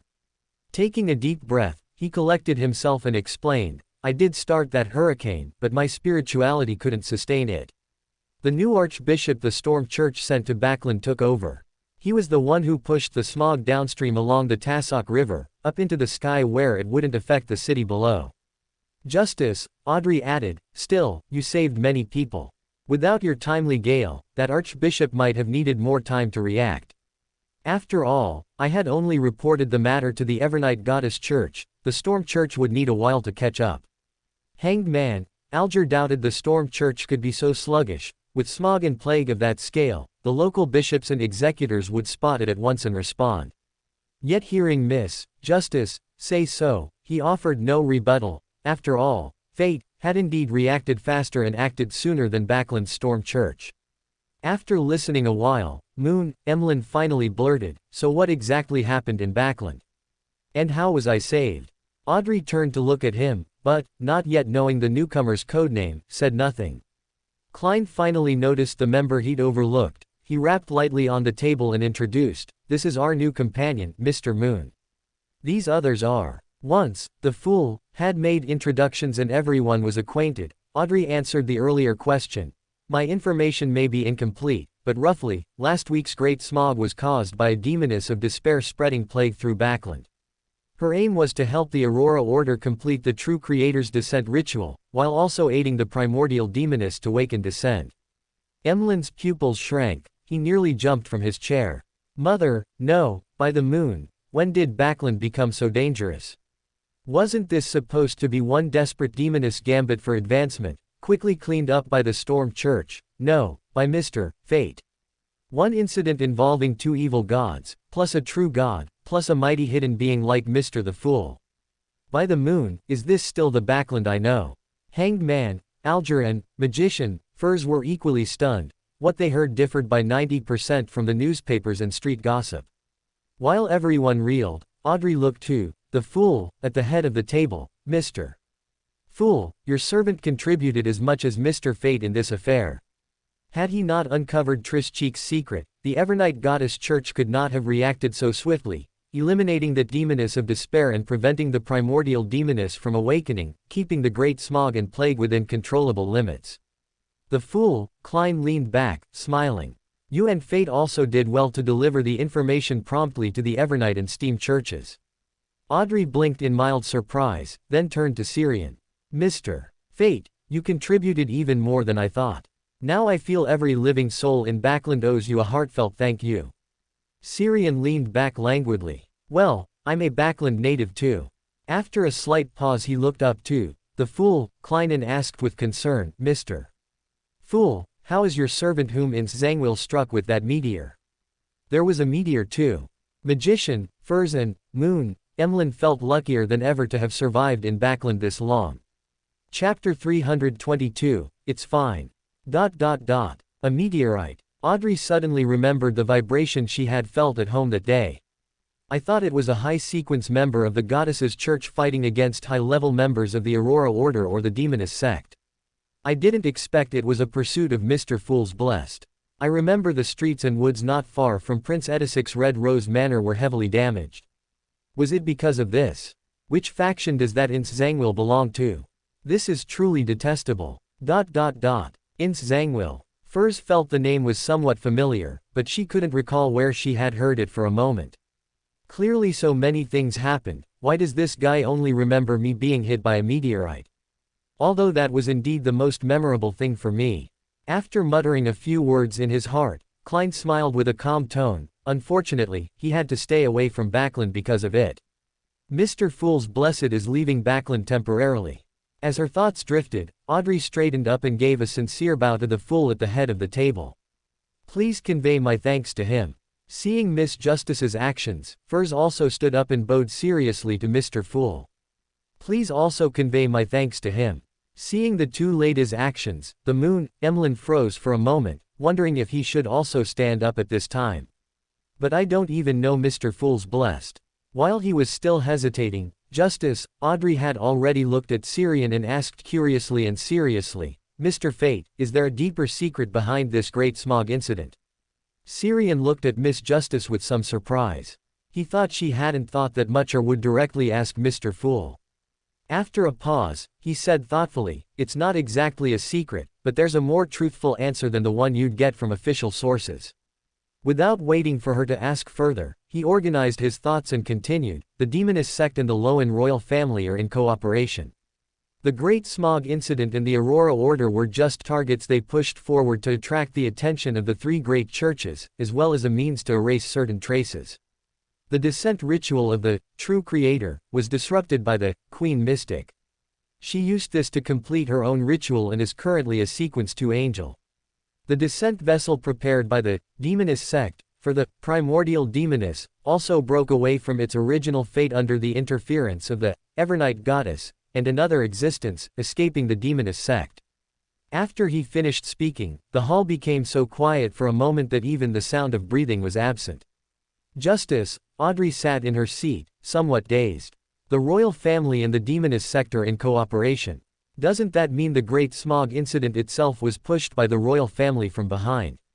And Prince Edisic, who was seduced by the Demoness, was he actually just a sacrificial lamb pushed out to appease the three great churches? The Hanged Man, Alger focused more on the Queen Mystic, mentioned by Syrian and couldn't help but ask, Queen Mystic. Is it the Queen Mystic, who is one of the 4 pirate kings of the sea? Syrian nodded slightly. There probably isn't a second Queen Mystic on the 5 seas. The descent vessel of the primordial Demoness, the Evernight goddess, and another great existence. The magician, Furs felt her heart beating faster. The Hanged Man, Alger also thought of these things, even thinking deeper. To have Mr. Fate directly use great existence to refer to them, they shouldn't be the known orthodox or evil gods, nor Mr. Fool. So what terrifying secret was hidden in this Great Smog incident in Backland that was worth so many great existences acting, either openly or secretly? No, it probably wasn't the Great Smog incident itself, but the cooperation between the Demoness sect and the Lowen royal family. Those great existences were all aiming for the Lowen royal family and the primordial Demoness. To make the royal family take such a great risk to cooperate with the Demoness sect, this matter likely already involves true gods.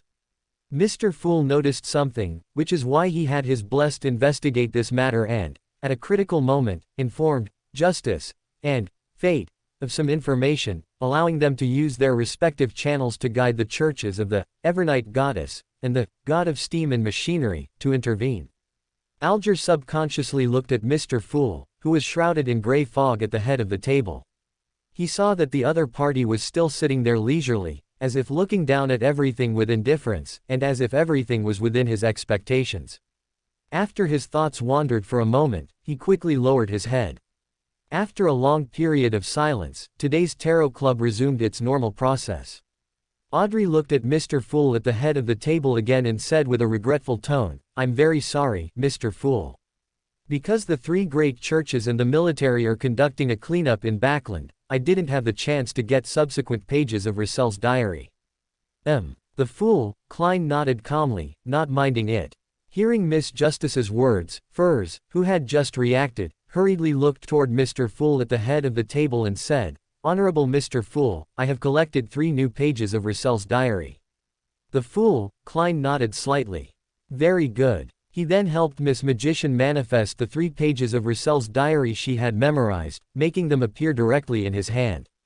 Russell, diary. The Moon, Emlyn looked at this scene with some confusion, feeling as if he had learned another extraordinary thing.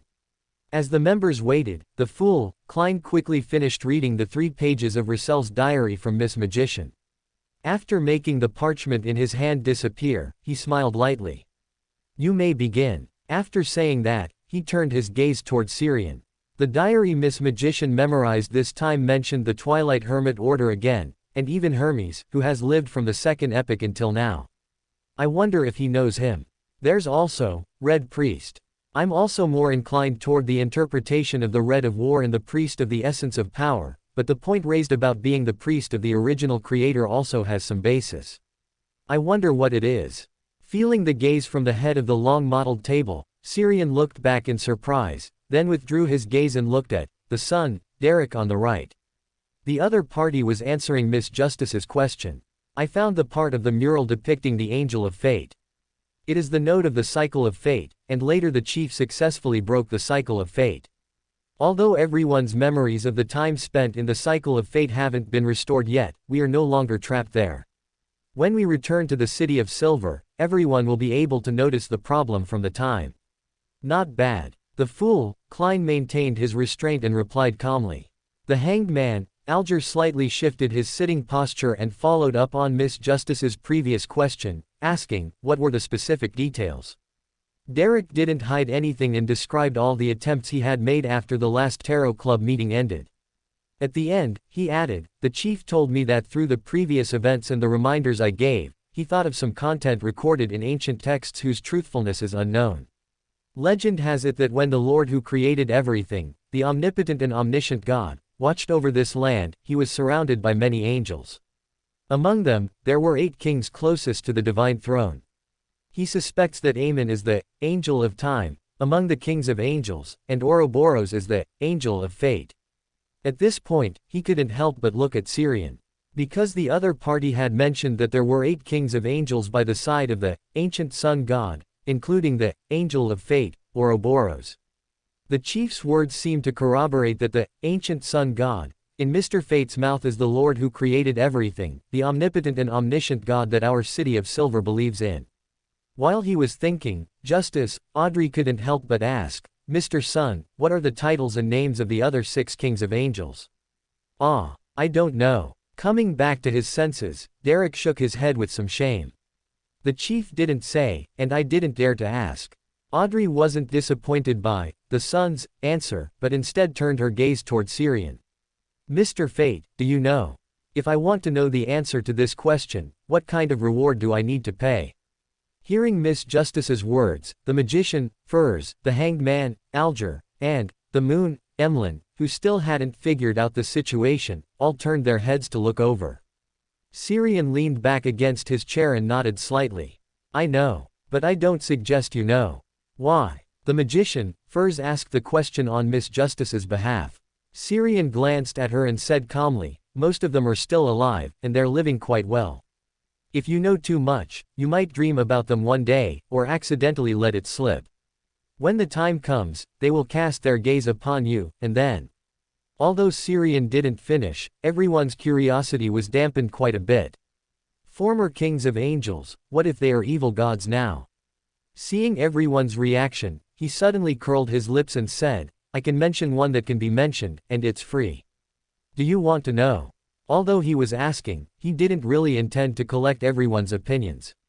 Right after asking, he started talking to himself. Ancient sun god, one of the 8 kings of angels under the Lord who created everything, the omnipotent and omniscient God that the city of silver believes in, his eldest son, the angel of imagination, Adam.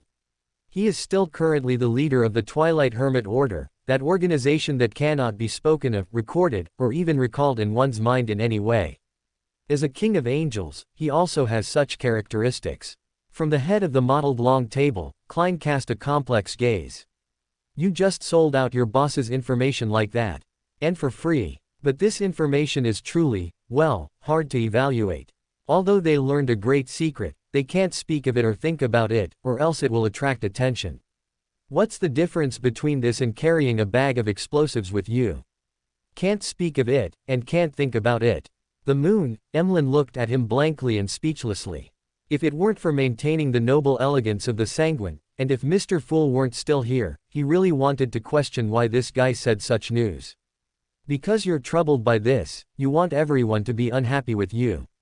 The magician, Furs weakly raised her hand. Is there a way to make me forget this part of the information?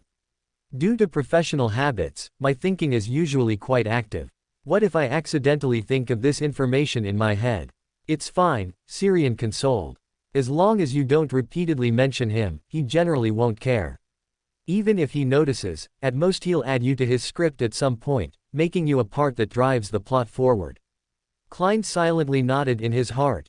Yes, it's fine, deceased. Furs. Quote. This is already very serious, okay.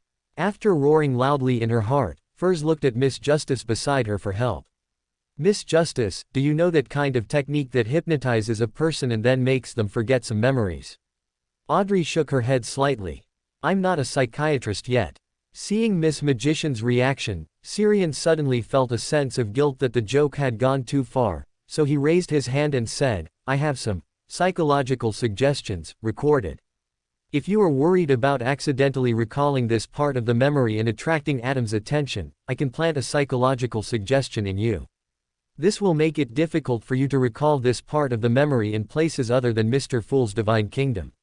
Quote, no reward is needed, just consider it compensation for that part of the information earlier. I need it. The magician, Furs quickly raised her hand. The moon, Emlyn hesitated for a moment but ultimately didn't raise his hand. He had a psychological shadow regarding psychological suggestions. Justice, Audrey and, the hanged man, Alger also didn't raise their hands. They had enough confidence in themselves that unless they did so voluntarily, they wouldn't recall this part of the memory. Subsequently, Syrian requested a private communication with Miss Magician from the Fool, to plant the psychological suggestion for her.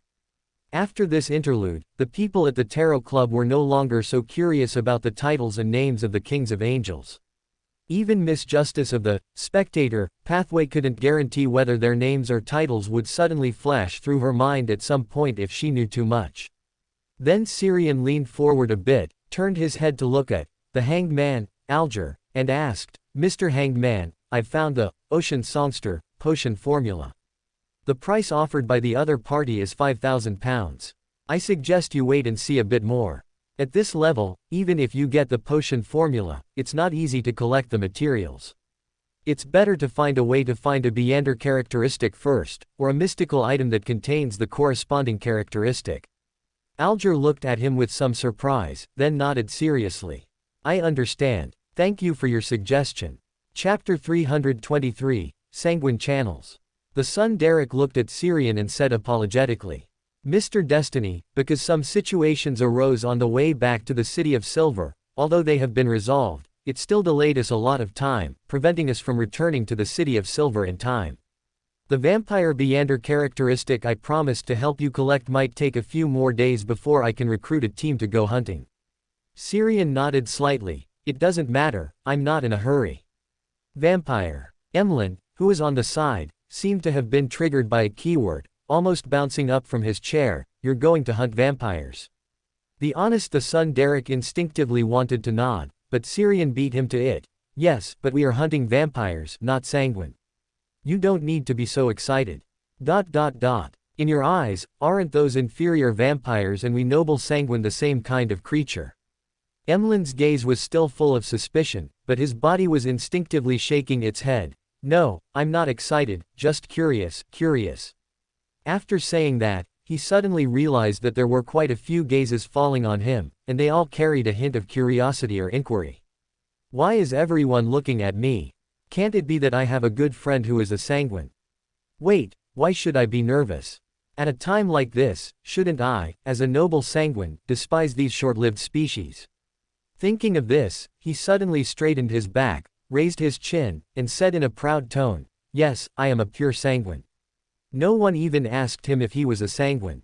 This must be because he was stimulated by the conversation between Mr. Destiny and Mr. Sun just now, thinking they were plotting to hunt his own kind. Audrey utilized her instincts as a spectator, curiously reading Emlyn's performance. A real sanguine. The magician, Furs curiously sized up this new member, her mind constantly flashing with information about the sanguine she had seen from various channels before. After 2 seconds of silence, Syrian suddenly spoke up and asked, what do you mean by an impure sanguine? Humans who advanced by drinking potions, or half-bloods between sanguine and humans. Emlyn gave him a complicated look and hesitated for a moment before replying, both. Within our sanguine, it's mainly used to refer to those half-bloods who inherited a small amount of characteristics. Humans who advance by consuming potions are called artificial vampires. Most of them are believers of the primordial moon and are cultists who need to be purged. Syrian nodded thoughtfully, then skipped the topic and asked instead, then do you need vampire characteristics?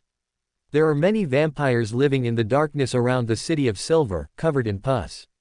Although the characteristics on them are more or less contaminated, your sanguine should have a way to clean them. Of course. Emlyn nodded with his chin slightly raised, then felt something was wrong. The sanguine characteristics lost to the outside are basically in the hands of those damn primordial moon believers. How could they be in that whatever city of Silver, and in such numbers? And although artificial vampires are a bit ugly and disgusting, they shouldn't be covered in pus, right? As soon as he finished speaking, the son Derek blurted out, it's true. Those are all creatures contaminated after the cataclysm, and they have turned into monsters wandering in the darkness. Because we don't have the corresponding potion formulas, our city of Silver has never hunted them. Cataclysm. Contaminated. Emlyn was a bit stunned. He knew about the cataclysm, but there were no detailed records in the sanguine history. They only knew that the sanguine at that time shouldn't have been heavily affected. Could there be a group of lost sanguine in that place called the City of Silver who were contaminated during the cataclysm and eventually became the monsters wandering in the darkness that Sun mentioned? Wait, where is the City of Silver? How come I've never heard of it? Syrian glanced at the pondering Emlyn, then interrupted his thoughts, so do you need vampire characteristics? I can sell them to you a bit cheaper. Why are you selling them to me? Emlyn's expression was a bit surprised. Aren't those contaminated vampires in the City of Silver? Could it be that this suspected demigod Mr. Destiny is also in the City of Silver right now? Syrian leaned back and said with a smile, of course, it's because I have already made a purchase request to Mr. Sun. Even if you need them, you can only line up behind me. And I will keep buying, so you can only keep waiting in line. It's better to just buy from me. Even if it's an ordinary vampire characteristic you can't use yourself, you can resell it to those sanguine who want to nurture descendants but lack characteristics, or hand it over to the big shots in your sanguine. They certainly won't be stingy with rewards or compensation for you. It can even work like that. Emlyn's eyes widened, full of disbelief and a bit of eagerness to try. After a pause, he looked at the son Derek with some hesitation and asked, does your City of Silver really have that many vampire characteristics? Are there any barons, or even stronger vampires? Derek nodded honestly, then shook his head. There are, but my strength is not yet enough to hunt such powerful vampires. Even among the monsters wandering in the darkness, vampires are one of the extremely dangerous creatures. They are very fast, have tenacious vitality, carry toxins, and are skilled in many eerie dark magics. Even if a team is recruited, someone at the level of a patrol captain needs to join to have a certain possibility of hunting them. Listening to Derek's description, Emlyn unknowingly raised his chin. If it weren't for maintaining his image as a noble sanguine, he really wanted to shout to everyone. That's right, we sanguine are just that powerful. Even if we turn into monsters, we are the most powerful among the monsters. Although he didn't say what was in his heart directly, he still nodded with feigned reserve. That is indeed a problem. Even an ordinary sanguine who has just reached adulthood is equivalent to a Sequence 7 Beander of yours, and the kind skilled in combat at that. Doesn't that mean sanguine are born as Sequence 7 Beyonders?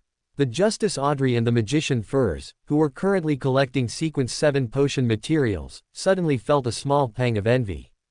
The son Derek didn't have much of a reaction to his words. It was taught in the general knowledge classes of the City of Silver that many Beander species are born powerful. For example, the giants that their City of Silver knew better, the legendary dragons, or the sanguine in front of him. The hanged man Alger suddenly spoke up at this time. I have a lead on the characteristic left behind by a sanguine baron. He died in a sudden conflict, and the characteristic eventually fell into the hands of a great pirate. If you are interested, you can recover this characteristic and concoct it into a potion. This can be considered inheriting the legacy of that sanguine baron, preventing the sanguine's power from being lost. Syrian looked at the talkative hanged man and couldn't help but criticize in his heart. Fell into the hands of a great pirate. In fact, that unlucky sanguine had a conflict with a great pirate and was killed by the other party, but because they didn't understand the sanguine pathway, the characteristic was stuck in their hands, right? Inheriting the legacy, not letting the sanguine power be lost. Emlyn suddenly felt that what Mr. Hanged Man said made a lot of sense, so he hurriedly asked, what price do I need to pay? The hanged man Alger gave a chuckle and smiled, between 4,000 and 5,000 pounds. The specific amount will only be known after I find that great pirate. 5,000 pounds. Emlyn's eyes widened, and he almost cried out in shock. He suddenly felt that he didn't want to inherit that baron's legacy that much anymore.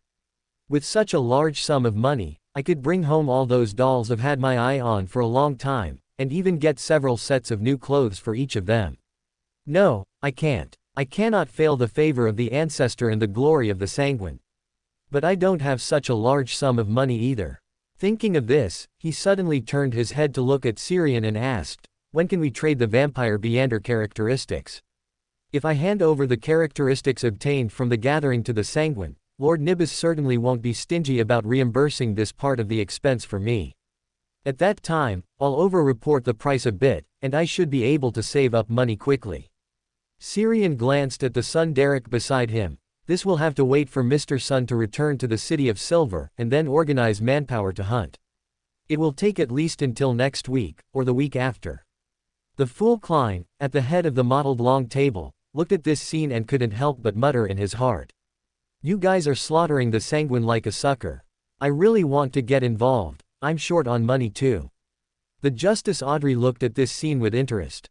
After their exchange ended, she then spoke up. Everyone, is there any news of the fruit of the ancient tree and the blood of the mirror dragon? Emlyn immediately raised his hand. Yes. The price of the fruit of the ancient tree is between 600 and 700 pounds, and the blood of the mirror dragon is no more than 100 pounds. I don't remember the exact amount. But you need to pay me an extra 50, no, 100 pounds. This is the reward for the risk I take and the time I spend. This was information he had seen before when he was keeping an eye out for Beander materials for the detective Sherlock Moriarty. Deal. As soon as he finished speaking, Audrey directly agreed to the trade. After experiencing last week's Great Smog incident, she now had a very strong desire for power. Only by becoming stronger could she protect her family when real danger arrived. For me, the most important thing now is to advance to Sequence 7. Anyway, this bit of money isn't much. Because of the Baron's legacy mentioned by Mr. Hanged Man, Mr. Moon is also short on money now. There's no need to annoy him by haggling, which might cause the trade to fall through. Emperor Rosal said that problems that can be solved with money are not problems. Seeing Miss Justice complete the trade so quickly, the magician Furz's eyes lit up, and she also looked at the moon Emlyn and said, my needs are the same as last time, meteor crystal and lava octopus blood crystal. Emlyn felt his luck seemed pretty good today. He raised his hand and said, I know where there are meteor crystals, but I need to talk to the other party first. The price should be about the same as the fruit of the ancient tree. The hanged man Alger also followed up and said, I will be attending a gathering at sea soon. Perhaps lava octopus blood crystal will appear then. Okay. Furs nodded with both excitement and distress. The excitement was because she had obtained news of the materials she needed so quickly, the distress was that she didn't have that much money for the time being. Does she have to borrow money from Viscount Glaint or Miss Audrey again? But she had just finished paying back the money from last time. Seeing that no one else was speaking, Emlyn then asked about his doubt from just now, how should we complete the trade? Audrey explained with a light smile, by way of sacrificing to Mr. Fool and praying for his bestowal. After saying that, she made a request to Mr. Fool at the head of the table, materializing the detailed ritual requirements into 2 pieces of parchment that appeared directly in Emlyn's hands. Emlyn looked at the contents of the parchment that suddenly appeared in his hand, was slightly stunned for a moment, and then realized in hindsight that the tarot club witnessed by Mr. Fool was completely different from an ordinary secret organization. Praise the moth. Praise the moon, this is the kind of secret organization that fits my status as the sanguine savior. He looked around, taking in everyone on both sides of the long table. Perhaps they are all like me, representing different forces appearing here, and under the witness of Mr. Fool, reaching a stable alliance relationship. Son, comes from a city of silver I've never heard of. Maybe I can go find a sanguine who likes to study history and ask. Justice, and Miss, Magician, are both in Backland. The former seems very rich. The hanged man, is active at sea, he seems like a good person. Fate, is suspected to be a demigod, or close to a demigod. He should be the strongest among us besides Mr. Fool. And the gloomy, world. He's too gloomy, nothing can be seen. From their conversation just now, he seems to be very good at gathering intelligence. Just as such thoughts were dispersing, he saw, the world, suddenly look up and glance at him. Emlyn gave a dry laugh and then withdrew his gaze, feeling the awkwardness of being caught red-handed badmouthing someone behind their back. The world, looked at the moon Emlyn, who had guiltily shifted his gaze, and silently labeled him as not very smart in his heart. Then he looked at the Justice Audrey on the other side and spoke hoarsely, I have a lead on a psychiatrist Beander characteristic left behind. Miss Justice, do you need it? Of course. Audrey responded almost without hesitation. It seems Miss Justice's finances have improved a lot. Muttering a sentence in his heart, Klein controlled the world, and continued, this will take some time, maybe a month, or even 2 months. No problem. Audrey's tone didn't change at all. Anyway, Susie hadn't digested the telepathist potion yet. Seeing their exchange end, Syrian slowly raised his hand. I have a batch of Beander characteristics I need to sell.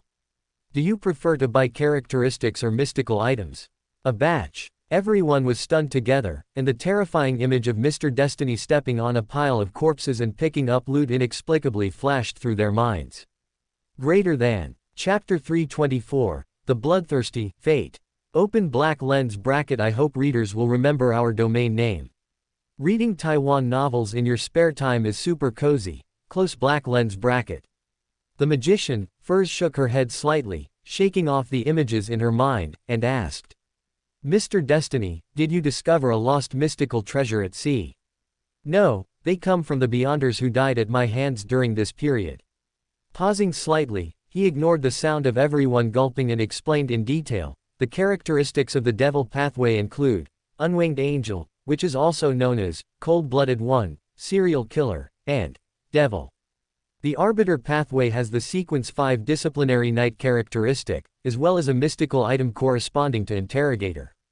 There's also the seafarer characteristic of the sailor pathway, and the reaper characteristic of the hunter pathway.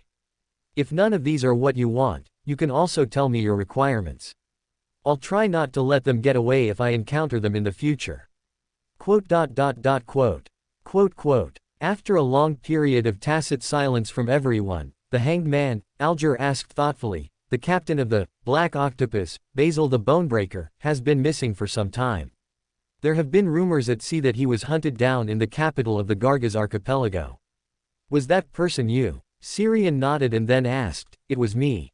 Do you want his characteristic? I don't have that much money for the time being. Alger shook his head slightly, paused, and then asked, how much for that seafarer characteristic? On his Blue Avenger, a crew member was recently preparing for promotion, and he could buy it to earn the difference.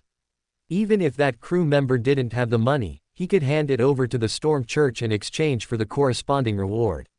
Although he wouldn't make much money this way and might even lose some, he could accumulate a sum of contribution points. 1,200 pounds. Syrian gave a discounted price after some thought. Anyway, for him, being able to get rid of it was a profit, keeping it in his hands was useless. After a brief silence, Alger nodded in agreement to the deal. After reaching a deal, Syrian turned his gaze toward Miss Justice. The others were poorer than the next, basically unable to afford anything other than the potion formulas and materials they needed for themselves. Do you need anything else? If not, I'll find someone to craft these characteristics into mystical items before selling them again. As soon as he finished speaking, Audrey's eyes lit up, and she asked, Mr. Destiny, what kind of effects would mystical items crafted from these characteristics have? Syrian leaned back and replied thoughtfully, after being crafted into mystical items, they can only retain part of the abilities of the corresponding sequence, and there will be certain limitations. If you were to use it, I would recommend an item crafted from the Reaper characteristic. This is a sequence where all the points are put into attack. A mystical item crafted from it will inevitably be a powerful lethal weapon. This can well compensate for the spectator's weakness in terms of attack. Devil and Disciplinary Knight are also okay, but many of the former's abilities can only exert their true power in coordination with divilization. The artificer crafting the item might not necessarily be able to retain the divilization ability. The latter's statutes are a very comprehensive auxiliary ability, but they are somewhat lacking in terms of attack. Compensating for the spectator's weakness in attack seems good, but I don't seem to have any place where I need to fight. Devil is even worse. I don't want to devilize into that evil and ugly appearance. Disciplinary Knight seems more suitable for me. Although it's lacking in attack, it's very comprehensive. Thinking of this, Audrey immediately looked at Syrian and said, Mr. Destiny, can I reserve the mystical item crafted from that Disciplinary Knight characteristic? Syrian smiled and nodded, of course. This was originally meant to be sold to you anyway. Thinking of this, he glanced around and lamented, the other poor ghosts here can't afford it either. Your gaze makes me feel offended. Klein Moretti, who had been paying attention to him as the fool, couldn't help but complain in his heart. Then, he manipulated World to speak hoarsely, I'm very interested in a mystical item crafted from the Reaper characteristic. If you don't find a suitable buyer by then, you can come to me. But there must be a discount. Syrian immediately nodded, no problem. Under Klein's manipulation, World continued, I also have a characteristic for sale. It belongs to the Sequence 6 Faceless, and its main function is. Before he could finish his introduction, Syrian spoke directly, I'll buy it. How much? World. 3,500 pounds. Syrian. Deal. The others were slightly stunned by this rapid transaction process, and then they couldn't help but let their thoughts wander. How wonderful it would be if I could meet such a straightforward buyer-seller.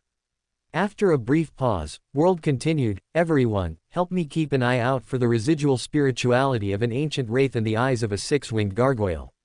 As soon as he finished, Syrian raised his hand again, I don't have these two materials, but I have a substitute method. Pausing for a moment, without waiting for Klein to ask, he continued, auxiliary materials are not part of the Beander characteristics composition. They're only there to make the potion more stable and easier to absorb, which is why this step exists. I can help you substitute them with fake materials. Once you consume the potion and complete the promotion, even if these fake auxiliary materials disappear, it won't cause any negative effects. World. Is it just like how you used a fake ritual in a painting to trick this space above the gray fog into giving a real response? Others. Oh, zero. Things like concocting potions can also be faked. After looking at each other, everyone turned to the fool at the head of the table. For this kind of matter, an answer from the fool would be more authoritative. Feeling the gazes falling on him, Klein leaned back against the chair and said leisurely, it is possible, but it requires the ability to twist reality and illusion to achieve, such as a visionary. Audrey was taken aback and then began to associate. Visionary. What does this have to do with the Dragon of Imagination? Could it be the name for Sequence 0 of the Spectator Pathway? Visionary. What's that? A special sequence. Unlike the other members who had learned about the ancient god Dragon of Imagination from Sun, Moon, Emlyn was in a state of complete confusion. The group then continued to exchange for a while until the Fool Klein tapped the armrest to give a reminder, today's gathering ends here. By your will. Everyone stood up and bowed at the same time, while Emlyn the Moon was stunned for a second before hurriedly standing up from his seat and bowing like the other members. Then, the crimson and illusory light rose. After a slight feeling of falling, Syrian woke up on the sofa in his hotel room. After glancing around the room, he walked to the window in a few steps, pulled open the curtains, and pushed open the window, letting the sunlight and air outside flood into the room. During this process, his spiritual intuition was suddenly triggered, and he looked up at the roof opposite. In his quietly opened spiritual vision, he saw a skinny, blue-black, transparent soul body that was constantly dripping with liquid. In addition, he also saw many traces of natural spirits in the whimpering wind, in the reflection of the glass window, and in the gaps between the tiles. After half a second of silence, an illusory, constantly flipping book suddenly appeared in his eyes. Snap! With the crisp sound of a finger snap, golden illusory flames ignited out of thin air. These flames radiated a pure and sacred aura belonging to the sun.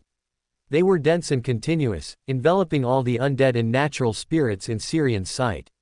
Silently, the spirit bodies lingering around were burned into drops of transparent liquid and disappeared with silent screams. When the golden flames radiating the sun's aura dissipated, a lady wearing an orange priest's robe appeared in front of the window of the house opposite. She was taking deep breaths and looking at Syrian with a complicated gaze. Why did you kill these spirits? Syrian waved his hand at her. Don't mention it, I'm happy to help. After a brief silence, the lady in the priest's robe in the opposite house closed the window with a bang. Clink. A gold horn was flipped from Syrian's hand and fell back. The people from Fosik won't plan to just shift the blame to me if they can't find the killer, right? Although I did do it. After muttering a sentence, he turned back to the room and looked at Steve inside the painting hanging under the wall clock. Did any spirit bodies come in earlier? Steve raised his chin proudly. No. With my intimidation, no spirit dared to break into your room. Well done. He nodded in praise and then turned to walk toward the balcony. Steve's voice was still ringing behind him. It is my honor to serve you. Just as he arrived on the balcony, a piece of paper torn from a notebook was blown by the wind and floated in front of him. Under the prompt of spirituality, he reached out and grabbed the paper, shook it, and unfolded it before his eyes.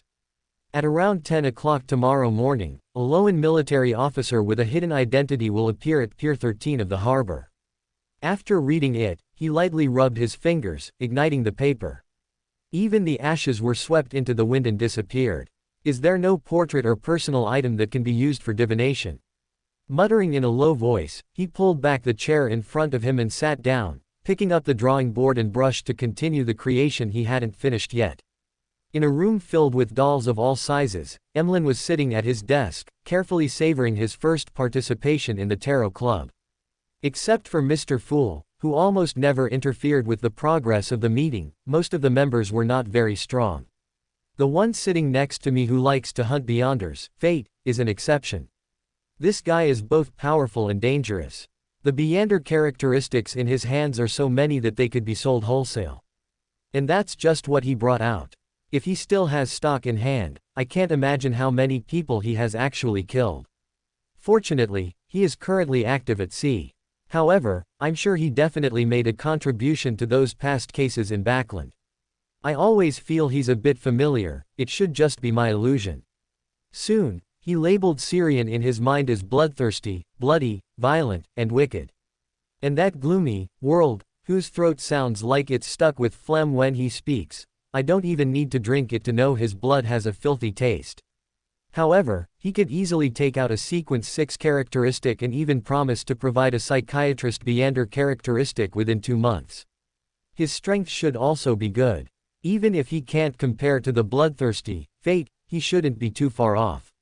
I always feel he has a lot of potential to become Fate, number 2, he's a potential danger. Justice, well, she's very rich. The magician doesn't talk much and didn't reveal much information about herself, but the way she looks at me is very strange. The hanged man is very enthusiastic and has certain channels, he seems like a good person. As for Sun, he's just a naive kid, but the City of Silver and the recurring experiences he mentioned are very strange and need to be noted. Mr. Fool seems only interested in Rosal's diary. I can also try to collect this, it shouldn't be too difficult. Quite a few sanguine have a hobby of collecting them. Kasimi might have some. He often brags to us about how he once witnessed Intis under the rule of Emperor Rosal. In the evening, after trading the faceless and seafarer characteristics with Alger inclined through sacrificing and praying, Syrian left the hotel. In the bay bar at the pier, after ordering a glass of Sonia blood wine and a specialty grilled fish said to come from the remaining customs of the elves, he found a quiet spot in the corner and sat down. As soon as he sat down, the drinkers sitting at several tables around him stood up one after another, pretending to settle their bills or directly moving to the positions furthest from him.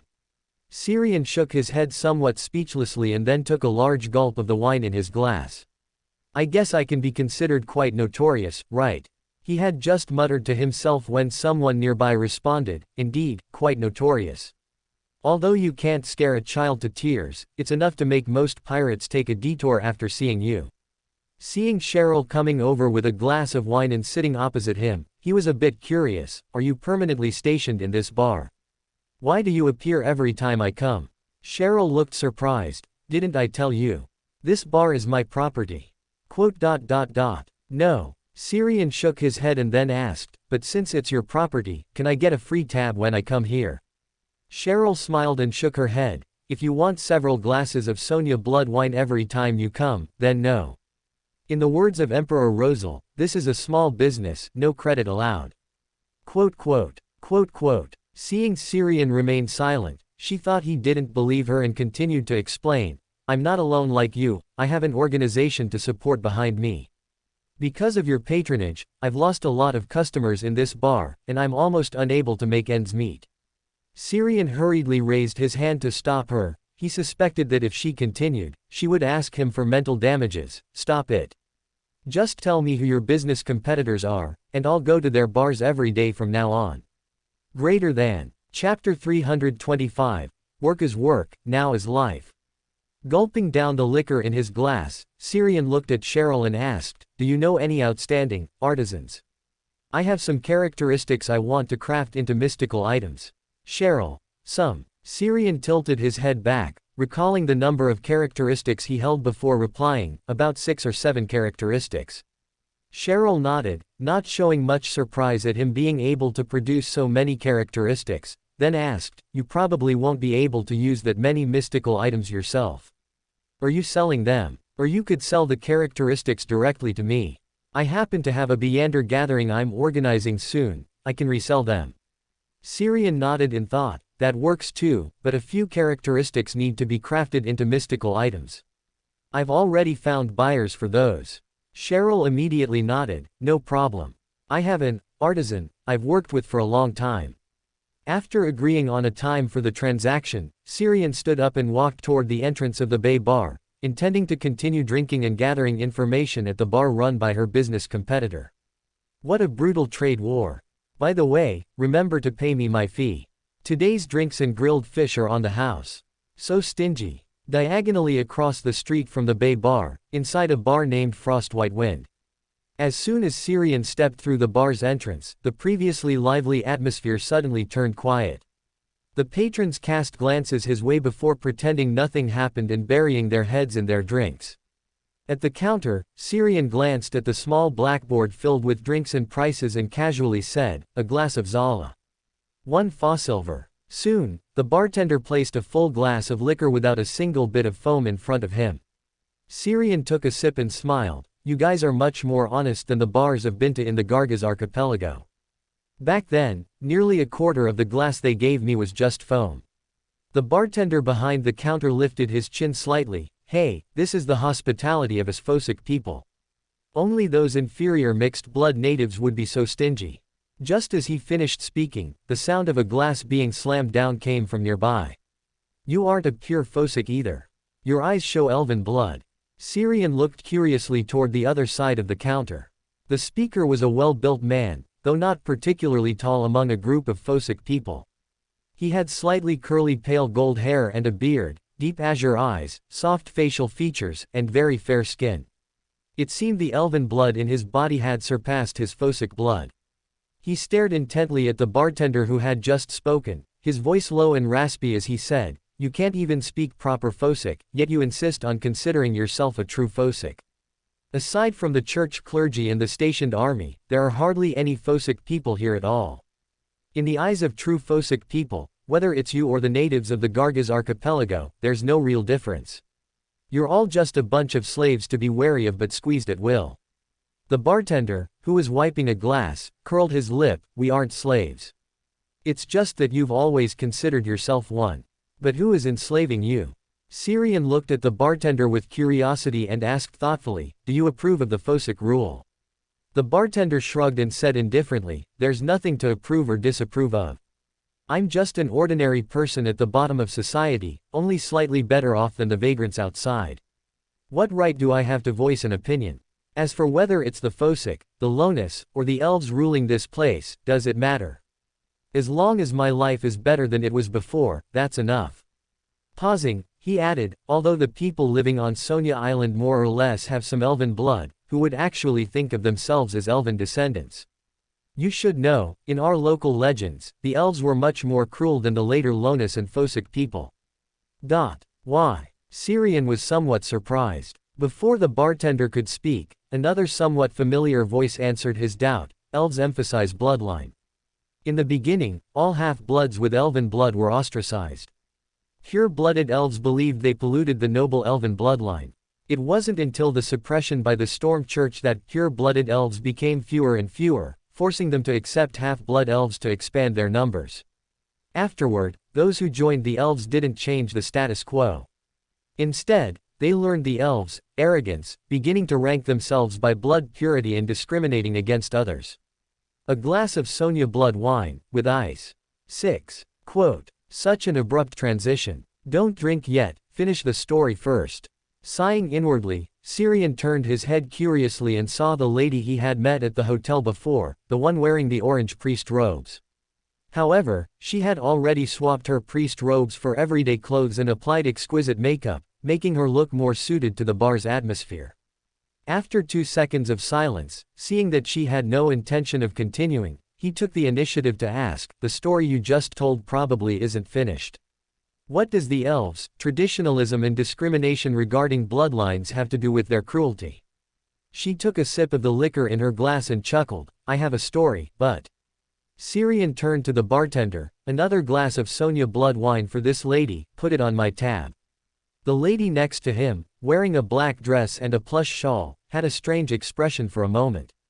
"A beautiful lady like me is sitting right next to you, yet all you want is to hear a story, instead of thinking of how to hit on me. Or is this actually your way of hitting on me?" Syrian fell silent. "Weren't you going to say, 'I have a story, but do you have the wine?'" After a brief silence, he changed the subject, "You're nothing like the church personnel I know." She smiled, lowered her head to take another sip of the drink, showing a look of enjoyment before saying, "Work is work, now is life. I've been working overtime for 2 days straight. If I don't relax properly, I'm afraid I'll turn into one of those old fogies in the office." Pausing slightly, she continued the previous topic. After introducing half-bloods, the elven population grew to some extent, allowing them to linger on for a while longer in the face of the Storm Church's suppression. But this was just the last bit of afterglow before sunset. With the addition of half-bloods, the elven blood the pure bloods were so proud of was constantly diluted. The cohesion brought by bloodline gradually declined, and they became a disorganized mess, crushed by the Storm Church in a single blow. After that, Sonia Island gradually became a place where humans lived and ruled. But what does this have to do with elven cruelty? Syrian followed up with some confusion. "You definitely weren't the kind of student teachers liked, the one who's good at thinking, observing, and has great grades." After sighing, she swirled the liquor in her glass, recalled for a moment, and then continued, "Whether it was the pure-blooded elves at the beginning or the half-blood elves later on, they weren't friendly to the ordinary humans and the mixed bloods with little elven blood on this island. At that time, those people were at the very bottom of society. Their status couldn't even compare to the vagrants or low-level workers in Backland. At least Backland has laws and the churches of the Orthodox gods. Evil gods wouldn't openly use them as sacrifices. See. Otherwise, why do you think the kingdom of Loan was able to colonize such a large island so easily back then? Aside from those stubborn half-blood elves still lost in the glory of their bloodline and the cultists, everyone hoped for a sufficiently powerful and orderly force to rule this place. Bang! A heavy thud interrupted the lady's narration. Syrian frowned with some dissatisfaction. The man of mixed elven and Phosic blood who had made the noise walked over, reeking of alcohol. He pointed a finger at the lady beside Syrian and said, "HMPH, these are all slanders against the elves by the Phosic and Lonus. Only you foolish people who think you're clever would believe this is truth. Sonia Island has belonged to the elves from the very beginning. You humans are the invaders." Syrian, winking face. Good grief, I've actually met an extremist racialist of another world. The lady being pointed at by the brawny man didn't panic. Instead, she turned to look at Syrian. "Shouldn't you Lonus gentlemen take the initiative to help a lady out of a bind right now?" Syrian shrugged, "I don't think you need me to help you out. Besides, I'm no gentleman, just a bounty hunter active at sea." The brawny man of elven blood beside them looked at Syrian with disdain, seeking help from a pretty boy. "You'd be better off taking off your clothes and asking me." Before he could finish, he suddenly reached out and squeezed his own neck hard. His face contorted, and an abnormal flush rose on his pale skin. He spat out a few blurred syllables intermittently, "MMPH, you. Help, me." Syrian leaned back and quietly activated spirit vision. Then he saw withered, pale, transparent arms reaching out from the ground, the ceiling, and behind the brawny man, pinning him firmly in place and leaving black handprints on his body. Within seconds, the man who had been so full of vigor just moments ago collapsed to the ground, trembling. His body twitched occasionally, and white foam leaked from his mouth. Syrian frowned at the fallen man. Under spirit vision, he could see that the man wasn't dead, but his mental body was damaged. He would likely wake up as an idiot. Is this the style of the Church of the God of Combat? While he was thinking, the lady beside him had already changed her expression to one of lingering fear and relief. She thanked him. "Mr. Randolph, thank you so much for your help. You truly are a helpful gentleman. And the most famous bounty hunter at sea lately. To think you could recognize a wanted criminal worth only 200 pounds locally and subdue him in time." Quote, "Is she retaliating because I burned all the spirits she was commanding this afternoon?" Syrian was stunned for a moment and looked at her, not knowing what to say. After a pause, he gestured toward the man on the ground and said, "Don't mention it. I've always been this helpful. Perhaps you could take him to the police to collect the bounty. Consider it compensation for the emotional distress he caused you." Having said that, he looked around. There seemed to be even fewer patrons in the bar than before. "In the future, I could cooperate with bar owners. Whoever pays more, I'll go to their competitor's place as a customer and conduct some fair and reasonable business competition." Shaking his head to rein in his wandering thoughts, he tossed out a few gold horns, paid for that glass of Sonia blood wine, and turned to leave the bar. After leaving the crowded street, he suddenly stopped and turned to look at the empty street behind him. An illusory book flipped continuously in his eyes. Instantly, illusory golden flames erupted out of thin air around him. These flames emitted a pure and holy sun aura, forming a sea of fire as they crowded together.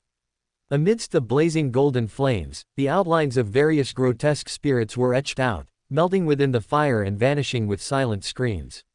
After dealing with the undead and natural spirits lurking around, he turned and stepped forward, his figure fading and vanishing rapidly like a bleached oil painting. Shortly after he left, amidst the howling wind, a massive shadow emerged on a nearby roof. Then, a slender figure leapt out from it, landing gracefully on the ground. A gust of wind blew by, flipping back the hood she wore and revealing a soft and beautiful female face that had been hidden. At the sides of her face, her ears were slightly pointier than those of a normal person. An elf. Syrian was surprised. His figure quickly outlined itself at the spot where he had just vanished. The elf, whose hood had been blown back by the wind, looked at him with surprise and caution. You didn't leave. What do you want to do? Syrian sized her up with curiosity. This was the first time he had seen an elf. Though she didn't look like a pure blood, she was at least a second or third generation. Silently, the surrounding wind grew rapid, seemingly laced with invisible blades, causing his spiritual intuition to trigger frequent warnings. He tilted his head slightly, ignoring the wind blades hidden in the gusts, and smiled at the elf opposite him. What I want to do depends on what you want to do by following me. You've been watching me since I entered the bar. Was that guy who was so proud of his elven blood one of yours? The elf opposite him shook her head with disdain. No, he's just an ordinary human with a bit of elven blood in him. We only take in true compatriots. People like him aren't common on Sonia Island, but they certainly aren't rare either. Oh, Syrian nodded thoughtfully, so he once had contact with you but was ultimately abandoned. The elf opposite him frowned and countered, that wasn't abandonment. It was simply letting him return to the group where he truly belongs. Chapter 326, Believers of the Mother Goddess of Depravity. Syrian sneered and shook his head.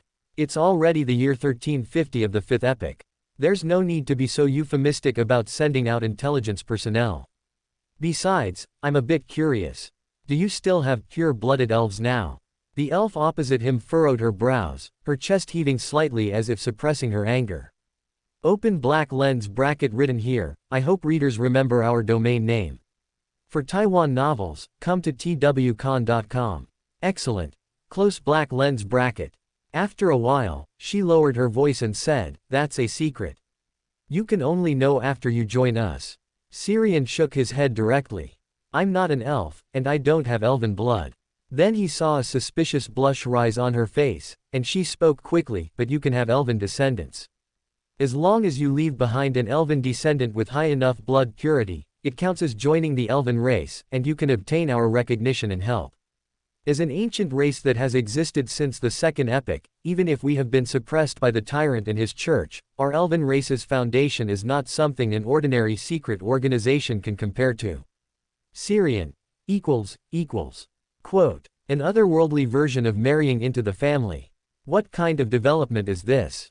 And even if I were to marry in, why would I pass up the sanguine, who have much better conditions, to choose you elves, who only have a few stragglers left? Is it because of your bad tempers, or because you're not as good looking as the sanguine? Pulling his thoughts back, he shook his head at her. Sorry, I'm not interested in you elves. As his words fell, the surrounding wind grew more rapid, whistling as if a storm could break out at any moment. The blush faded from the face of the elf standing across the street. She looked at him in disbelief, circles of wind surrounding her, swirling her cloak and hair. Why? Are you afraid of the Storm Church, or do you look down on our elven race? Syrian tilted his head and looked at her as if she were a fool. You elves have to be so secretive just to step out the door now. How do you expect anyone to think highly of you? As fellow ancient races from the 2nd epoch, the Sanguine are doing much better than you. Even the dragons still have 3 ancient dragons left. Swish, swish, swish. Thin wind blades formed instantly, shooting through the air toward Syrian. The latter clenched his right hand into a fist. The wind blades near him instantly became chaotic, slicing into the surrounding ground and buildings. So irritable. I'm even less interested now. As he spoke, he took a step back. While an illusory book flipped in his eyes, his figure vanished like a fading oil painting. After he vanished, a dense barrage of wind blades swept through, leaving several deep gashes on the cement-paved ground. After returning to the hotel, he leaned back on the sofa, reflecting on tonight's encounter. Why did the elves target me? Is it because of the conflict I showed with the Storm Church? Did they think I'm worth recruiting? But shouldn't recruiting involve giving money, information, or mystical items? What's with marrying an elf and having little elves? Is it because I'm good-looking? And that priestess from the Church of the God of Combat, she should be a priestess, right? Is she an official operative assigned to watch me and prevent me from causing trouble? But her style makes it feel like she's looking forward to me making a big scene here. As his thoughts drifted, his spirituality was suddenly triggered. Then he saw a folded piece of letter paper appear on the table in front of him. He looked around the room but didn't see any sign of a messenger. Edfarna. After waiting for a while without receiving any response, he muttered and beckoned, letting the letter on the table fly into his hand. How did it become just like Bernadette's speedster messenger, coming and going without a trace? After shaking the letter open in front of him, his brow furrowed deeper and deeper. Father has sent another telegram urging us, along with Mother, Beth, and little Thomas, to hurry to Intersea County as soon as possible. Although it's already 1350, the New Year reunion is still essential. If it hadn't been for the previous great smog, we should have left last week. Try your best to return to Backland before tomorrow morning. I've already bought tickets for the steam train tomorrow afternoon. We can't teleport directly there. Father and the others will be waiting to pick us up at the steam train station. I thought that by 1350, we wouldn't need a New Year reunion anymore. I guess I still can't escape it. Talking to himself, he lightly rubbed his fingers together to ignite the letter in his hand. Then he took out a summoning-type harmonica, infused it with spirituality, and played a note. A few seconds later, a grayish-white, withered figure that looked like rotten wood outlined itself before him. Syrian's eyebrows twitched twice. Then he looked down and saw the thick, inseparable shadow beneath Edfarna's feet. Has the erosion of the Chaos Sea on you deepened again? Edfarna nodded slightly and sighed. While in the mirror world earlier, one of my avatars was destroyed by the primordial demoness. She placed a curse on me when I wasn't paying attention. Her curse affected my true body, breaking the delicate balance I've always maintained. Syrian frowned and quickly asked, "Can you resolve it? Do you need my help?" Edfarna nodded gently. "I can. I've already established a new balance. I just need some time to rest and recover to my previous state." "That's good then." Syrian breathed a sigh of relief. Edfarna had suffered the curse because she helped him seize that conqueror characteristic. If something happened to her because of this, he would be 90% responsible. After a pause, he asked somewhat hesitantly, "I need to separate an avatar. Will this affect your current state?" "No." Edfarna shook her head slightly, then extended a finger to press against his forehead. "Relax. Don't resist." Syrian stood quietly, suppressing his thoughts. Memories surfaced in his mind, becoming clearer and clearer, until a second version of himself appeared before his eyes. "It's done. I assume you won't need to send yourself as a letter this time." "Of course not." Syrian shook his head with a dry laugh. As soon as he finished speaking, Edfarna's figure quickly faded and vanished before his eyes. After watching her leave, he took out a gold horn and divined Edfarna's state. After confirming that she really hadn't lost control and showed no signs of doing so, he felt relieved. Then he looked at the other version of himself in front of him, the illusory book in his eyes flipping. Brilliant starlight lit up around him, circling rapidly and weaving together an illusory door covered in mysterious patterns and symbols. By the time he sent the avatar separated with Edfarna's help back to Backland and returned to Sonia Island, it was already the early hours of the morning. He yawned, took off his coat, and lay down on the bed to fall into a deep sleep. In a daze, he fell into that sleep paralysis-like dream again, as if stuck in a dark quagmire, unable to escape no matter how he struggled. Until the piercing sunlight shone down, waking him from his slumber. He sat up abruptly in bed, panting heavily. That's the second time. What exactly is this dream? After gathering his thoughts and calming his breathing, he rolled out of bed and took out the glass crystal ball from his coat pocket. After several attempts at astrology and divination, he frowned and tossed the crystal ball aside. "I can't divine anything. Should I ask Adam?" After a few seconds of silence, he didn't hear Adam's voice or feel any changes around him. Realizing Adam didn't want to provide a direct answer or hint, he got up and left the room. A short while later, he returned with breakfast. He happened to see a portrait without any markings being blown in through the window, landing on the floor by his feet. After a moment of silence, he picked up the portrait, glanced at it, and after memorizing it, shook his wrist to ignite it. Having done this, he went to the window and happened to see that priestess from the Church of the God of Combat looking this way from the window opposite. 66. Quote, after labeling Cheryl as unreliable, he turned away expressionlessly and enjoyed his breakfast in the room. At Pier 13 of Golden Fishing Port, a hybrid-powered sailing ship slowly docked at the shore.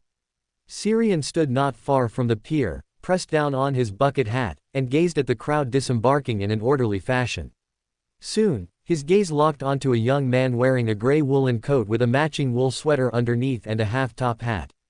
His appearance was 70 to 80% similar to the person in the portrait blown into his room that morning, and he carried a natural sense of majesty that was quite approachable. A judge, huh? Immediately after, he turned his gaze to the people around the man. After looking around, he found that the man seemed to have come to Sonia Island alone. There was no one around who looked like a companion. Interesting. It seems he's using a hidden identity to sneak onto Sonia Island for personal matters. After whispering this, he pulled down the brim of his hat and turned to leave. While passing several young people gathered together, he took out a crystal ball containing a sealed eye. A brilliant starlight flickered within the azure eye in the crystal ball. Then, he reached into the void, pulled out an illusory hat, and placed it on his head. His figure vanished along with it, hiding all traces. The young man in the gray coat, carrying a dark brown leather briefcase, frowned and looked back, carefully scrutinizing everyone. Was it an illusion? After a moment, he withdrew his gaze and continued forward. After following the man through several twists and turns while hidden, Xiang found himself at the Frostwhite Wind bar he had visited the previous night. For some reason, he thought of that elf from last night. Cheryl's assassination list certainly wasn't given randomly. Could it be related to the elven race? Whispering to himself, he followed the man straight to the bar's back door, passed through a somewhat dim alleyway, and after several more turns, arrived at another bar that wasn't very popular.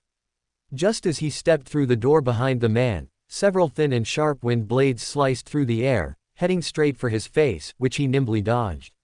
A flash of astonishment crossed the gray-coated man's eyes, but he reacted quickly.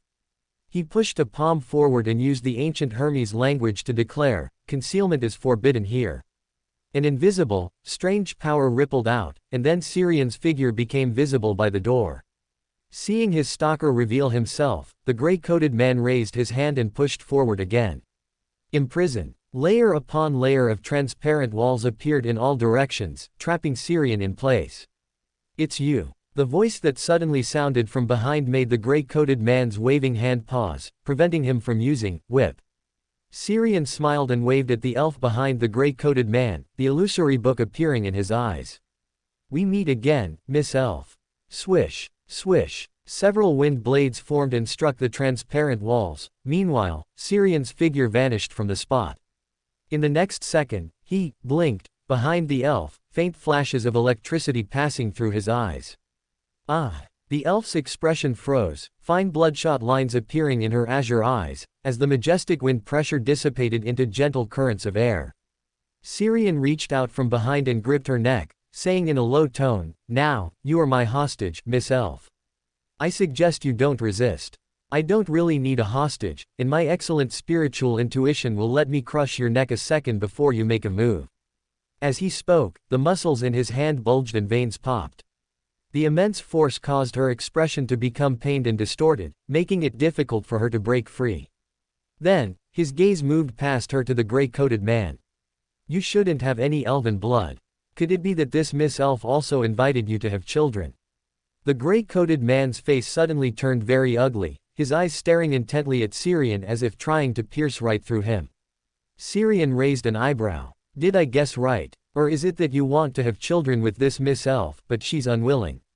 The gray-coated man's expression twisted, and then he cursed loudly as if his defenses had broken. "You son of a bitch. How dare an ugly toad touch a noble swan? Get your filthy hands off Olivia right now." Amidst the malicious cursing, Xiang suddenly felt a daze. His heart began to pound rapidly, and a wave of nausea surged up his throat, causing the strength in his hand to loosen unconsciously.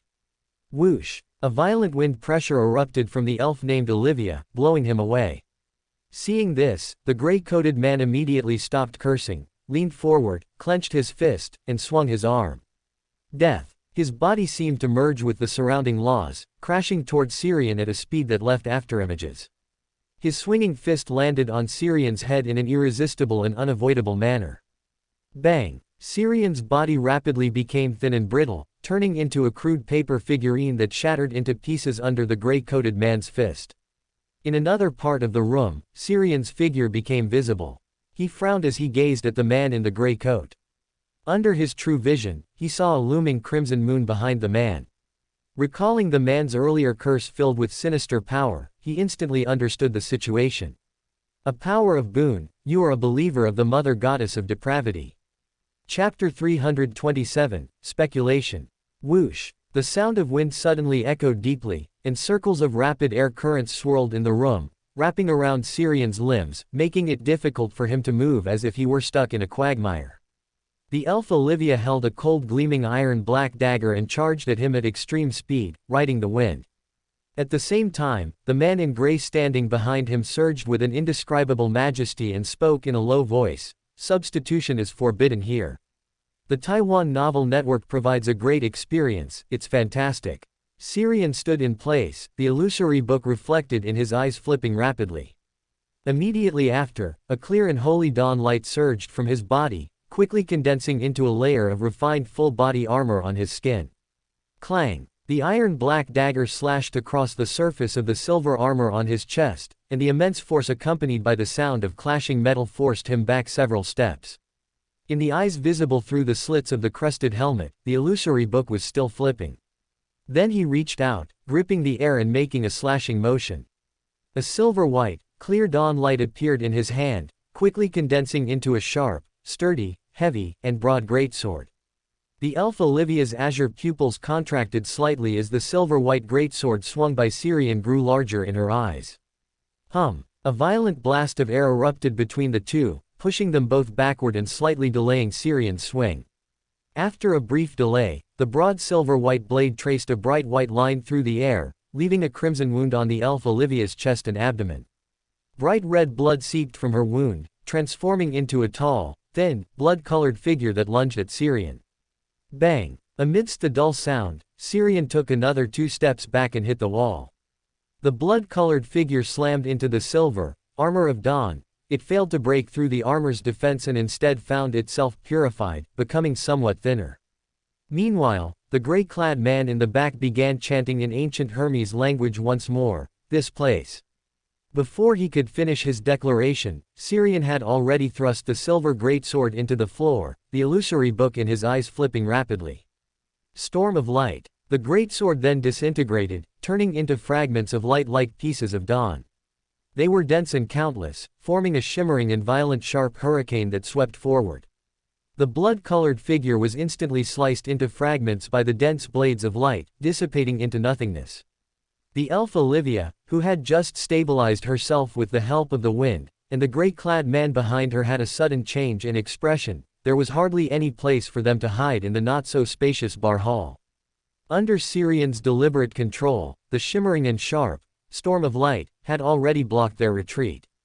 Bright and warm flames, like spring sunshine, suddenly ignited on the gray-clad man.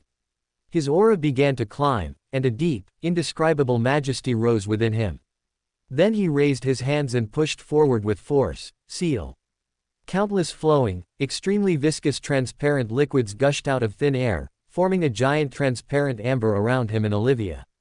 The moment the giant amber formed, the shimmering and violent sharp hurricane collided with it, erupting into the ear-piercing sound of countless blades scraping across glass. Dense scratches appeared on the giant transparent amber. It vibrated and shook continuously, but it did not break. After a few breaths, the storm of light, shimmering with sharp silver light, dissipated. The giant amber, covered in dense cracks from the cutting, disintegrated silently, revealing the pale-faced gray-clad man and the elf Olivia behind it, both covered in shallow and deep cuts. He had just strengthened his abilities by burning his life force, yet he still hadn't completely withstood the impact of the storm of light, leaving him with many non-fatal wounds. "I need to replenish my life force," he whispered, panting heavily. As he finished, black flames, flaunting an unmasked evil, ignited on the elf Olivia, who was standing in front of him and about to voice her concern. Like leeches sensing blood, they clung tightly to Olivia's body, burning her life and draining her energy. Bright red blood continuously seeped from her wounds, spilling into the air before turning into tall, thin, blood-colored figures. The blood-colored figures clung tightly to her, restricting her movements while continuously absorbing her blood to make themselves more distinct. "What do you want to do?" Her face turned deathly pale as her stamina, blood, and life force rapidly drained away, and her body grew weak. While she struggled to question him, circles of high-speed rotating wind formed around her, attempting to push away the black flames and blood-colored figures clinging to her. PFF'd. A hand covered in deep wrinkles, with pointed fingertips like embedded wooden thorns, thrust into her body from behind. The tearing pain from her back made her body stiffen and tremble instinctively. The newly formed gales and wind blades instantly collapsed. At the same time, a deep fear spread in her heart. The black flames on her burned even more fiercely, and the blood-colored figures became clearer.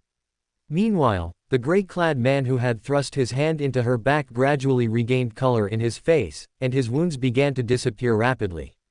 In the next second, bright flames like spring sunshine ignited on him once more. The man appeared as if he were an envoy of spring and life, clear, holy, and possessing a natural majesty and affinity. He looked at Syrian with a gentle gaze, like a kind mother or father, and swung his right fist while his lips moved slightly. Death. A blurry afterimage, bearing a 50% resemblance to the gray-clad man, appeared out of thin air in front of Syrian and threw a punch in an irresistible and unavoidable manner.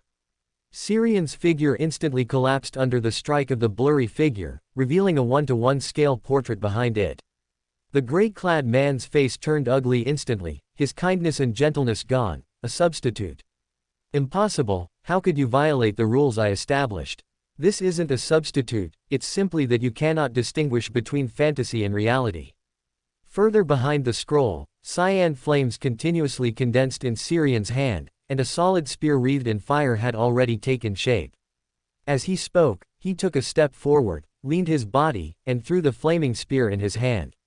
The gray-clad man's pupils contracted, he felt a genuine threat of death like never before. Seal. In front of him, layer after layer of transparent walls appeared out of thin air, only to silently melt and shatter, breached by the cyan flaming spear carrying terrifying heat and power.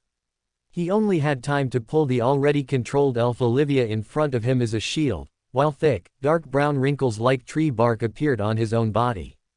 Boom. In an explosion more violent than high explosives, waves of crimson, pale blue, and cyan fire rippled out. Carrying terrifying impact and temperature, they flipped floorboards and chairs, shattered the ceiling, and tore through the walls. Syrian was pushed against the wall by the rippling fire waves, and dense cracks appeared on his armor of dawn. Phew, good thing I had the foresight to put on a layer of armor of dawn. Using the War Bishop ability in a narrow space is quite thrilling. He paused, then raised his hand and snapped his fingers, creating a gust of wind. The wailing, restless air currents blew the heat waves and flames in the opposite direction. In the center of the bar, where the action had been, there was now a charred pit nearly 10 meters in diameter with obvious signs of carbonization. The elf, who had been used as a blood bag by her companion, and the mother goddess of depravity, believer had completely vanished, seemingly reduced to nothing under the violent strike. After waiting a few seconds, Syrian saw azure and silver specks of light precipitating from the air above the charred pit, slowly aggregating. Mixed within were traces of deep black, they surfaced briefly and then quickly dissipated naturally. Hum. Amidst a hum that sounded like the vibration of a blade, a pool of flowing silver liquid metal descended from the sky. They spread out into a large expanse of viscous, heavy mercury. After extinguishing the surrounding flames, they quickly regrouped, condensing into a man wearing a silver robe with a gentle temperament, looking like a kind elder.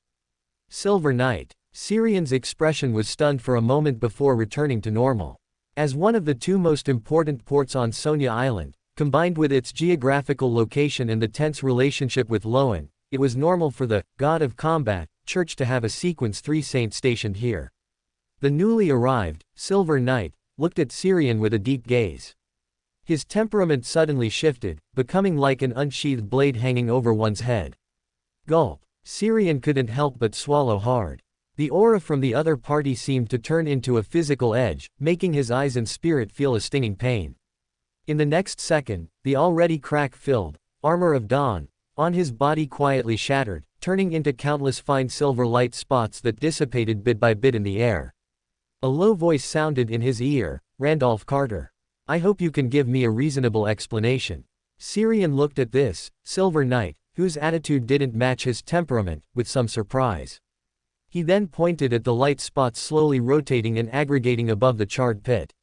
I was cleaning up, well, the believers and the bestowed of that great mother. Not the Earth Mother, but the great mother who has been influencing her, a terrifying evil god. I can't say more, but you can pray to the great god of nights. I believe he will provide an answer. The Silver Knight frowned slightly, looking in the direction he pointed at the azure and silver light spots mixed with deep black. A complex dark green symbol appeared in his eyes. After a brief gaze, he withdrew his look and turned back to Syrian. There is an aura of extreme evil, but it is dissipating rapidly. He paused and added, you made too much of a commotion.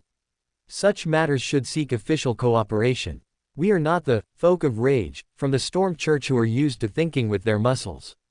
In reasonable circumstances, even for wanted adventurers or bounty hunters, we would provide help and cooperation. Syrian was somewhat surprised by the other's attitude, then smiled and nodded, all right, definitely next time. Just as he finished speaking, he sensed something and turned his head, seeing a flaming spear, crimson and glowing with white heat, shooting in from the distant sky. Boom! The flaming spear plunged into the ground, kicking up a cloud of dust before splitting into streams of pale yellow and white fire.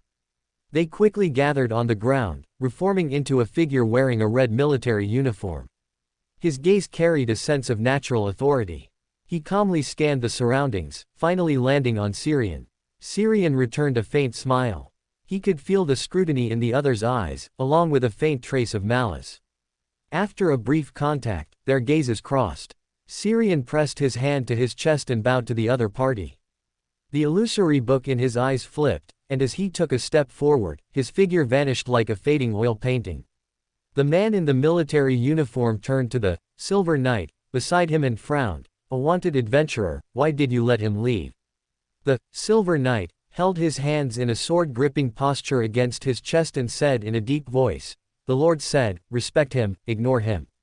7. The pupils in the military uniformed man's light brown eyes contracted. This is an oracle.